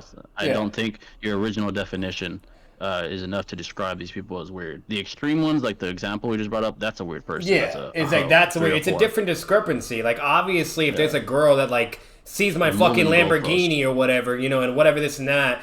And and she's over here immediately willing to go with me. Like let's say exactly. Let's say I look like a bum, right? And I go up to her. I don't know if you guys seen these videos, but you look like a bum. Videos, you know what I mean? Yeah, and you're whatever, and they don't want to fuck with you, or say they got a boyfriend with some bullshit, right? Then next thing you know, you go in your Lamborghini, yada yada. Excuse me, and then they're willing to interact, whatever. That shit is weird. That shit's whatever. We're talking. That's a 3 or 4. Yeah, that's a 3 or 4. We're talking about. I agree with you. Yeah, we're talking about women that are doing their role, okay, etc., you name it, the whole nine, and being completely logical and reasonable to where they just want a man to have a certain amount of wealth and status to where they can, hit certain variables to where they can both have a successful life and build each other together, okay, to where she is invested in the man and cares about him, etc., the whole nine. There's nothing wrong the majority with of women, I would say, being fair to both sides, majority of women aren't hoes, man. Yeah. Majority of women want the best man they could get. Has the fairness shifted towards their side? Yes, but it's not really their fault. It's just the internet, the fact that we are visual creatures and that the internet literally allows for women to present themselves to millions of men all over the place. That's not their fault. It's just the way that reality has now been shaped up in modern Western civilization. And I don't think being a man that wants to earn the privilege to have more than one partner is weird. I don't think it's weird. I think if a guy earns it and their partner is okay with it, I don't see a problem with it. I really don't. And I think what you should advocate for is the right to, not the right, but the sort of desire to want to live the life the way you want to live it. As long as you're not hurting someone else, you're not, causing harm, I think you should live life the way you want to live it. Yeah, it's free will, bro. Do whatever the fuck you want at this point. You know what I mean? But at the same time, we will always keep it a buck. You need to also expect reality. You need to also understand that people are very judgmental. You need to also understand of how people like to operate when it comes between the two sexes, etc. And there is pros and cons to everything. You have to be aware of that. You have to acknowledge it, and you can't just be and bitch whatever, or have a type of mentality where if it's not going your way, now it's some bullshit, blah blah. You have to be very logical and objectively fair with yourself, because it makes no sense. For instance, when you have as an example where women are like going for equality, whatever, blah blah, all this stuff, yada yada yada. And for the majority of it, yeah, that's fine, whatever, etc. But then next thing you know, they're saying all this, and then they're still expecting the man to also like protect and this and that. At that point, it's like, whoa, hold up. So you're telling me when it's convenient for you, now this and this, but then when it's not, like, oh, now we like, so there's boundaries in certain things, okay. But at the end of the day, when it really comes to it, do whatever the fuck you want. Do what's going to make you happy. Do whatever the fuck you want. Or better yet, people just got to do what they got to do to survive. Exactly. If it's a choice between 85K or 7-figure, man, a girl should pick the 7-figure guy, but refusing to date someone who makes less than 7-figure is gold digging. That was my point. No, I wouldn't Not say necessarily. It's gold digging. Depends. Yeah. I think it's delusional expectations for the majority of women, because the majority of women aren't going to be able to pull that unless you're a 10 or you're a model. And that's the crazy thing. Majority of women want that. They want that, but that's unrealistic. The majority of women, they want 6 foot plus, and I wouldn't say 7-figure. I'd say most are 6-figure. They want 6-figure plus, 6 foot or above, in shape, dominant. That's what they want. Do I think that's gold digging? No. I don't think that's gold digging. I think it's their standard, just like how guys want the most attractive woman they can get. I don't think they're weird for that either. I think they want the most attractive woman. Or guys also want a woman that doesn't have like a high count, this and that, or whatever, high body count, or any like emphasis, because the reason why is because if they do, then they get shit for it. Like they start getting crucified the whole night, and it's etc. So yeah, I think problems arise when relationships aren't mutually beneficial. Where you can call someone a gold digger, like we said. When a woman's only purely using a guy for his resources, materialistic and his money, then that person, and it doesn't even matter how much the guy's making. If he's making 50K a year, but she's fucking draining him dry because she doesn't give a shit about him, then she's a gold digger. The guy doesn't have to make off to the streets. She just has to be, she just has to be for the streets. She has to be for the streets, and she has to be a selfish asshole. That's a gold digger. And let's be real. You could go up to any girl in downtown, club, whatever you name it, fucking, or like in normal means. Like fucking, or down the road or a sidewalk, and ask him, be like, hey, how would you feel if a guy went up to you and just literally was only with you because of the money and materialistic shit you can provide? It doesn't give a fucking damn about you. What are they gonna say? Exactly. They're gonna be like, oh, fuck that shit, off to the streets, like, fuck that guy. You know what I mean? Like, it's like, come on, bro. Like, that's just like it's just completely delusional to really expect humans or humanity to be like, oh yeah, I will still want this person that's just literally leeching me and using me and doesn't give a fuck about me. Like, come on. Exactly. Yeah, like women, here's the thing, like, women want not only the money, it's not really even money's part of it, of course, because of experience, but it's what comes with the money. What usually comes with a guy that makes a lot of money? He's very intimacy, hardworking. Yeah, he's disciplined.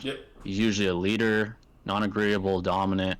That's what they want, the whole package. Like, there's a lot of guys that make a lot of money that are fucking losers that can't do shit with women. They only get used for their money. Like, old and they'll rich take guys advantage that have of that. No game. Yeah. And women will take advantage of that. Then gold diggers mess with those guys, by the way. They don't mess with guys that have their shit together. They're not going to because they won't tolerate that. Yeah, they'll immediately shut that shit down. They're at least smart about it. Yeah. Go to someone like Myron or some shit and you try to pull that shit. He's like, hell no. I'm not playing that shit. He have a shotting gun. He pre-cogged that shit from a mile away. Yeah, he pre-cogged that shit. Tate or someone like that, like an athlete that has his shit together. They're not going to play that shit. But like, unless you're Will Smith, Yeah, unless you're Will Smith, like you're a cuck. It's different. Or you're Adam 22. I think. Yeah, or Adam 22. Yeah, you're a little bitch. Yeah. By the way, speaking of Adam 22, Nayo, I did hear about his show. Adam's a fucking pussy. That's all I have to say. He's a fucking cuck-ass pussy. That motherfucker made a show. Oh, yeah, shit. He made a show where he's gonna auction off his wife to the best candidate. He's a fucking pussy. And I feel bad for that. Imagine she's a grown adult. She's an adult, but honestly, I feel bad for her. I really do. And you know who else I feel even more bad for is their child. I can't imagine. And if anything, Jay, like you want to know what's really interesting about that? I love how nobody's losing their marbles about it. It's like what he's literally doing is he's basically objectifying her and making it like if she's like some fucking like some fucking candy, basically, right? And he's like, hey guys, like I'm gonna auction my wife, put her on put her on a fire sale, basically, right? And then just give her to any like, come on, how the fuck is that not wrong? But yet when somebody when someone disagrees or gives a reality check or seeing the pros and cons between it when a woman is doing this and whatever, blah blah, fucking crucify them, fuck him, kill him, Jesus, like. So it's like, Yeah, I don't get that shit, bro. It's crazy. he's a fucking loser. Adam is a fucking loser. Like, I lost respect for him when he started doing that shit, like allowed his wife to get BBC'd and all this other shit. Like, bro, you're a fucking loser, man. And I know, I get it. You want to make money, and I get it.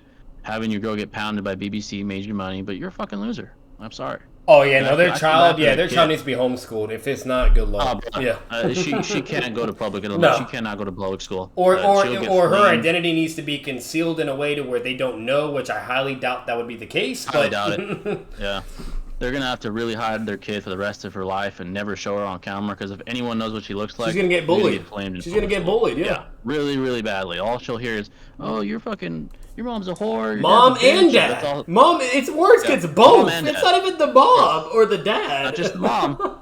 They're gonna show her videos of her fucking wife mom getting pounded on, fucking by BBC, all kinds of shit. Like, you know, and I hope this doesn't happen, and I hope it doesn't get to those extremes, even though it more than likely will. Okay, probability-wise, it probably will, but I hope it doesn't. But the sad reality of it is, if something really bad happens, and let's say, God forbid, something happens to where she ends up either taking her life, whatever the case may be, you know, it's like, would that finally be the reality check for those two idiots? Would they finally get their head out of their fucking ass? You know, because that's the crazy thing. Like, it's one thing to do shit for yourself, right, or be weird, but then when you have a fucking kid and you're still thinking of yourself only, it's like, that's just crazy to me. I don't understand that shit. Yeah, at that point, you're kind of like, it's kind of displayed. You're not meant to be a parent at that point, to be honest. Like that's just insane.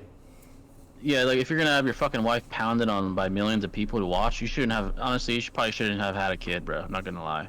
Like, or if you are gonna have a kid, then you need to be smart about it. You know what I mean? And do it in a way where their social status or their fucking social life is not gonna be fucking literally, what's the word? Fucking crucified, basically, or not even normal anymore. You know? She's gonna get crucified because of the actions of her mother and her father. This is not fair to her. And it's wrong, remind you. It's wrong, it's horrible, and it's not fair either. But that's reality. Humans are cruel people. Humans are fucking pieces of shit. Very judgmental, you name it. So it's like, it's just crazy, bro. Like, it's literally like Marvel, where you have like a Marvel character where you force them to like release their secret identity, like Spider-Man, and you have like all the cons about the social now and how it's gonna interact. You name it. It's the same shit, but it's different. You know what I mean? And that's basically what we're talking about here. Like, it's at that point she needs a secret identity. If not, she's fucked.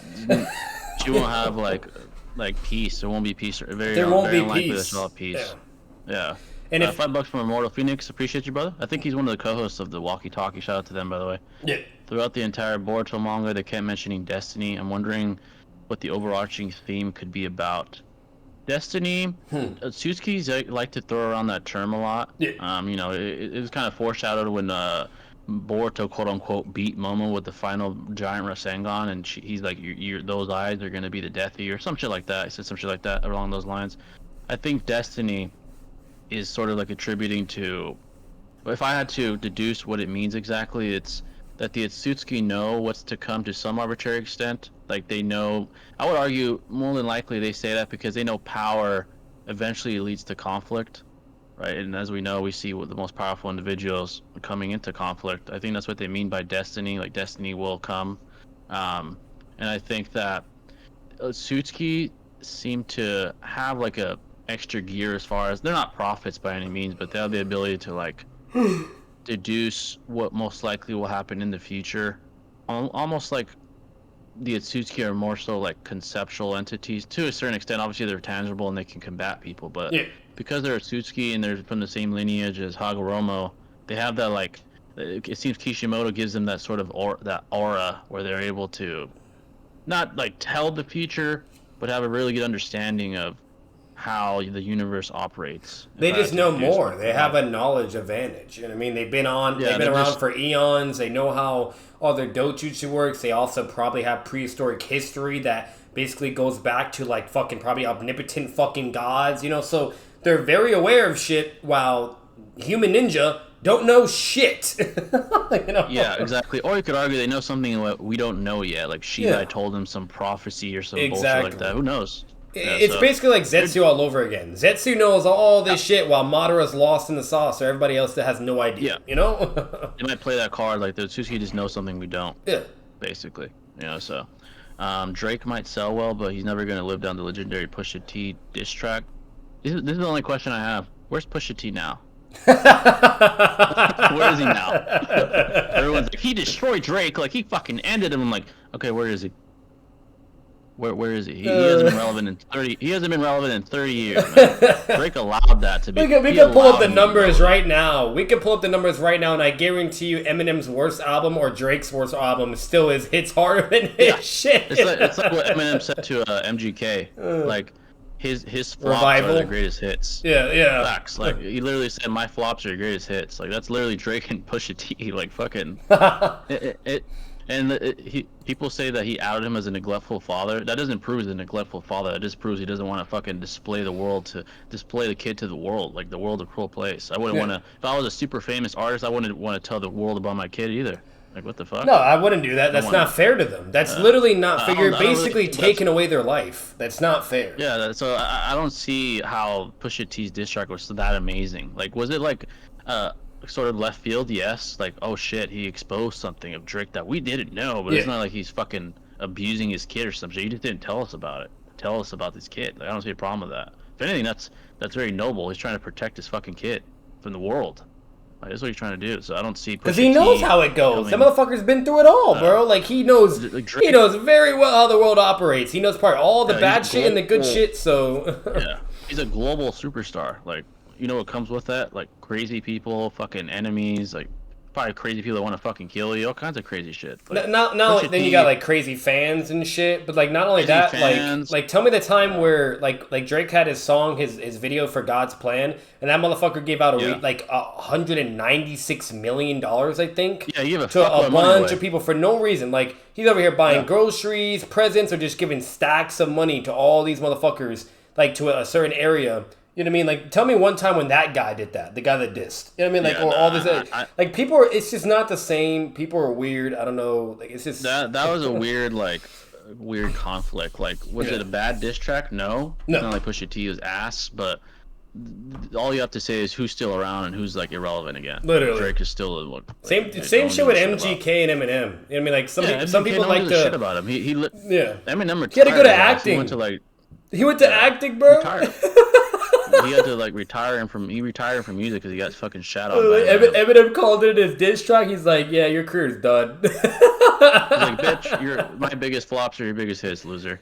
Like, I'm sorry, I probably gotta listen to that song tonight. Killshot was hilarious. That shit had me dead. Oh, that shit was fire. Yeah, he killed that shit. Now, don't get me wrong. I will give credit. MGK's diss did go hard in a way. It was pretty good. It was decent. But like at the end of the day, it's like he fucked with the wrong one. That's the problem. Even if his diss was good and you acknowledge it and give it credit, it was good. You know, it wasn't a bad diss like the fucking whatever Rap Devil bullshit he made. It was good, but Eminem's just too good. Yeah, Eminem's just too good, and he just shut that shit down and fucking slammed. And he had way more ammo. He's like, "Bitch, my biggest flops are your biggest hits. What the fuck are we even doing here?" Like my girl, like I could be wrong in this, but I'm pretty sure I'm right. Like I believe she actually likes MGK more. But when she heard about the whole drama going on, and she listened to MGK's thing, and then Eminem, she is like, yeah, Eminem slammed. He slammed his ass. Yeah. He just slammed him. Ever lost. I don't think anyone's ever beaten Eminem in a fucking diss battle. And there's a lot of weirdos out there that pull the same thing that we're doing in this Drake situation, where they try to be like, oh, MGK got Eminem out or some bullshit. It's like, come on, no, bro. What the fuck, bro? Come on. Who's still relevant?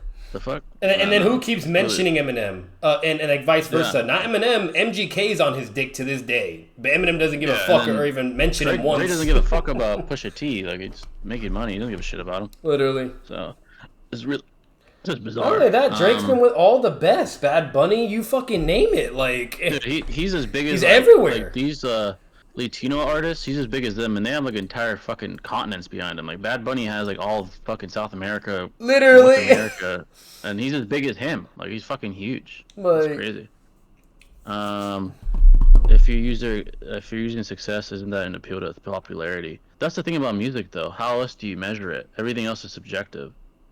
Like I don't understand how else you're supposed to measure the greatness of an artist. Like, that's an appeal to popularity. I mean, like I understand the fallacy. Yeah. But this is music and art. is dependent upon the eye of the beholder. So the only criteria we do have is commercial success. This isn't like fucking us debating anime. This is fucking us debating music, which is Yeah. extremely subjective as far as taste. And then So not that's all only we that, really me and Jay can be do. the first one to acknowledge if it was purely just based upon ignorance and just like popularity bullshit or whatever, or bias. Yeah. But Drake, that's not how it is for Drake. I don't know what the fuck. Like, Drake is legitimately skilled. Like, Yeah. he's a more skillful artist. And honestly, I He's think even acknowledged and respected by the greats, J. Cole, Yeah, Eminem, etc. all the greats. And they don't bullshit. They're the first ones to be blunt or don't not give a fuck about people's feelings, or careers. Yeah, like it's not even just us. It's like legitimate. Lil Wayne, legendary, Snoop Dogg, like, you name greats. it, all of them. Yeah, Lil Wayne discovered him. Like he's the one that brought him on. Like he's like, this guy's talented. Like he's gonna be somebody. Like, The brought amount him of on greats that immediately. Lil Wayne brought upon was crazy, dude. Yeah, Lil Wayne's he's a fucking legend. He's To one of this the day, greats, he dude. still is fucking peak, and he'll be just going. Yeah, his reign in like the 2000s, he was probably that was the only guy crazy. bigger than him back Yeah. then. The only guy bigger than him was probably Eminem himself. But besides that, he was like the guy. No, he the was, biggest guy back like then. even Drake. Yeah. The 2000s, Yeah. that was Drake's time. Lil Wayne, and obviously Eminem was the goat still. But what's it called? Like, and even if you think Drake and Lil Wayne were better in other regards, at the end of the day, you still got to give Eminem credit because he was still winning in the numbers, and obviously he is a better lyricist. As well, and like in Lil Wayne, he's definitely competitive to Eminem because Lil Wayne's no joke too. But he's good. But what makes Lil Wayne so gifted is he can do the lyrics part pretty fucking crazy good and do the Drake aspect as well. Like he's so diverse. Yeah, he's good at that. While Drake is mainly diverse. to the main, like theme and atmosphere of talent and music. So like he's very very versatile. Yeah. Drake, Drake's very versatile. I would say Drake, a guy that was closest to Drake, too bad he passed away, is probably like X. Like that guy was extremely X was fucking pretty gifted, good too. man. Even He could like rap, Juice WRLD, I heard he was pretty good too. Oh, Juice WRLD was Juice great, WRLD was dude. good. Like X could spit heat, like hype shit, but he could also like sing like a tune for the ladies. He could do everything. He was like the closest thing I saw to Drake. Like, he was fucking good, man. Yeah, he would have been like right now he'd be huge right now if he were around. Yeah, but at the end of the day, it's just like with anything. There's always going to be D-riders, haters, the people that just misconstrued or just weird, or try to branch off in a weird ass unique direction and just be like completely unlogical about shit. And that's all it is, exactly. Any hate or any bullshit that happens towards Drake, J. Cole, Eminem, whatever. It's just people that are just weird. At the end of the day, that's all it is. Yeah, like we all have our bias, but like when I analyze someone's success, I like someone I don't like, for example, Tom Brady. I fucking do not like him. I hate him, but you gotta admit he's the GOAT. He's the greatest. It's not even fucking close. Literally, like, I hate Tom Brady. I fucking hate that motherfucker. Yeah, I do not like him at all. 7 rings. Every statistical record that matters, he's broken. Most wins in history, and I don't like him. But he's the fucking GOAT. I can't say shit about it. Peyton Manning, I'm not gonna lie. Peyton Manning gets buried by Tom Brady as far as legacy. It's not even fucking close, dude. It's a fucking Speaking of Manning, I remember Eli Manning and Peyton Manning having the rivalry. Oh god. Oh my god, dude. Or the fucking Giants against the Patriots. Remember all that shit when that shit was going down? I'm not gonna lie. Those are some good days. Those are some good days, yeah. Yeah. I was so glad to see Eli beat fucking Tom. Oh, me too. Oh my god, when I saw the Giants beat Tom, I was so happy. I was like, thank God he fucking lost finally. God damn. Like, I was sick of him fucking winning. And I don't like Tom, but he's the greatest. Like, things like that, you can't lie. Like, results, you can't deny. And that's the problem with the world nowadays. Everyone's so fucking biased or emotional or appealing to emotions, or even the majority when it comes to ignorance and yada yada. It's like nobody can keep it a buck nowadays. No one's fucking. Honestly, it's always some weird shit, or it's always someone trying to be unique or weird and just for clout and shock value and bullshit. Or then it's just pure ignorance, or it's just pure trolls and dishonesty. And if it ain't that, then it's people just like analyzing certain segments of things and then like believing in a false narrative and not looking at the bigger picture, or at least understanding and being able to give someone the benefit of the doubt and why that would more than likely not be the case. Like that's the fucking problem with the world nowadays, Yeah, like fucking with Floyd, everyone's like, he runs a lot. I'm like, try to get in a ring with him and hit him and see if he's running from you while he's beating your ass. Like, oh, he runs too much. He's a chicken. I'm like, oh, do you think Canelo would say he ran a lot while he was getting Like, his get your fucking ass in the his ring, face. you know? Yeah, like, bruh, the greatest boxers of all time got schooled by him. Yeah, Canelo couldn't touch him. Jay, Manny got beaten. You Joe don't even Roya, gotta go like, that far, brother. Like, bro, like, there's 14-year-olds that are so fucking talented that could beat a grown man's fucking ass, okay? Yeah, like, literally. either being with a like, oh, passive you're fight running, style like, or whatever, or just aggressive. Like, they running just don't is know. just like yeah, that's just a coping mechanism to deal with the fact that you can't touch someone. Like, he's just better than you. He's a better boxer than you. You can't touch him. Like, it is what it is. He's not running. He's better than you. Boxing is about getting hit. It's about hitting and not getting hit. And who did that better than anyone? Floyd.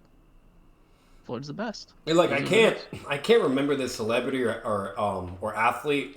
It was either a celebrity or an athlete. I can't remember, but it was a story that I heard from a podcast, and this guy's talking about like why he gave up in boxing because he was doing this thing, whatever, blah blah, and like he was great. He's like, oh, I got this shit, whatever, you name it.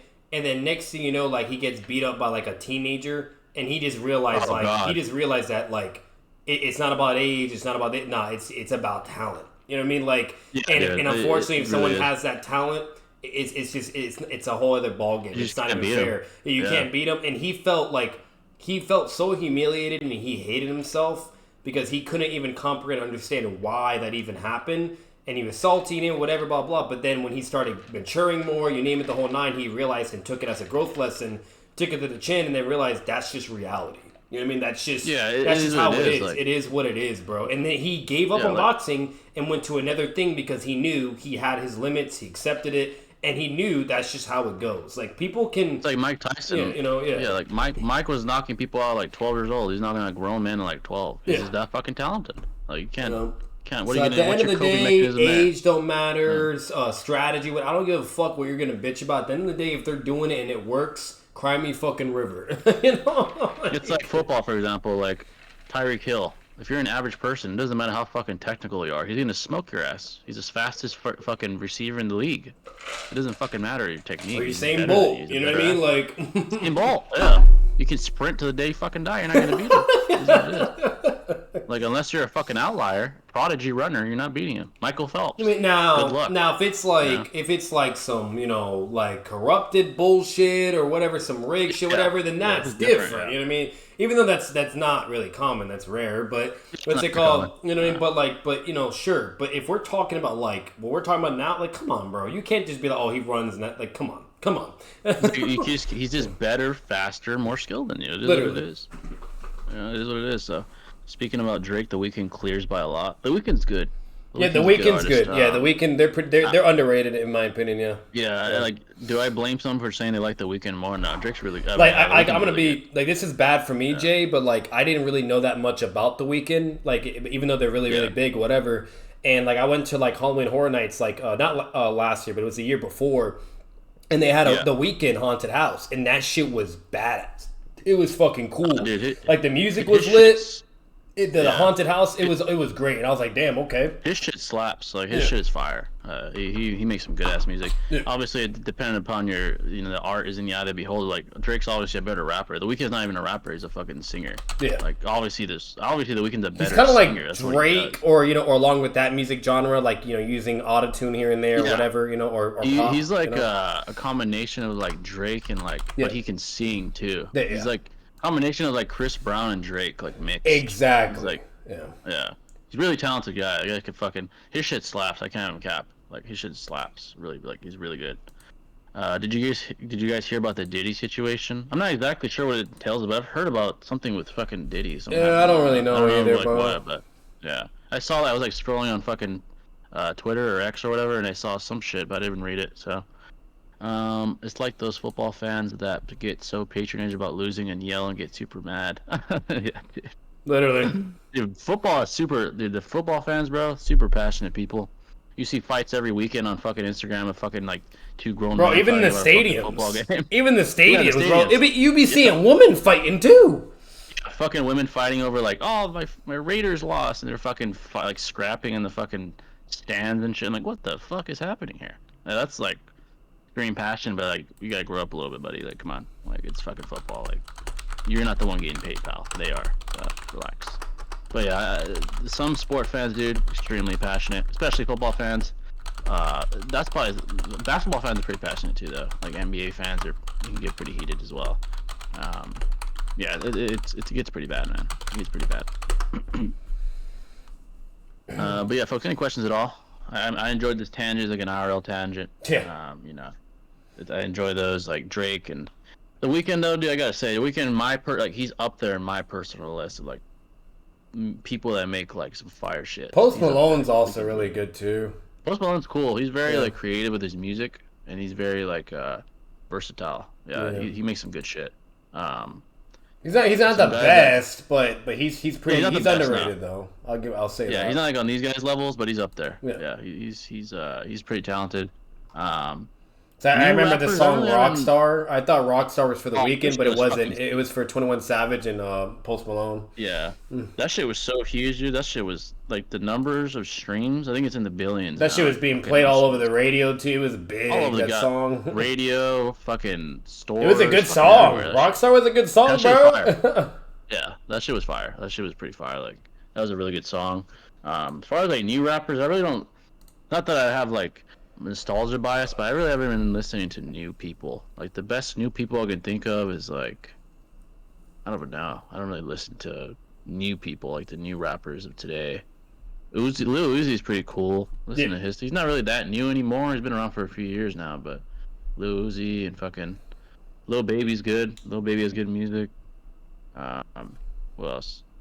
I don't really listen to new people like that. I'd have to like go out of my way to try to find some new like. Me, it's a time issue to be honest with you. So I just mainly stick. Stick to the greats and the goats. But there's probably other people that are also pretty decent or good or underrated as well. But it's just like at the end of the day, when it comes to the numbers, what's the most talked about, etc. You name it. It's not them. It's obviously the big boys. You know, always. Yeah, the big boys. Like Drake still dominates today, and like to this day, they're still dominant. Yeah, to this day, like him and The Weeknd dominates.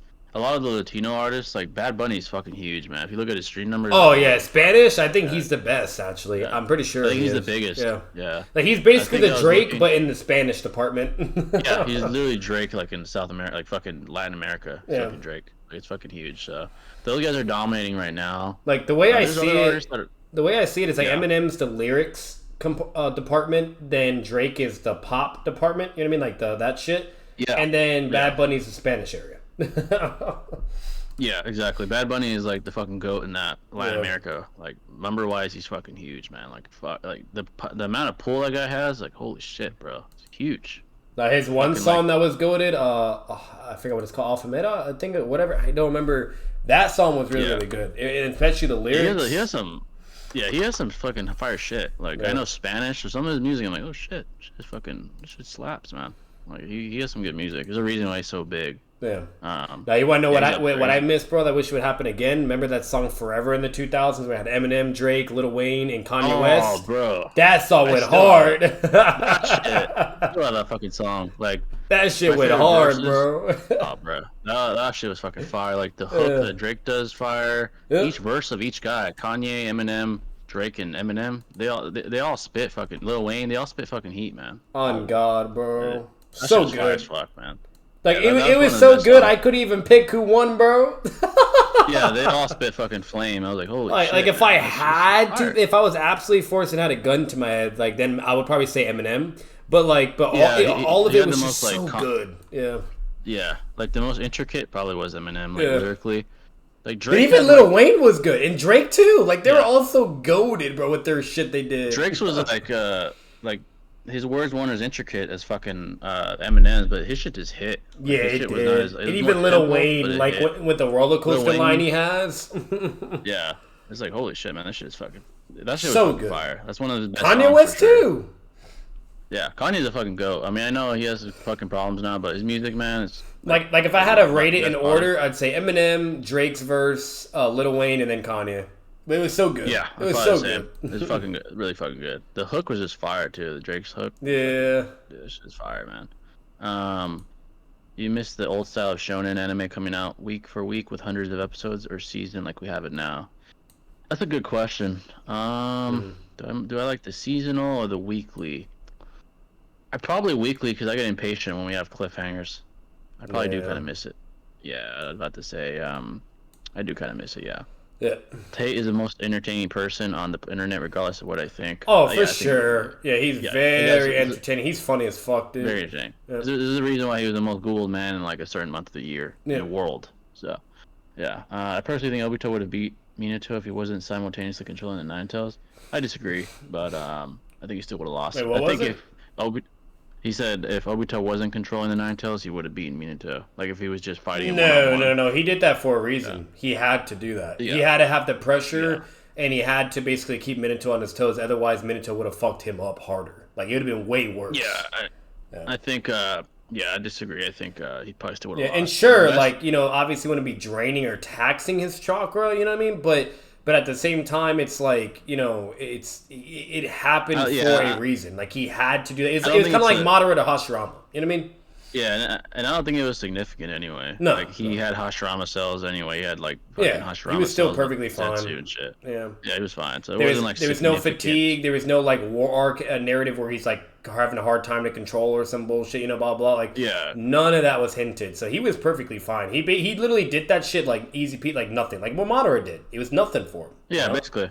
Yeah, exactly. And the best case, like someone asked earlier, would be if he literally showed him who he was. That means he would be dazed and shit. And Yeah, different. that's what he should have Yeah, done. But I feel like Obito yeah, he was just should have. very emotional, and he just miscalculated. Yeah, he kind of was. He miscalculated. You It was could tell he emotional. was still. Yeah. Yeah, you could tell like it was very clear that Minato was more like the adult still. And that Obito was still like, yeah, he was powerful, but he was still like a little childish, not Yeah, as bro, it's mature shown in the as a shinobi. flashbacks in the manga and anime. Right before he Yeah, does the Naruto incident, he just starts screaming and yelling like none of it matters anymore. I don't care. And then summons the Nine Tails, exactly.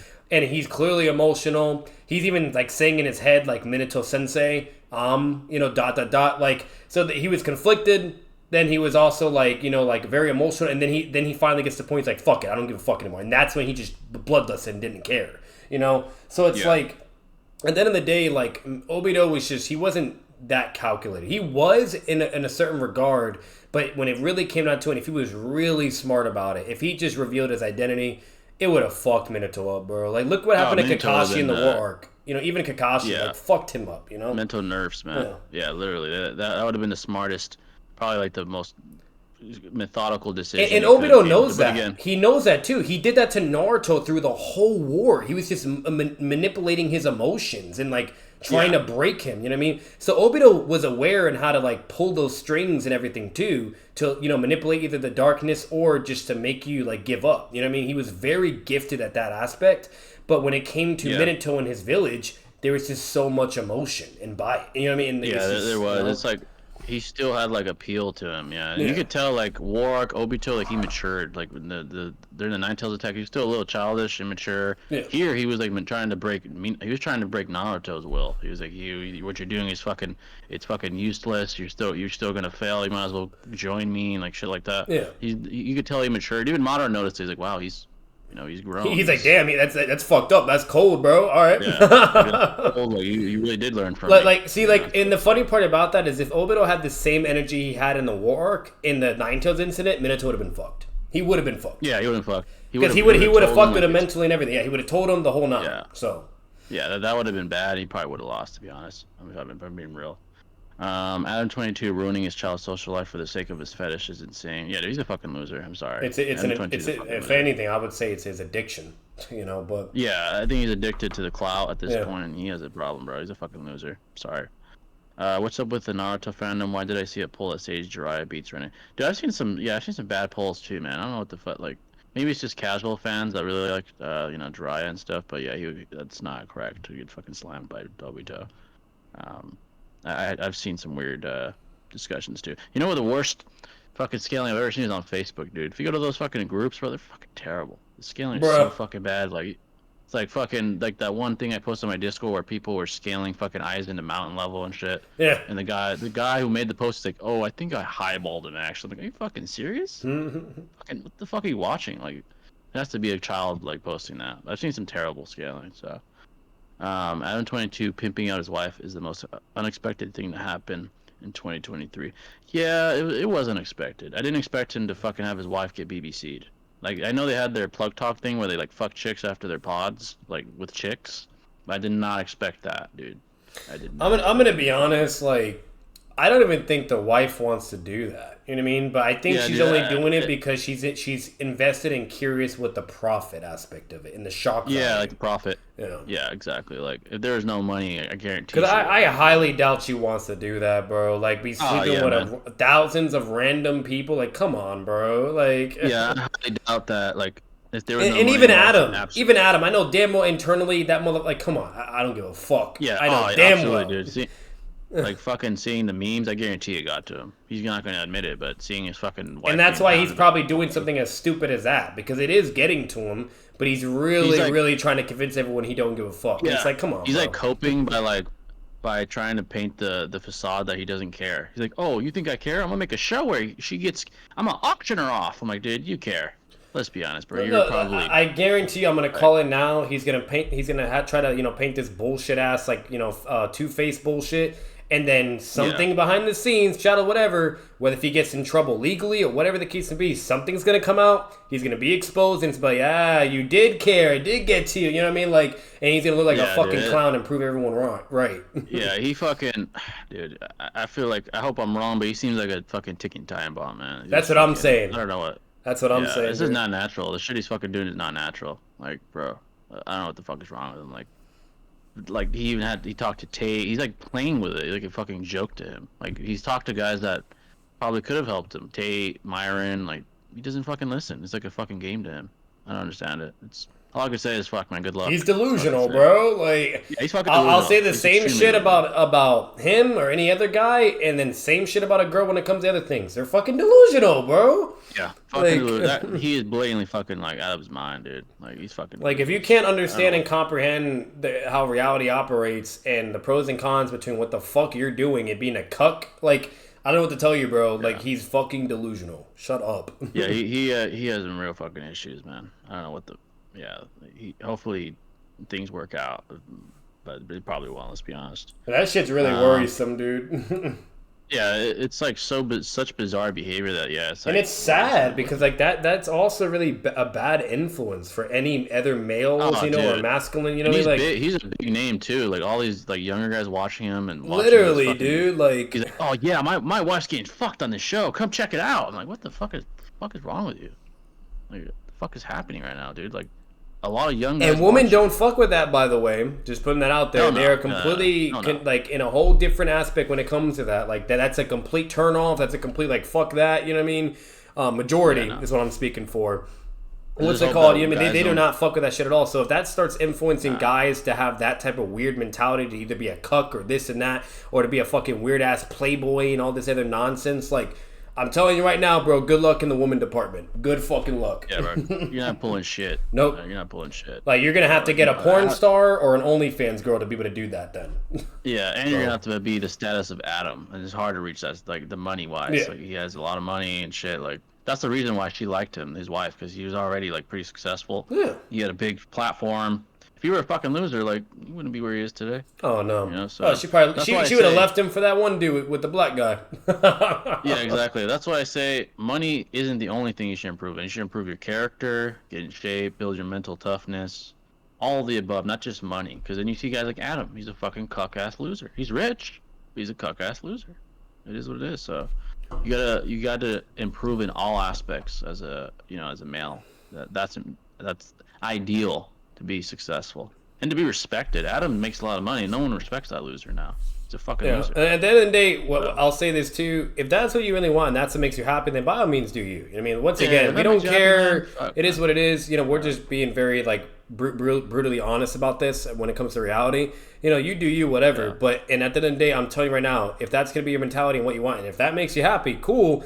But guess what? I'm telling you, you're going to have to either find a girl in the sex industry, whatever you name it, because no modern or traditional woman or majority of women are going to want to fuck with that. They're going to run away and be gone. They don't want to deal with that bullshit. Fuck no. Hell no, they're not. Yeah, that's. Or you'll get a gold digger where it's even worse. They don't even give a fuck about you at that point. Yeah, they'll just use you, if anything. Yeah, they'll just use you at that point. So it's like, I'm telling you right now, bro, it's not a healthy life, bro. It's just not healthy. No, that's not healthy. Yeah, it's not healthy. People think Land of Waves, Naruto, and Sasuke are lights because of Haku. We can rationalize around that. Like yeah. the data book state light speed, but I would just say in between the mirrors she's light speed. I don't think she Exactly. reacts and Because perceives. when she's And out of that's it, consistent. yeah, and that's consistent. Yeah. That's even shown with Flying Raijin. Like when they're using Flying Raijin, it's like the beyond transcending space and time itself and instantaneous. You know what I mean? But then when they're there and appearing, they go to attack their opponent. It's a completely different level of speed. Not even the same at all. Yeah. So it's like Exactly, it's yeah. the same shit as Haku. She's light speed going through the mirrors, which science, right? That makes sense. I fuck with that. Makes Okay, sense, yeah. I Makes wouldn't even go as far to say it's hyperbolic. No. It's legit in the mirrors and shit. That's how it works. But when she's out of that shit, she's not light speed anymore, which we actually blatantly see Yeah. because Like in respects to yeah, and she's still fast. Don't get me wrong. She is using teleportation. fast, yeah. She's still fast, whatever. But she's not light speed once she's out. And the reason why we know that is like Lee and Base in the war arc is able to fucking tag her and deal with her effortlessly. You know what I mean? Like all these like other fucking. Let's be real. Like I'm not saying they're weak characters, but in comparison to everyone else, you know what I mean? Like. And then you even have Part 1 Kakashi able to still blitz her with his Raikiri. Then you even have QB Naruto while she's fatigued to be able to interact. So it's like. I'm sorry, but there's plenty of an abundance of evidence to where she's clearly not light speed when out of the mirrors, which would then correlate to Naruto and Sasuke, where they're not light speed either. It's that simple, Yeah, like in respects to combat, she's not. Like in respect to the mirrors, possibly, but yeah, combat. It's and that's why she was able to blitz even Kakashi in the War Arc and in Part 1 with the mirrors, though. When traveling with the mirrors, that's why she could get there before he could even land a Raikiri blow. But then when it comes to her going to try to have to protect Zabuza, now she's getting blitzed. You know what I mean? Yeah, so exactly. it's that's just how it works, Kind of like the Flying Raijin thing. Like the Flying Raijin itself is instantaneous, but that doesn't mean fucking Minato is instantaneous in speed. So kind of like that in a way. So it's fucking hilarious when people try to pull that ratty ass bullshit. Minato and Tobirama are instantaneous in body speed as well. Oh my god, yeah, that's such Or bullshit. Haku and Naruto and Sasuke are also speed of light in body. Yeah, that's so fucking it's so disingenuous. Namek Saga, Goku versus Omni-Man. I haven't seen Invincible. I think that's where it's very goated and underrated show. Yeah. Definitely should check I'm it gonna out. Start watching. Shout out to 6 because I'm gonna start watching The Boys. And such a good show. I just finished that like last week with my girl. Such a good show, The Boys. Like I wasn't expecting that much. Yeah, no, it's fire, bro. Like I was not expecting. I was like, oh, it's probably gonna be mid or whatever, like some Marvel shit, Nah, that shit was heat. Like that shit was tremendously better than all the shit that's come out of Marvel so far, and that's sad. Oh, dude, that's fucking sad. I've heard some, like even 6, like he's like that shit's fire, bro. Yeah, check it out. Like, Nor was my favorite though. He gave me like a lot of Snake Eyes vibes from the GI Joe. Even though I think GI Joe is poop. What's it called? But I did I did like Snake Eyes. He was cool. But either way, cool, Black Noir was like personally one of my favorites. I just really liked him a lot. But when it came to anyone else, like just all the characters, they were just so good. The writing, the fucking the personality, it was just everything. It was just so fucking good. Homelander, the way the story is, basically what the show does is it makes you hate him, but because his acting is so fucking good. And just you name it, it's like you love him at the same time. You know what I mean? It's like a love and hate relationship. Yeah, exactly. I think he seems like I haven't seen the show, but he seems like a kind of like Superman if he were more human, like not so ideally. Yeah, he not like a Captain America figure, but more of like a kind of like an anti-hero. Like he has like his days. Exactly. He's broken and egotistical as well. And which I fuck with. Like it seems cool. And because of other factors or whatever, which is also very realistic in our world.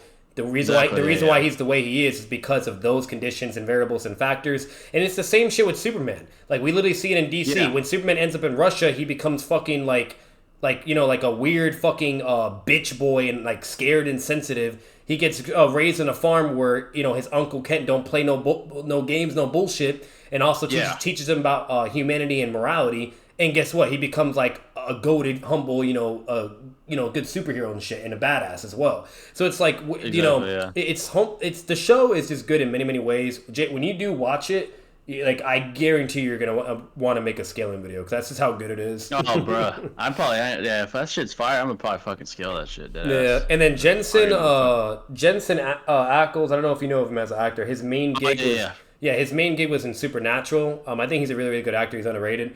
He's cool. He comes into the show, and even his whole character was fucking badass. The only hint I'll give off about him is he's basically Captain America, but in that universe. So, Yeah, but he's not it's kinda Captain cool. America though. Yeah. It's like the story is like Captain America in a way, but everything else is completely unique and different and crazy. So. Yeah, exactly.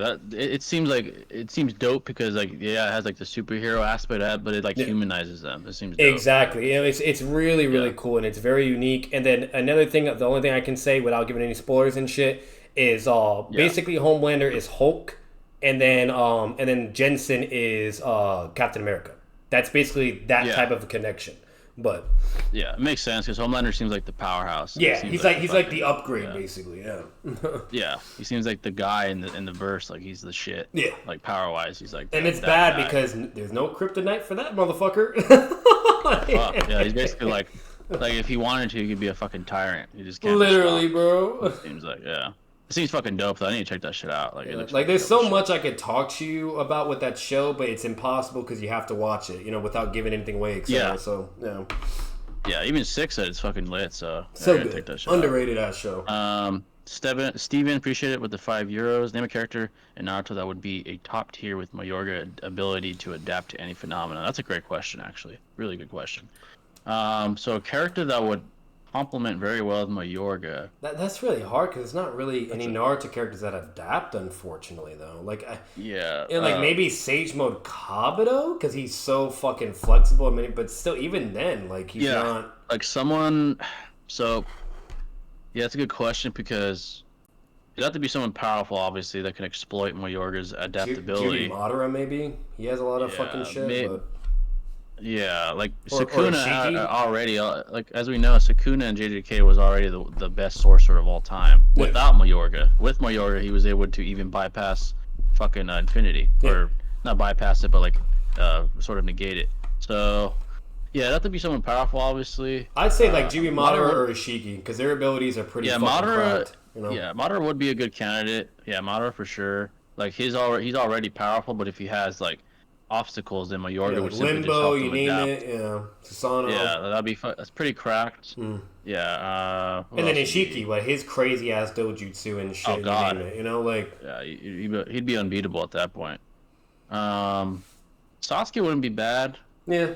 Would be he could work Or pretty well with Itachi, Mayorga. that's interesting. Itachi, Oh, that would Itachi actually be really. Itachi I would be think, so not him, but yeah, he would fit the best, really, of to give him a hard time he's to so adapt. intelligent. Itachi, and then Yeah. like how broken, because that's the problem. Like the Totsuka blade in the Yatamir is basically like Gojo's Infinity. It's fucking cracked, and like it's basically like if you are invincible, right? Yet that thing could still basically adapt even to something that shouldn't even be possible to adapt to, right? Yeah, So if maybe anything, I someone say like- Itachi's probably the closest to that. To Gojo. Yeah, because he would like exploit every advantage Mayorga brings. Obviously, the adaptability, but he'd be like very intelligent with it. Yeah. Like he would know, like, okay, I'm fighting pain, so I'm gonna use Mayorga to adapt to fucking the Renegon or some bullshit like that. Like, he'd be cracked.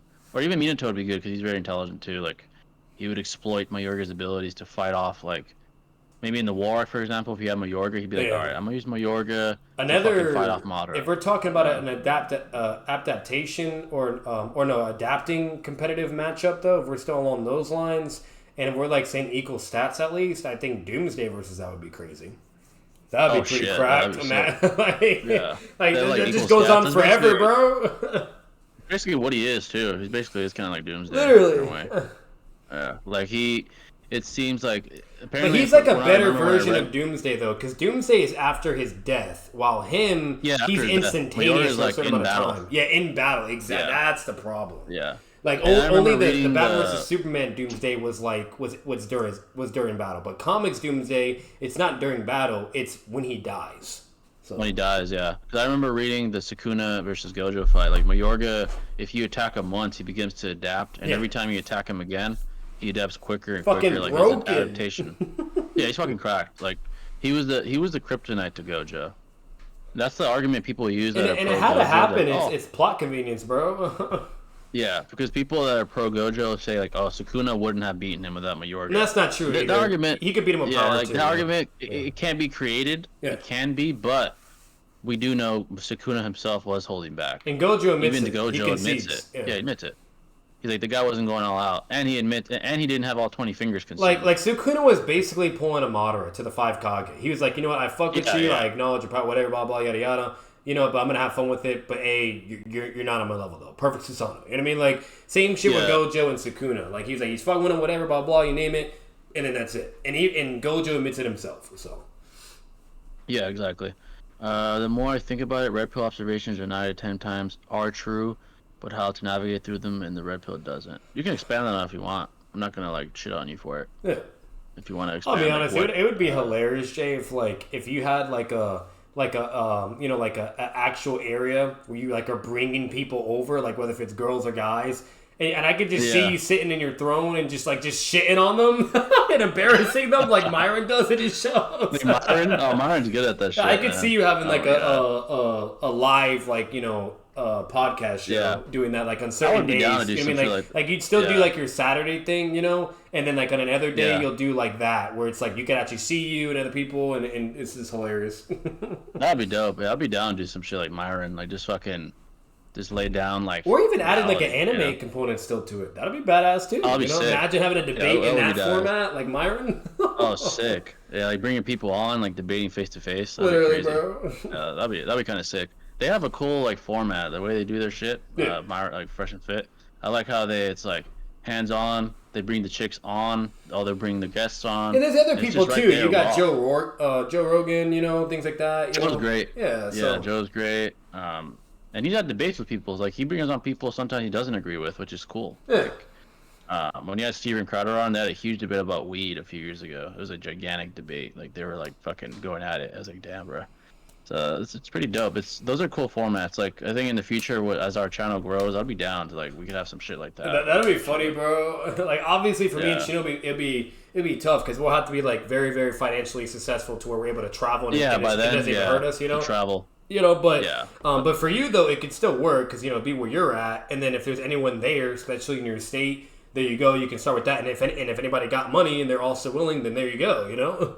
So yeah, exactly. That's a cool format. Yeah, you definitely have to have like the means for it to start out. Yeah, and then like the ability to talk. Like Myron's he's good at he can articulate himself well. That's why he does well. He's good at it. It's always funny when people try to bullshit and misconstrue his success and be like, "Oh, you're only good whatever because we're on here." It's like, nah, it's not. That's not the reason. It's because of my intellect and how I formed the show, blah blah, and business, etc. Like, who the fuck are you? You could be gone. Like. Yeah, like I like when girls say that. I'm like, bitch, we have different bitches on every day. No one literally. Like, what the fuck are you talking about? Without us, there would be no show. Like, yeah, you guys are part of it. But we could just switch you out for another girl. Like, what the fuck and are you then they literally about? even have streams where it's just them and no one's there too, and they're they perfectly fine. They have like they literally have like Money Mondays and stuff like that where they actually help. Or they'll have like call-in shows, Call-in shows, yeah. They're pretty dope. They're actually pretty dope. Let's see. The Boys is the most entertaining show ever, bro. Yeah, I gotta check that shit out, bro. Definitely gotta check it out. Yeah, so underrated. Such a good show, dude. Yeah. It caught my eye. And my girlfriend, she's like really, really picky on superhero stuff. And she loved that shit. She loved it. The acting, you name it. Like there was so many favorite characters she had, she didn't even know like really who to pick. It's like it was just so good, dude. Yeah, it is like so like they have a blend of obviously superheroism but also realism. It looks dope, so it looks pretty dope. If you think about it, Homelander is the combination of everything wrong in a person. Oh really? I guess I'll find out. Oh no, he's definitely the author of the show. Does a really good job to expose flaws and despair and brokenness and etc. But what's it called? But it's just like when you watch the show and see it, he's a very interesting character when it comes to morality and philosophy. Very interesting. Yeah. So. And I've seen some like clips. I don't know what like the context, but I see him like lash out, shit like that. I'm like, oh shit. Yeah. Like, he's just like fucking. Like a very a humanized superhero with his own like trials and tribulations. It seems like, so I gotta check that shit out. It looks clean. Something that's really appalling to me is that some people think Eren and Itachi are good people. They're amazing characters, but not good people. Eren, I would say, is a good person. Itachi, I disagree. I think he is a good person. Eren, not so much. I think he's more selfish. I mean, fucking Itachi killed his own parents. Like he was fucking trembling because he didn't want to do it, but he did it because he knows it would protect more people than not. I think that's Yeah, noble. like how do you say So that's an evil person? Come on, bro. He's literally yeah, like sobbing and crying and shaking. Yeah, Like, like Aaron, I get it. Aaron even admitted like I was selfish. I fucking, I didn't want you guys to die. He even admits like he fucked up. But Itachi, I disagree. Is he perfect? No, but he's more good than bad. Aaron, yeah, there's an argument that he's fucking selfish. So. Will you ever debate anyone? Yeah, people that interest me that are worth debating. Yeah. If it was Heian, Arasaka, Sukuna was gonna go straight for the kill. Yeah, that's the argument, right? That if he had all 4 arms and all 20 fingers in his prime, he would just blitz Gojo. you know, That's yeah, a fair he's argument. superior in power too. What's it Yeah, called? yeah, definitely. But like and that's the problem where Gojo tards are like misconstruing like the concept of everything because it's like sure yeah at that particular moment where they were throwing the only reason why Sukuna did win was because of his hacks like fucking summoning tool but Yeah, exactly. what I mean but like and obviously it was just like hand to hand Gojo would have won but what would have happened though even if let's say he didn't have that adaptive tool like Jay said before all that probably would have Yeah, happened if it was written as a story. He would have just evolved and got a power up, and then he slams Gojo. Like yeah, and it's even stated with 4 arms he's even stronger because he can like yeah, complete attacks at a quicker rate because he has more hands to utilize and things like that. Like, and he was holding back, which is admitted by Gojo. Like this guy was not the peak of his power. Like yeah, he had Mayorga, it helped for sure, but more than likely he would have won anyway. Even Gojo like implies it. He's like, hey, I'm glad I lost to the better guy. Like he even fucking says that shit. I lost to the better man. So he's like, I'm glad I didn't die of old age. Like he wanted to die he wanted to die kind of like in a sense of like battle. That's what Gojo wanted. He admits like he lost to the better man. So I think Sukuna more than likely would beat him. I like Gojo more than Sukuna. Like as character, Gojo's my favorite character, but more than likely would have won. Yeah. Mount Muiboku versus Hidan and Kakuzu. Oh, you mean with the toads and stuff? I feel like they just get crushed. That's an interesting battle with all the toads. They may struggle. Um, Hidan's ritual be interesting though. Like if he's able to get a cut off on these toads, he may be able to eliminate them. yeah, because Um, like when it comes to it's very interesting. Like when it comes to the toads, like yeah, the toads are clearly tail beast level, but then again, Hidan and Koksu can also be able to scrap against tail beast. We literally see it, like not hand to hand, like blow yeah, for blow, but they can clearly be fast enough to react and dodge and things like that. And yeah, mind you, like Hidan and Koksu and base, they're fucking slow as shit. So if they can do it. I could definitely see them reacting accordingly to like toads and shit too. What's it called? But where it's interesting is like what Jay's saying, like their jutsus and hacks and stuff. Like that's where it starts to get interesting. And then not only that, like not Kakashi, Kaksu doesn't really have great AP feats. He really doesn't. You know what I mean? Like I'm gonna be honest, I don't think Kakuzu's like jutsu would be enough to take down the Toad. I really don't. Because if he's over here on the yeah, level of these other Biju and shit, whatever, I highly doubt that'd be enough. I feel like they would have to do what's shown consistently in the manga and anime to where it ends up with Hidan's hacks winning the day. So he would just get yeah, the blood and exactly. then just fuck it up that way. But, Yeah, exactly. I would say the toads more than likely. It wouldn't be like a no diff, but yeah. yeah, probably yeah, it would be like probably them, and there's multiple of them. It's not just one. So, Yeah. Storm from X-Men versus Thor. Composite characters probably Thor. Even the strong. I don't know too much about Storm, but there's some extremely cracked versions of Thor Yep. in the Marvel universe that can even like crack celestial armor, and those are like multiversal. Like the strongest version of Thor. I mean, like a fucking I don't know what I forgot his name, like Thunder Thor or some shit. He has some cracked out shit. So Thor more times than not for most versions. There's probably cracked versions of Storms that would be like regular Thor, but most of the time Thor would probably win. Oh, the only He's like a summoning. legitimate. Yeah, I almost Yeah, forgot, Jay. The only summoning that would slam Kaksu and hit on is the dog from Pain. The dog that can't oh die. yeah, That shit would slam him. yeah, It would just outlast and then kill yeah. him. They can't. They just Or it'd can't be get rid too of that. much. Yeah, There'd be like exactly. so many versions of it, and then they eventually get overwhelmed. Like it'd be like the Naruto scene all over again. There's too many, and they can't react accordingly. Yeah, exactly. But when it comes to Storm, even logically within the Marvel universe, Storm is just a mutant. Thor is like a legitimate god, Yeah. like deity. So yeah, most of the times, Thor's Thor. a fucking god, bro. Gotta give him respect. Like I'm gonna be Yeah, honest, Thor's kind of like Tom Brady for me. I really don't like Thor. That's just me personally. What's it called? But at the end of the day, you got to give respect when it's due. He's a god, bro. Like he's that guy. Even regular versions of him, like more like laid back, not as like cracked or like fucking sparring with Hulk and shit. Storm doesn't do shit like that. Yeah, you know what I mean? Like, and I always love Hulk all day, every day, always more than Thor. But yeah, there's even moments where Thor's over here scrapping with Hulk. Now, Hulk always wins in the end. I'm just being honest with you. He always wins, but either way, the fact that he can even do that is insane, you know? That's fucking cracked. Like, Storm isn't doing that. She's getting fucked. And then Iron Man, like, Iron Man can be able to, like, outsmart the Hulk, because Hulk's not, you know, smart. He's just power, basically, unless it's Bruce combined with him, like World War Hulk. Or Professor Hulk, which is shown in the MCU, but it's horrible. What's it called? But like with Thor, like when Iron Man did that, he got Hulk, right? Because the intellect thing. With Thor though, he's dumb, but he's not like dumb. He has some, you know, brain, right? And when Iron Man tried to pull the same like feat in a sense, Thor just slammed his bitch out. He's like, bitch, I'm not the Hulk. I don't got like, you know, composite power levels and shit. Like I'm fucking Thor. Who the fuck you think you are with this fucking wannabe Thor Buster suit? And he just beat his ass, bro. I remember that shit too. He beat his fucking ass. I was like God damn, bro. Just like, you know what I mean? Because he didn't, like, Iron Man didn't really have any way to really fully gauge Thor's power, because Thor's always holding back on the Avengers. He didn't really know anything at that point. Yeah, he didn't know anything of him at that point. You know? Yeah. Well, like, with Hulk, Hulk's easier to calculate because he has his starting levels of power. He goes from base form and then just gets stronger and stronger. And obviously, like any other smart person would do, even Thanos exploits the strategy. You want to take down Hulk before he gets too strong, you know? So, yeah, basically. That's the only way to really beat the guy. Yeah. So you have to stop him before it's too late. Because once he surpasses a certain level. Thor already is at his peak and max level. You know what I mean? So it's like starting out, he's like, yeah, exactly. And starting out, he has the advantage. Yeah.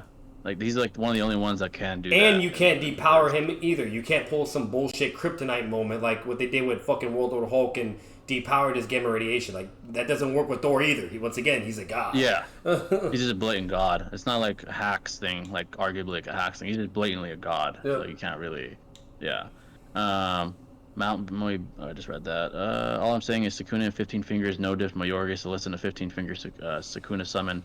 Shouldn't be that much of an advantage. Yeah, but if I had to counter that, I would say that's a false equivalency, though, because one, you could argue Mayorga with Sukuna is more capable than fucking Mayorga with whatever his name is, fucking, I forgot, Megumi or whatever his name is, because this is Sukuna we're talking about, and he's able to use his own power on top of Mayorga's ability to adapt.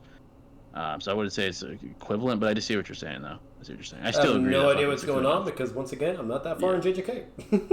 Yeah, but either way, I do agree. Sukuna full power would be Gojo, more likely, regardless.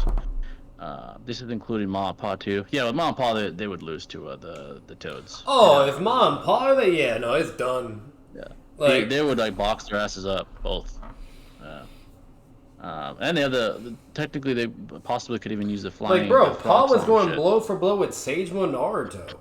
Like, don't get me wrong, Naruto obviously is not bloodlusted or having killing intent, but still, like, they're still going at full power, like, you know, to try to win in a sparring match. And the fact that he's literally equal with Naruto, that's just crazy. And that's just already way beyond. That's crazy. Literally, like, and it's a frog. Like, you got to give respect to Paul. Now, I'm not saying for Ma, she's feetless, but you can at least argue there's some form of narrative relativity. You know, it's kind of implied in a way. But either way, kind of implied. But Paul though, regardless of Ma, Paul, he could just straight up give the hands to Kakasu. He'd box both their asses up. Literally. All those hearts would get fucked up. Easy. Imagine that Naruto video, bro. Paul versus Kakasu.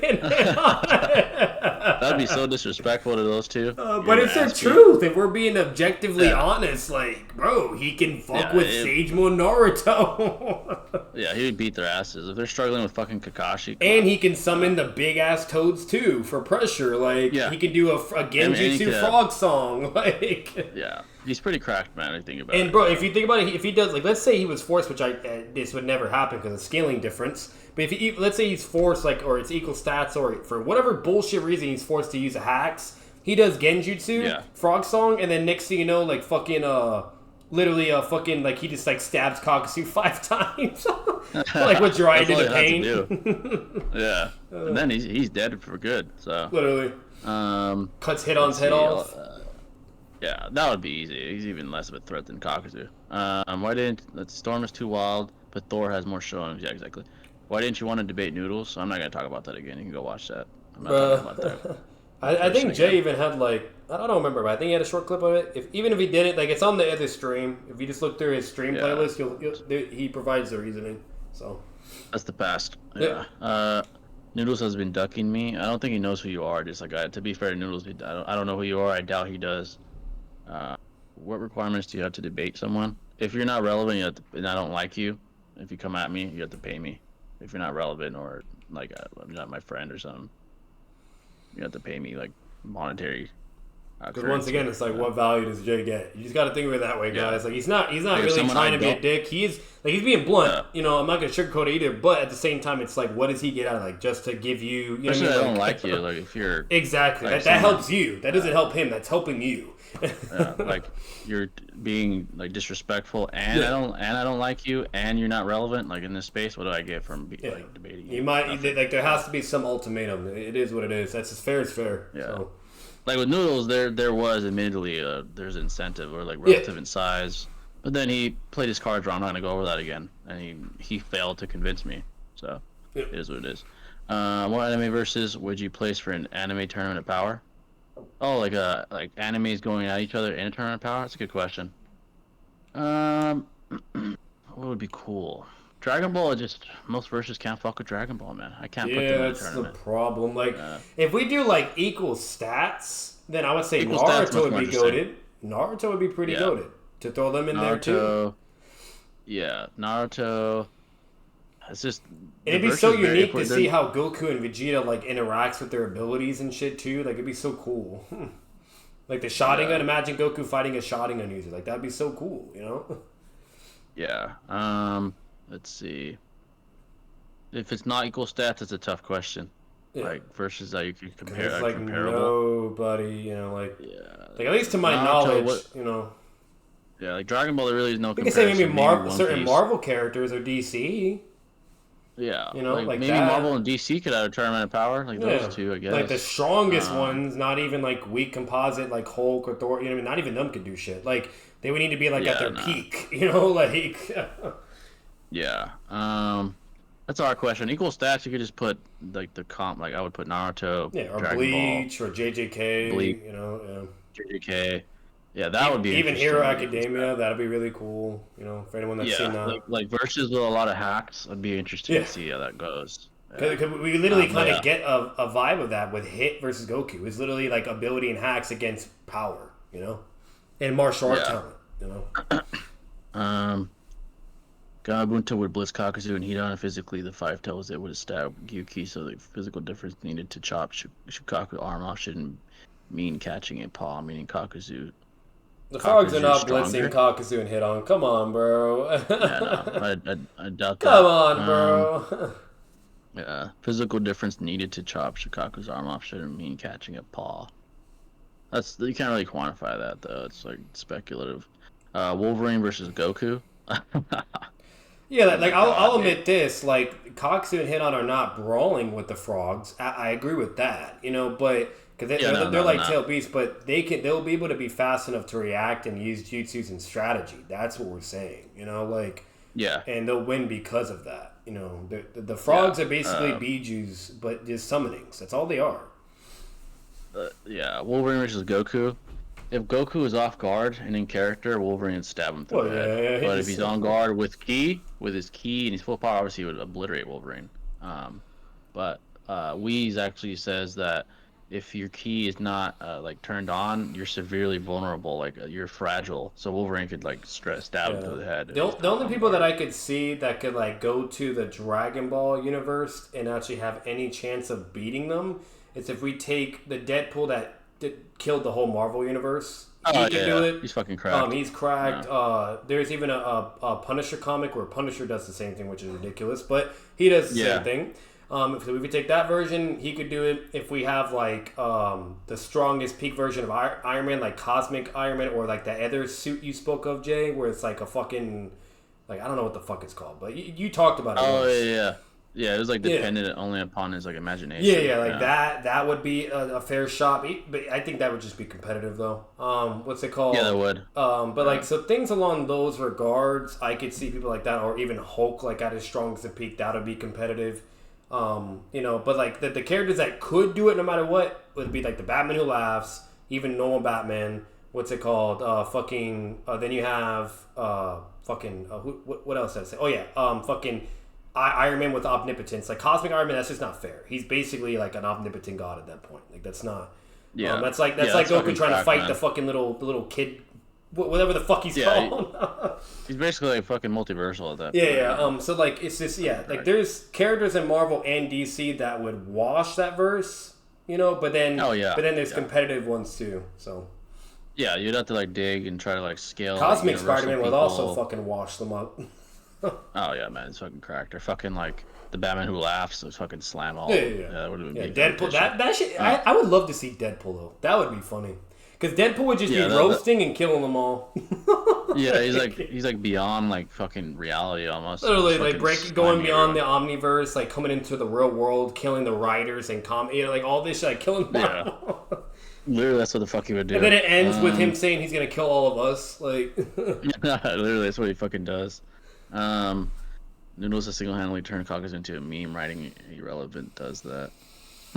oh, it did uh, backfire. I will admit that. Like the whole yeah, it bandwagon and did. train, yeah, sure, it had its moments of shock value, whatever, this and that. But like, it's died off so bad now to where nobody takes it seriously, and everyone just like memes it or trolls them and just like makes fun of Yeah, them. literally. Starlight is the strongest. The boy's character. She made Dibs Homeland. Really? I don't know anything about her. That's not true at Starlight. all. That motherfucker is delusional. I don't know what the fuck. That's like some Yeah. cock to pain shit. You need to relax. I don't know where the fuck you Cosmic got Ghost that from. Rider. Yeah, I need to watch that shit. Cosmic I Ghost could Rider was literally pretty get my cool. girlfriend in here right now and be like, "Hey, babe, does Starlight beat a Homelander?" And she'd be like, "No, what the fuck? Like, what the fuck are you on? You're on crack. You have to be trolling." Yeah, I need to see all She's these cool videos. though. She is a badass and she's strong, but she's nowhere near that level. That's like comparing fucking Desaning to Itachi, Pain, and Minato. Basically, is what I'm getting at with fucking Starlight the Homelander. So Yeah, goddamn. Cosmic Ghost Rider is pretty cool. Yeah, he's pretty dope. not even. I'm over here Not tripping. Not even. Homelander's like literally Madara or Hashirama tier, bro. yeah. Naruto, Itachi, White Mask, Obito versus Edo Madara. If they're alive, if Nagato and Itachi are alive, yeah, the Madara would beat them all. If they're Edos, I mean Madara's an Edo too, Yeah, though. like Itachi, and Naruto, whatever, they'd have relativity in the sense, you know what I mean? But yeah, he's just way stronger, dude. It's Madara, bro. Yeah, You know, he's above all these guys. like, and you can argue like Absolutely. their jutsus and ninjutsu being on a similar level or relative to them as well due to the Minato one shot, but like at the end of the day, it's like they're not like they're approaching it, but they're not there. If that makes sense, they're not there. Yeah, You know. exactly. Yeah, exactly. They're not on that tier. They're Like rare. It's Madara and very Obito's rare. over here scrapping with KCM 2 Naruto and shit, and then Nagato and Itachi are like within the KCM 1 ballpark, basically.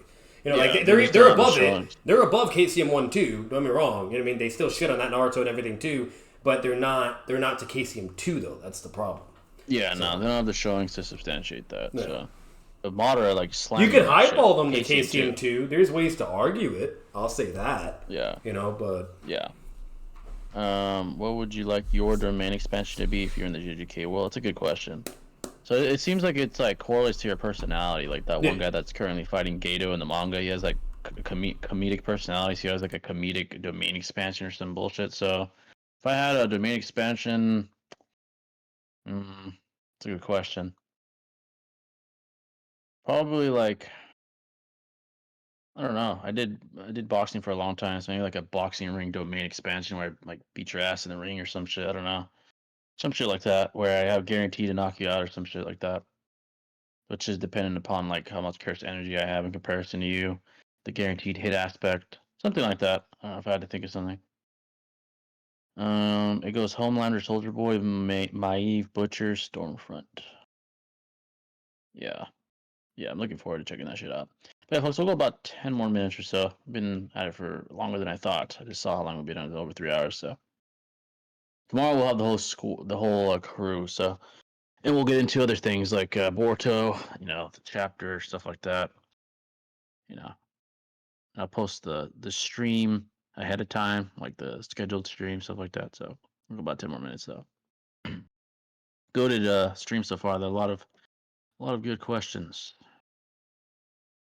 a lot of good conversations, both IRL and anime alike. So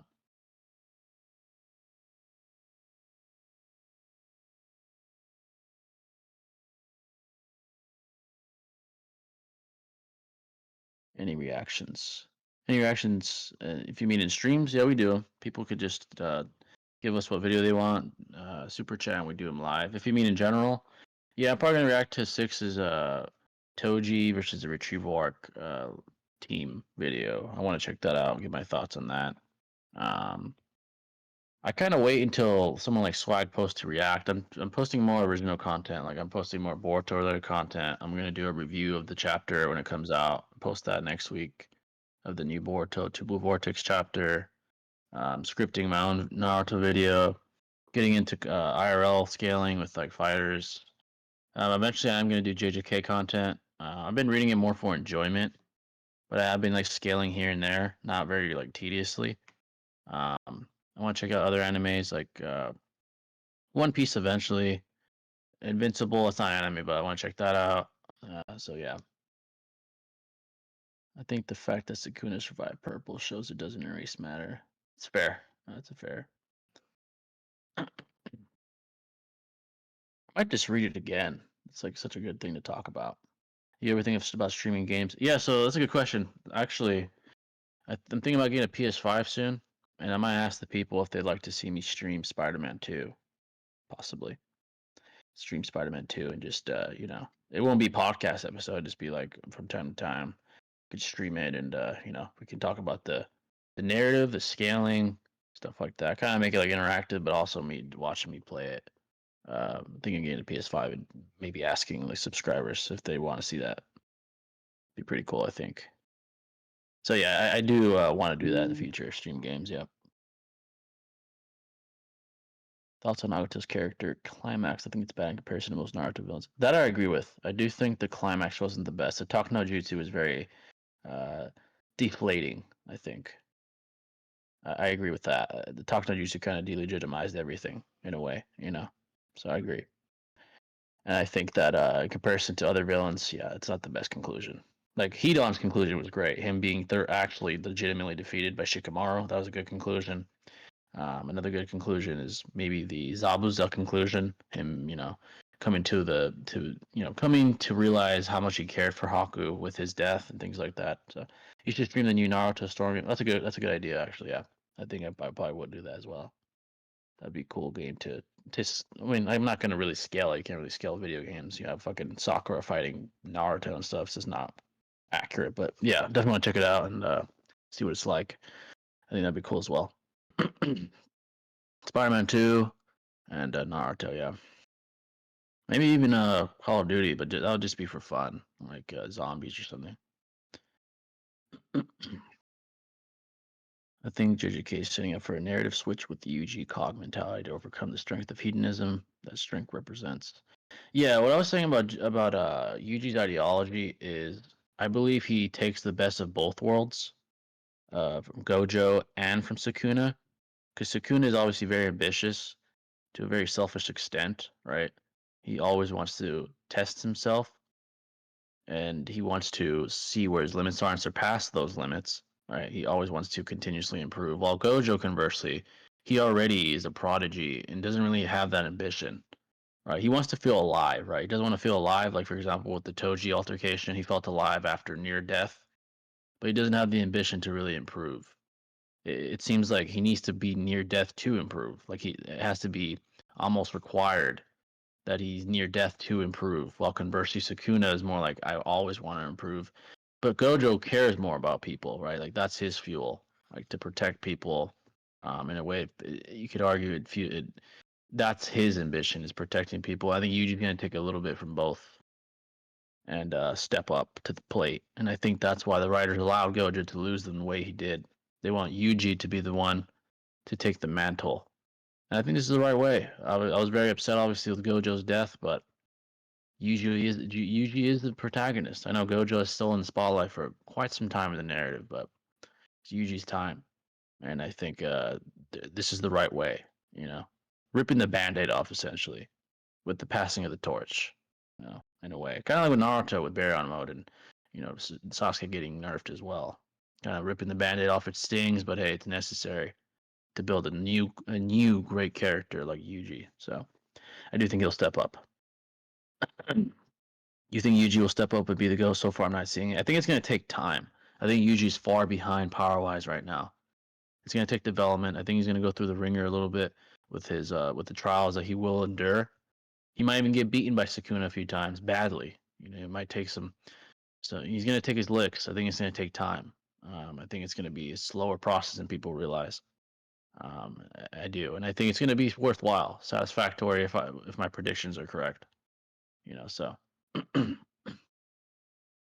Nagato's climax is my whole reason for the war arc over the pain arc. I mean, the war arc did not conclude that well either, though. The Kage is dumbass. To be fair, pain arc, Obito, Naruto, Sasuke, and Itachi all had much better character climaxes, which is the most important thing in the story. It's arguable. I think the ending of the pain arc doesn't negate the greatness that came before it. Like overall, the arc is pretty phenomenal. While the war has more critiques against it, including the climax wasn't the best either. Like, yeah, the Naruto versus Sasuke fight, yeah, but the Kaguya introduction and I would say the sort of rushed pace with like all these shinobi and sort of like even the power scaling inconsistencies, if you're really nitpicking things like that, it doesn't stack up to the pain arc in my opinion.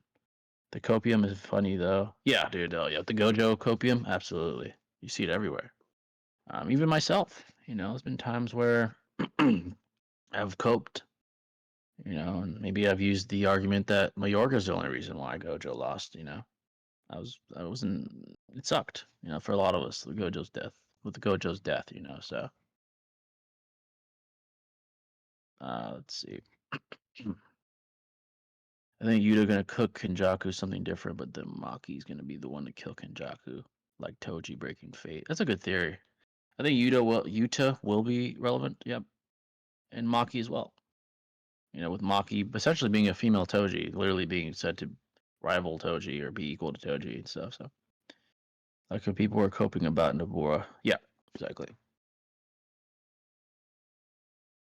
With bias comes coping when the character you're biased for isn't in an advantageous position, right? Like Gojo, Nabura, etc. We cope any way we can,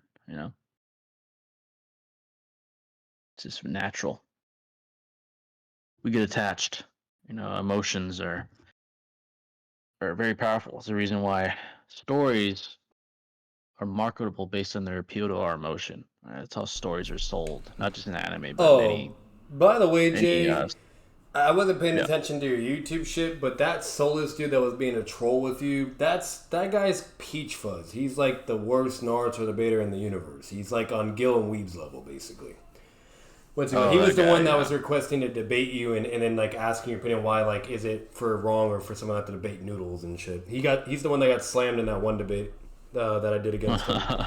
Where he was arguing for Yeah. Sagemo Kabuto against fucking White Mask Obito. It's a good topic, but he's stupid.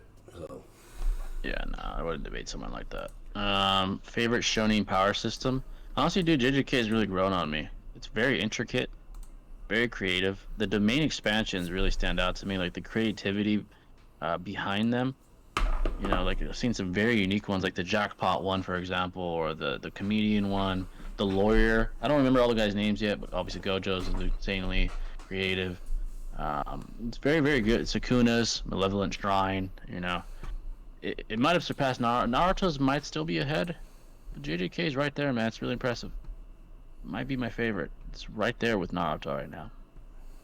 So it's really, really good.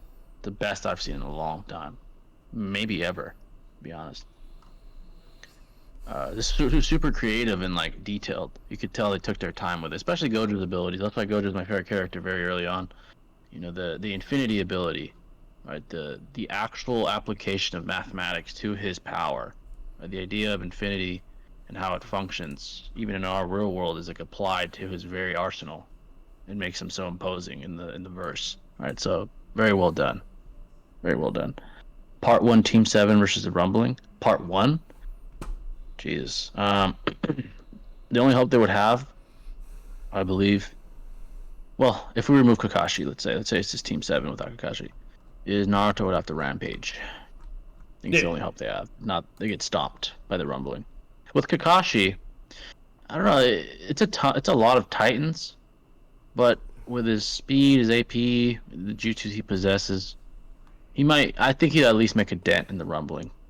At least cut a few heads off. You know, with the Chidori and stuff like that. Um, he'd run through the Rumbling like fucking hot knife through butter with the Chidori. Um, and he's very intelligent. So with Kakashi, they have a chance. Without Kakashi, they almost have zero chance. Naruto would have to go on a rampage of the Nine Tails, basically.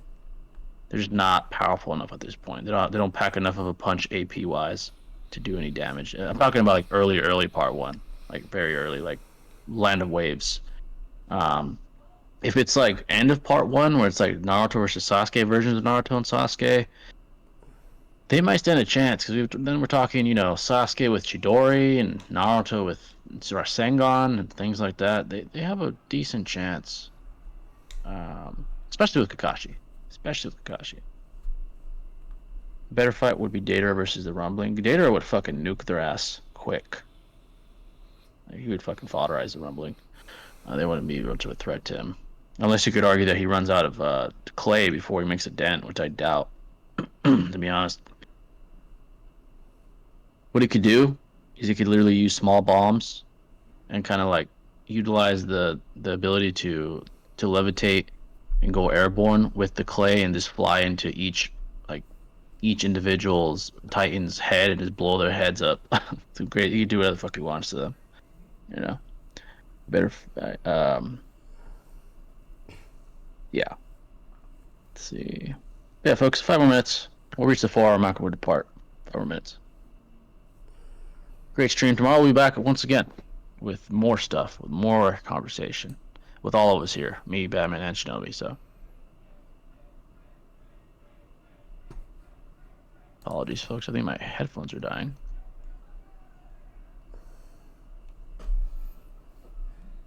Yeah, I'm having there's like a clown on my server that's arguing with multiple people right now because he doesn't. Make sure I still have noise.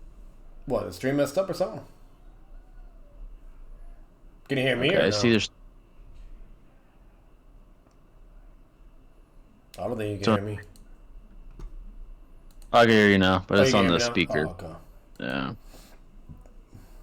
Let me see. Let me see, folks. You probably hear double because my speaker is playing like the audio. Yeah, the stream's still going though. The chat, someone just chatted.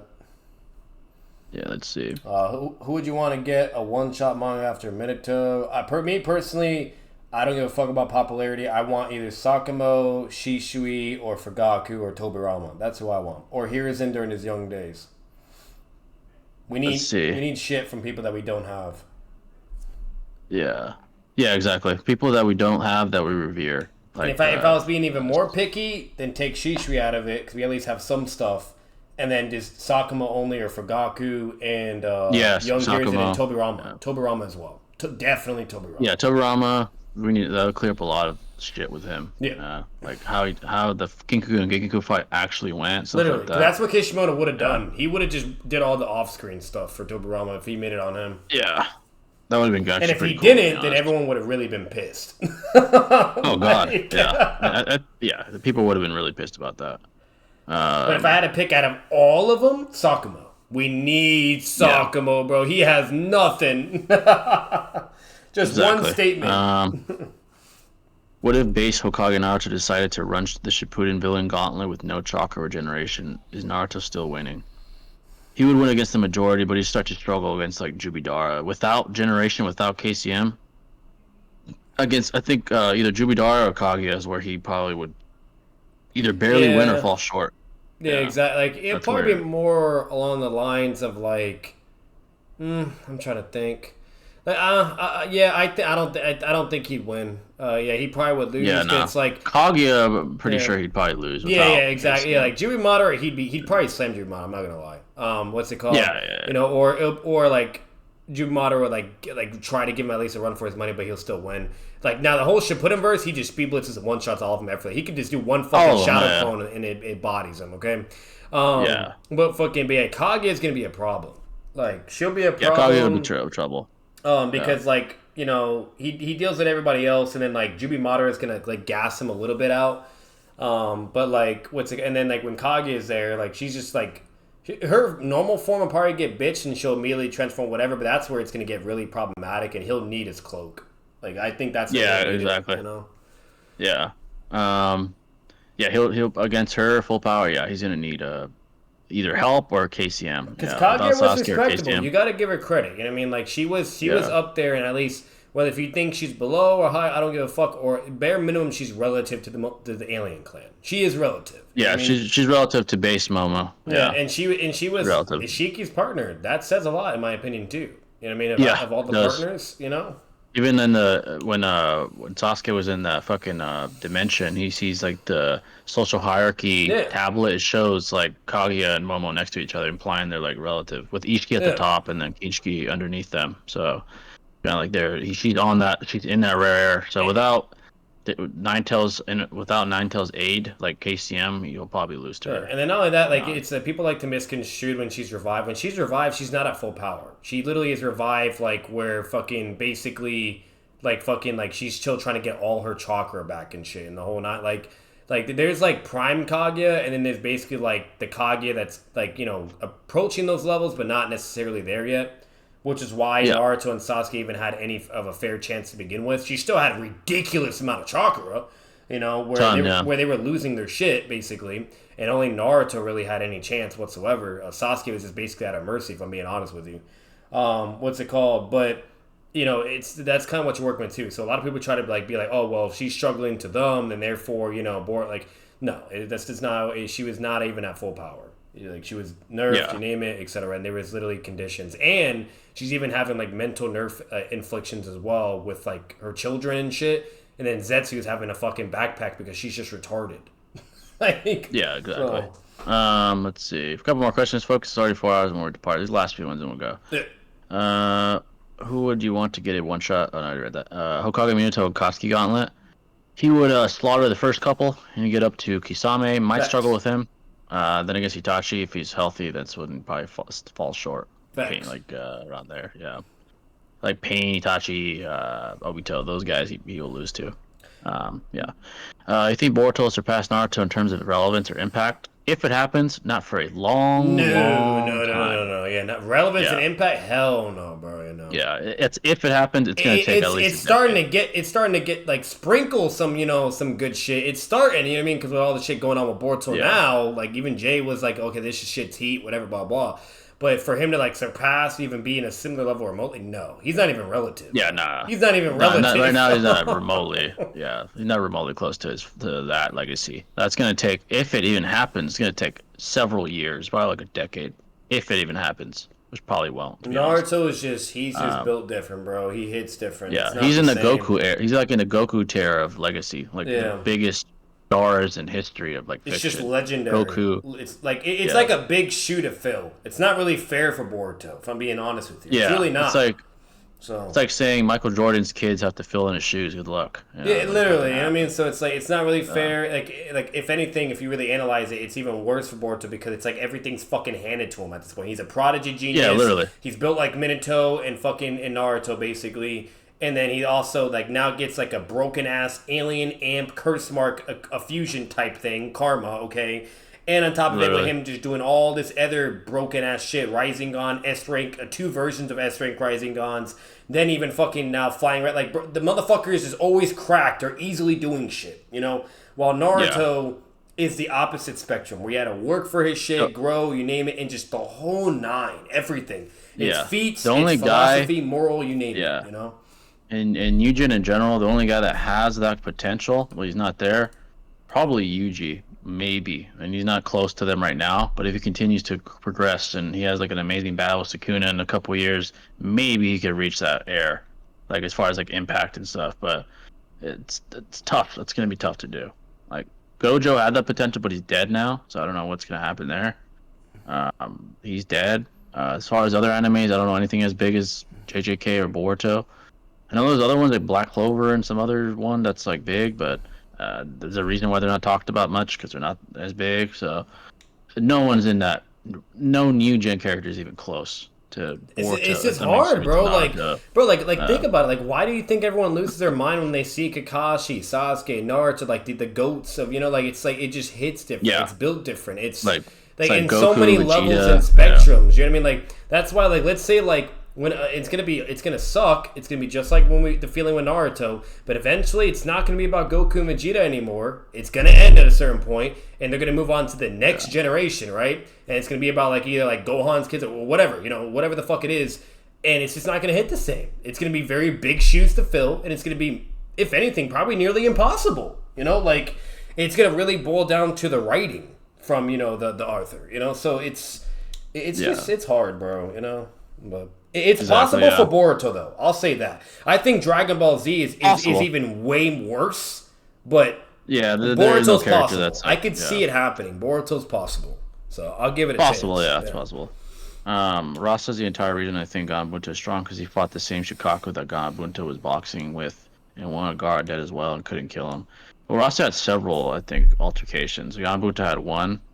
And I mean, Rasa was using hacks jutsu suppression. He's doing what Madara and Hashirama does. He uses fucking hack sand and just suppresses Chicago. He's not beating it up, or fucking or going blow for blow or some bullshit. He's literally just he's just suppressing it. And he does have enough chakra and power to combat against the attacks too. That's even implied in the war arc where he thinks the power of the sand tsunabi that Gaara does is like Shigaku's power. And then he realizes it's actually Gaara, and he's like, "Oh shit, what the fuck? You're as strong as Shigaku? Wow, But so it's I get what you're saying, the power element, but it's mainly suppression.